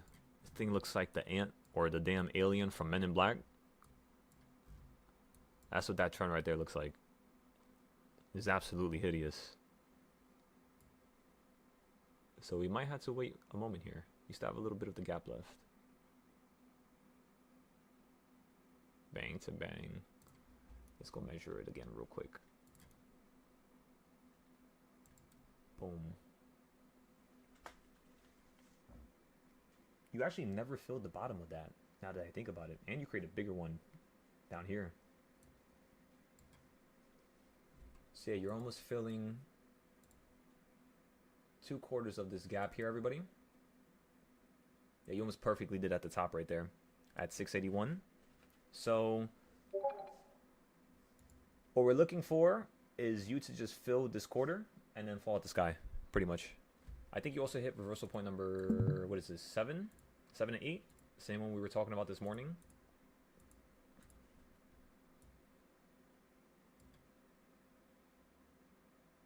Yes, you're still at 7, number 7, yeah. But that was really nice. Do you guys see how when you ran above number 5, you always kind of want to wait for the market to fall down on top of that number? It gives you a double point of confirmation, and then you tend to go up higher. Same thing with you falling from 7 down to 6, and you instantly, you know, bouncing up a tiny little bit, and then eventually bouncing up almost to the same high. It's very, very, very similar. It's always the same. And all you gotta do is put your stop loss at the level there, you know? So if it goes through it, you could just stop yourself out. I tend to like to stop out if it's like 20 cents below it. So like right here, if it hits like that blue line and goes below it, and Apple calls on number 6, I'll probably just stop out for like a market order. If it holds and runs back up above it, the first thing I'm going to do is not get emotional and start complaining. The first thing I'm going to do is put a 30-minute timer. And then in the next 30 minutes, if that option is still around the same price and I still see potential, just like how I did when I first bought into it, I'm going to buy into it again. I'm just going to follow it. Because it gives you more opportunities, you know. Sometimes you buy an option, you'll sell that shit because you think that it's going to fall down. It holds, it runs up again. Now you're buying it for a higher price, and then it falls down even lower. You know, so it's kind of like you're getting absolutely destroyed by the direction. All right, let me go give Jinx some food. I'm gonna get some food.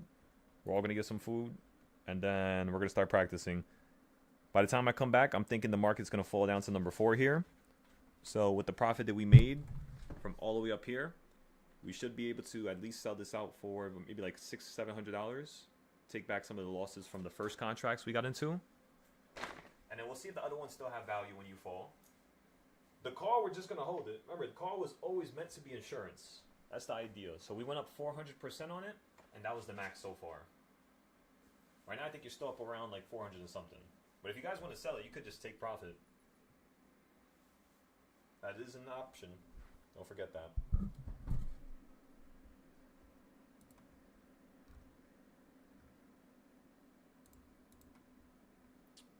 Ladies and gentlemen, the YouTube is on. I'm just letting you guys know. So in case you guys want to talk, people can hear you. I'm going to take a little break here. I'll be back. 30 minutes. Or around 40, maybe.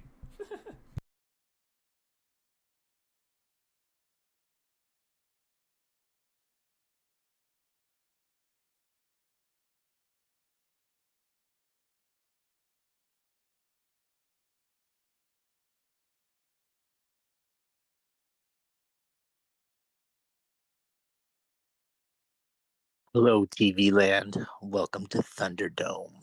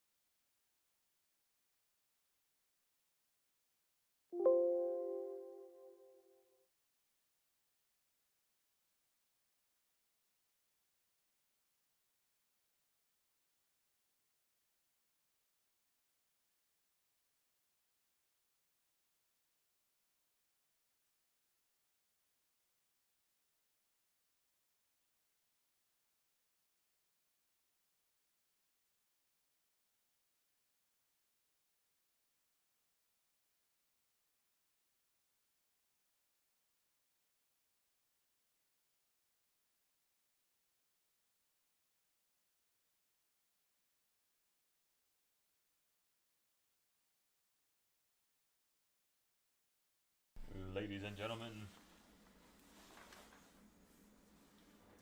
let the games begin.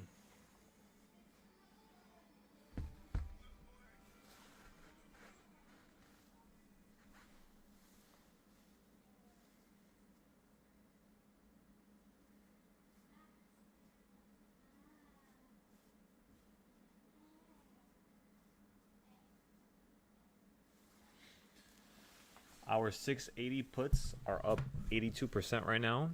So we're just going to go ahead and take profit. We're up 4,000 on those. So again, it covers completely the other side, as well as some extra profit on top for tomorrow. Looks like you're still running right here. Up 104% now. Excellent. Evil laugh. Cue the evil laugh. Alright, let's go ahead and take profit. Up 109%. You might continue to drop here. Order filled. 130%. What just happened? Oh, SPY. We got margin called on the paper account on futures. Again, everybody, we're up 140% here. You can go ahead and take profit. We're up 6,000 at this point.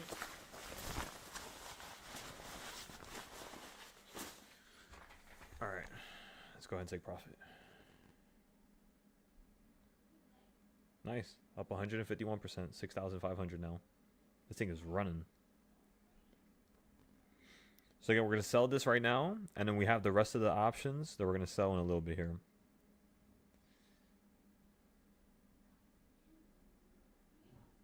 Up 143%. All right, we're sold. We're gone. Excellent.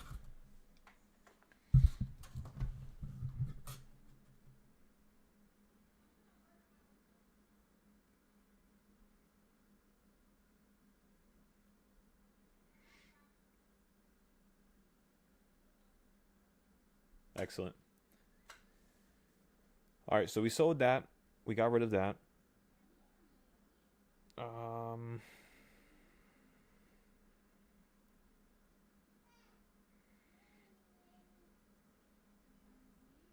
me go ahead and post this real quick for everybody.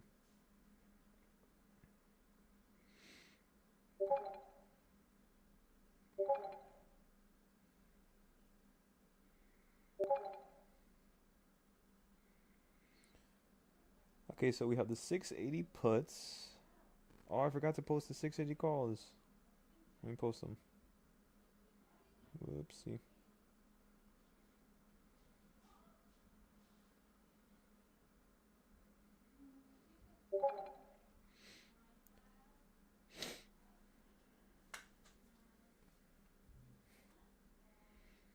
Excellent, excellent. 680 puts. 680 puts. Boom. 400%. 151%. All right, let me check. What's next? What do we have? What else do we have to check? The gold, we're still shooting up into the sky. So again, we were up around 100K on the paper account, and then we just got stopped out.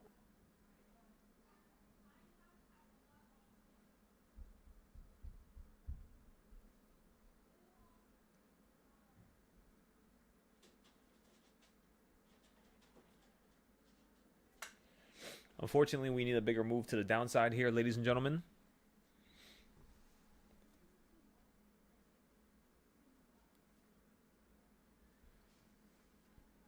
I might just sell the rest of my contracts here, yeah. All right, I'm selling the rest of them. These things are up 60% now.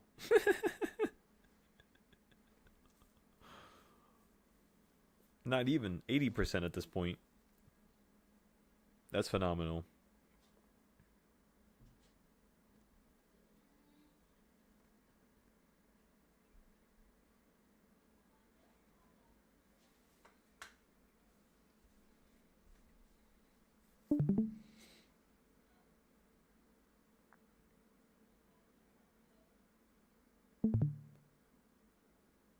Okay, what else do we have to do here?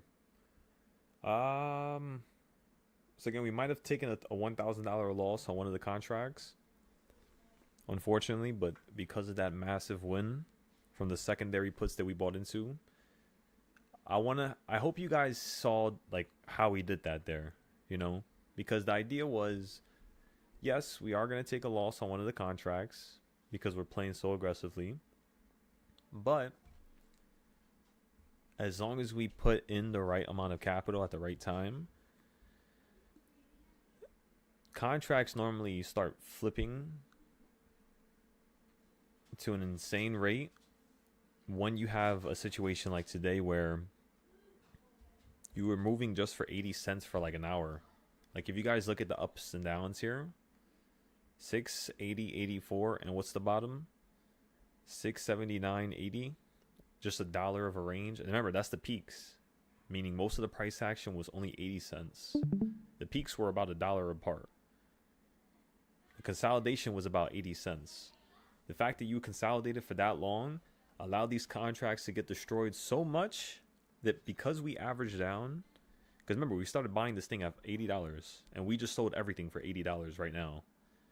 So what we did was we bought it for 80 at first, and at first we only bought about 14 contracts, I believe. Yeah, it was 14 contracts. Then we averaged down, and when we averaged down, it was at $9 from 80. Was it that one? Or was that the other one? Let me check. Give me 1 second. There's too much options. Let me see here. Let me take a look, doctor. I think I took a picture of it. Didn't I? Let me see. I did. Wait, what option was this though? 675. Oh, that was the other one. That was not this one.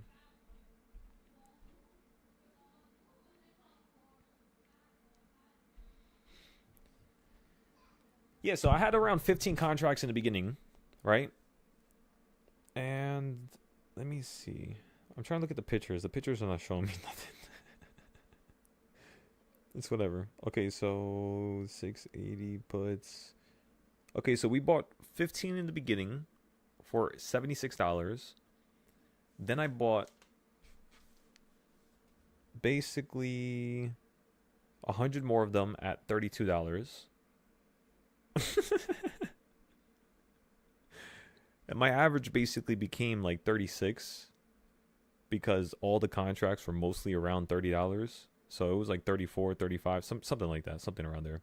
And when I just sold them right now, it was around $90. So I went from $32, it went from $70 to $76, which is where I first bought in, to $32, which is where I averaged down, and it ran right back up to $90 each. So now what we could do is we can't really buy anything for today no more because it's too late, but we could just wait for tomorrow, I guess. That's pretty much it. Yeah, this account is perfect. We'll just leave this alone for now. Next one. And we gotta start the cheap Moo one. Let me see. This one is not doing too hot with oil. We're down 440. Row. We'll see what we could do with that. Again, I want to see this market just slam down another $2. If it could slam down another $2, I think we might have an opportunity to make our money back with the other options. Because these things are absolutely dying. This is not looking good right now. They're at $2 each. Our average is 16. So what we would need is basically you to drop down at least $2 more, because then that would go 1, 2. That would go to $4 times 173 contracts. I mean, yeah, we're still gonna need a little bit more. We still need some more wiggle room here. That's not gonna suffice, honestly. That is not gonna suffice at all. You could say 400, so that'll be like 800. So we'll make back at least like like you could say like 400 to 600. But that's still a $2,200 loss. So let's see. We have 5 minutes left. This is the make it or break it time, ladies and gentlemen. Again, we're already profitable just because of that second contract we bought in at the top at number 7, where we kept averaging down on it as it got cheaper. and then you just instantly went $2 in the money. And then for the other contracts for 675, they're currently $3 away basically. They're about to be only $2 away and 90 cents. So that's kind of what we're looking for. About another 40 cents, right? So yeah, we'll see if that can happen. If you guys still got the 680 contracts, oh my goodness. You just made a whole month of salary with just one trade. How we doing, Mansa? I know that number 4 to 5 situation had you a little disoriented maybe, but I want to see how you handled it. So let me know.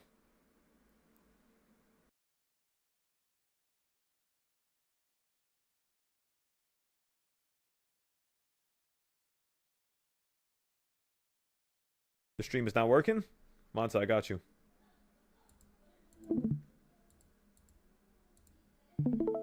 Fixed. Let me see. Do I have your server muted? I do have your server muted. My bad, buddy. There you go.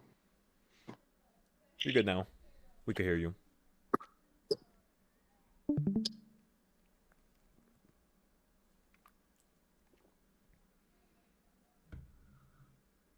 Again, the puts that we just sold are at $200 each. Do you guys understand what I just said? Everybody got that? Did everybody catch that? Again, everybody, did you catch that?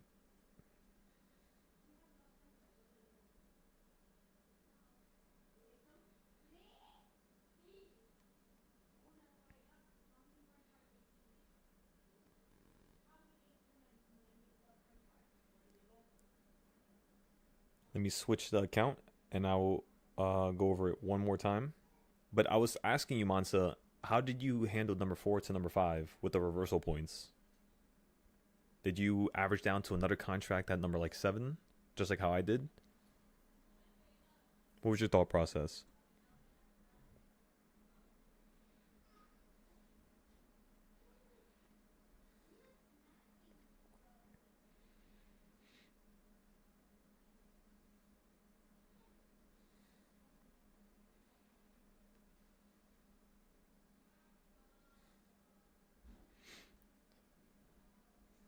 That's all good. So that trade basically we bought it at first for we bought 15 contracts. We sent this to the Discord. We paid $76 each, right? And then we bought 100 more at $32 when it was down about 70%, 80%. It ran from $32 and currently right now as we speak, each contract is about $240. So you went up like 800, 900% right there, basically. So if we held it a little bit longer, what would have happened is we would have been up around, instead of just 6,000, 7,000, we would have been up around 12,000 right there. Just starting with, I think, around 3,000, 2,000? 1,500? So from 1,500, 2,000, somewhere around there. How much, let me see how much did we spend on it. I have no idea.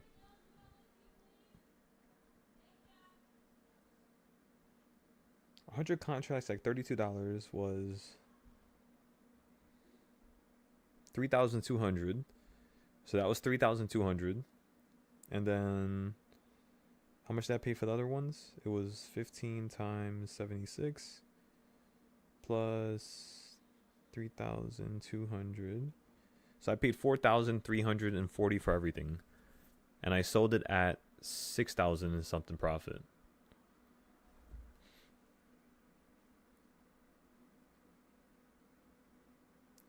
Only reason, of course, was because we had to average down for just a moment. Normally, we're not going to spend that much on any option. However, just to run these tests a little bit more, how you may say it, a little bit more aggressively, I think what I'm trying to show you here is basically in terms of just like, you know, the live chats and stuff like that.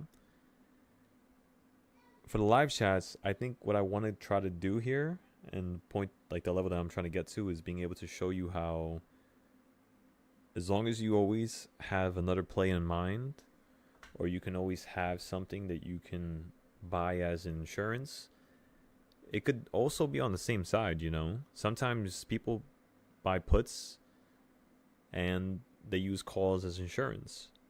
Sometimes people buy puts and then they buy another set of puts as insurance. You know what I mean? It gets played out differently depending on where you're thinking the market's going to go. Now, the reason why we thought the market was going to fall today was just simply due to the fact that, I mean, you were running up all day and you were basically slowing down 80 cents. Slowing down to the speed of just 80 cents up and down for the last 4 hours. There was no movement at all.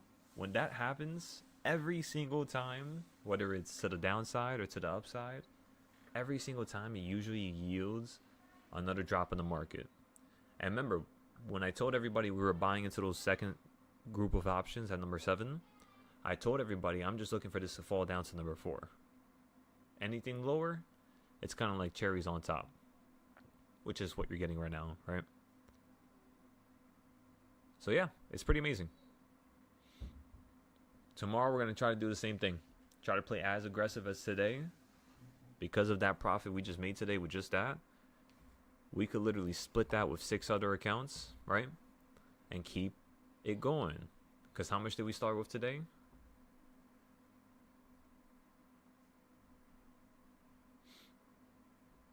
When you consider the profit from yesterday, it was around 2,000.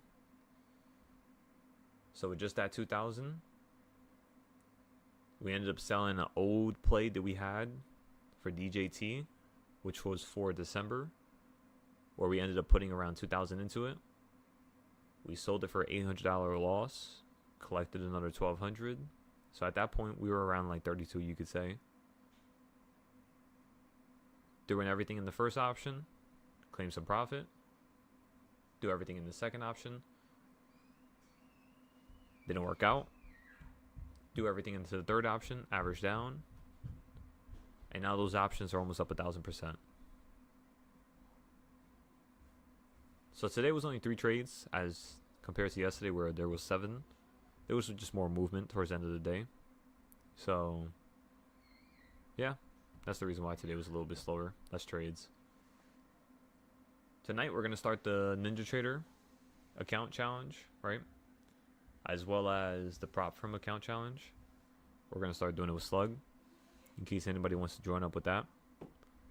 But until tomorrow, everybody, the only thing you want to see is the market potentially gap up to the upside around the same level that you gapped down a couple days ago. The reason why is because you always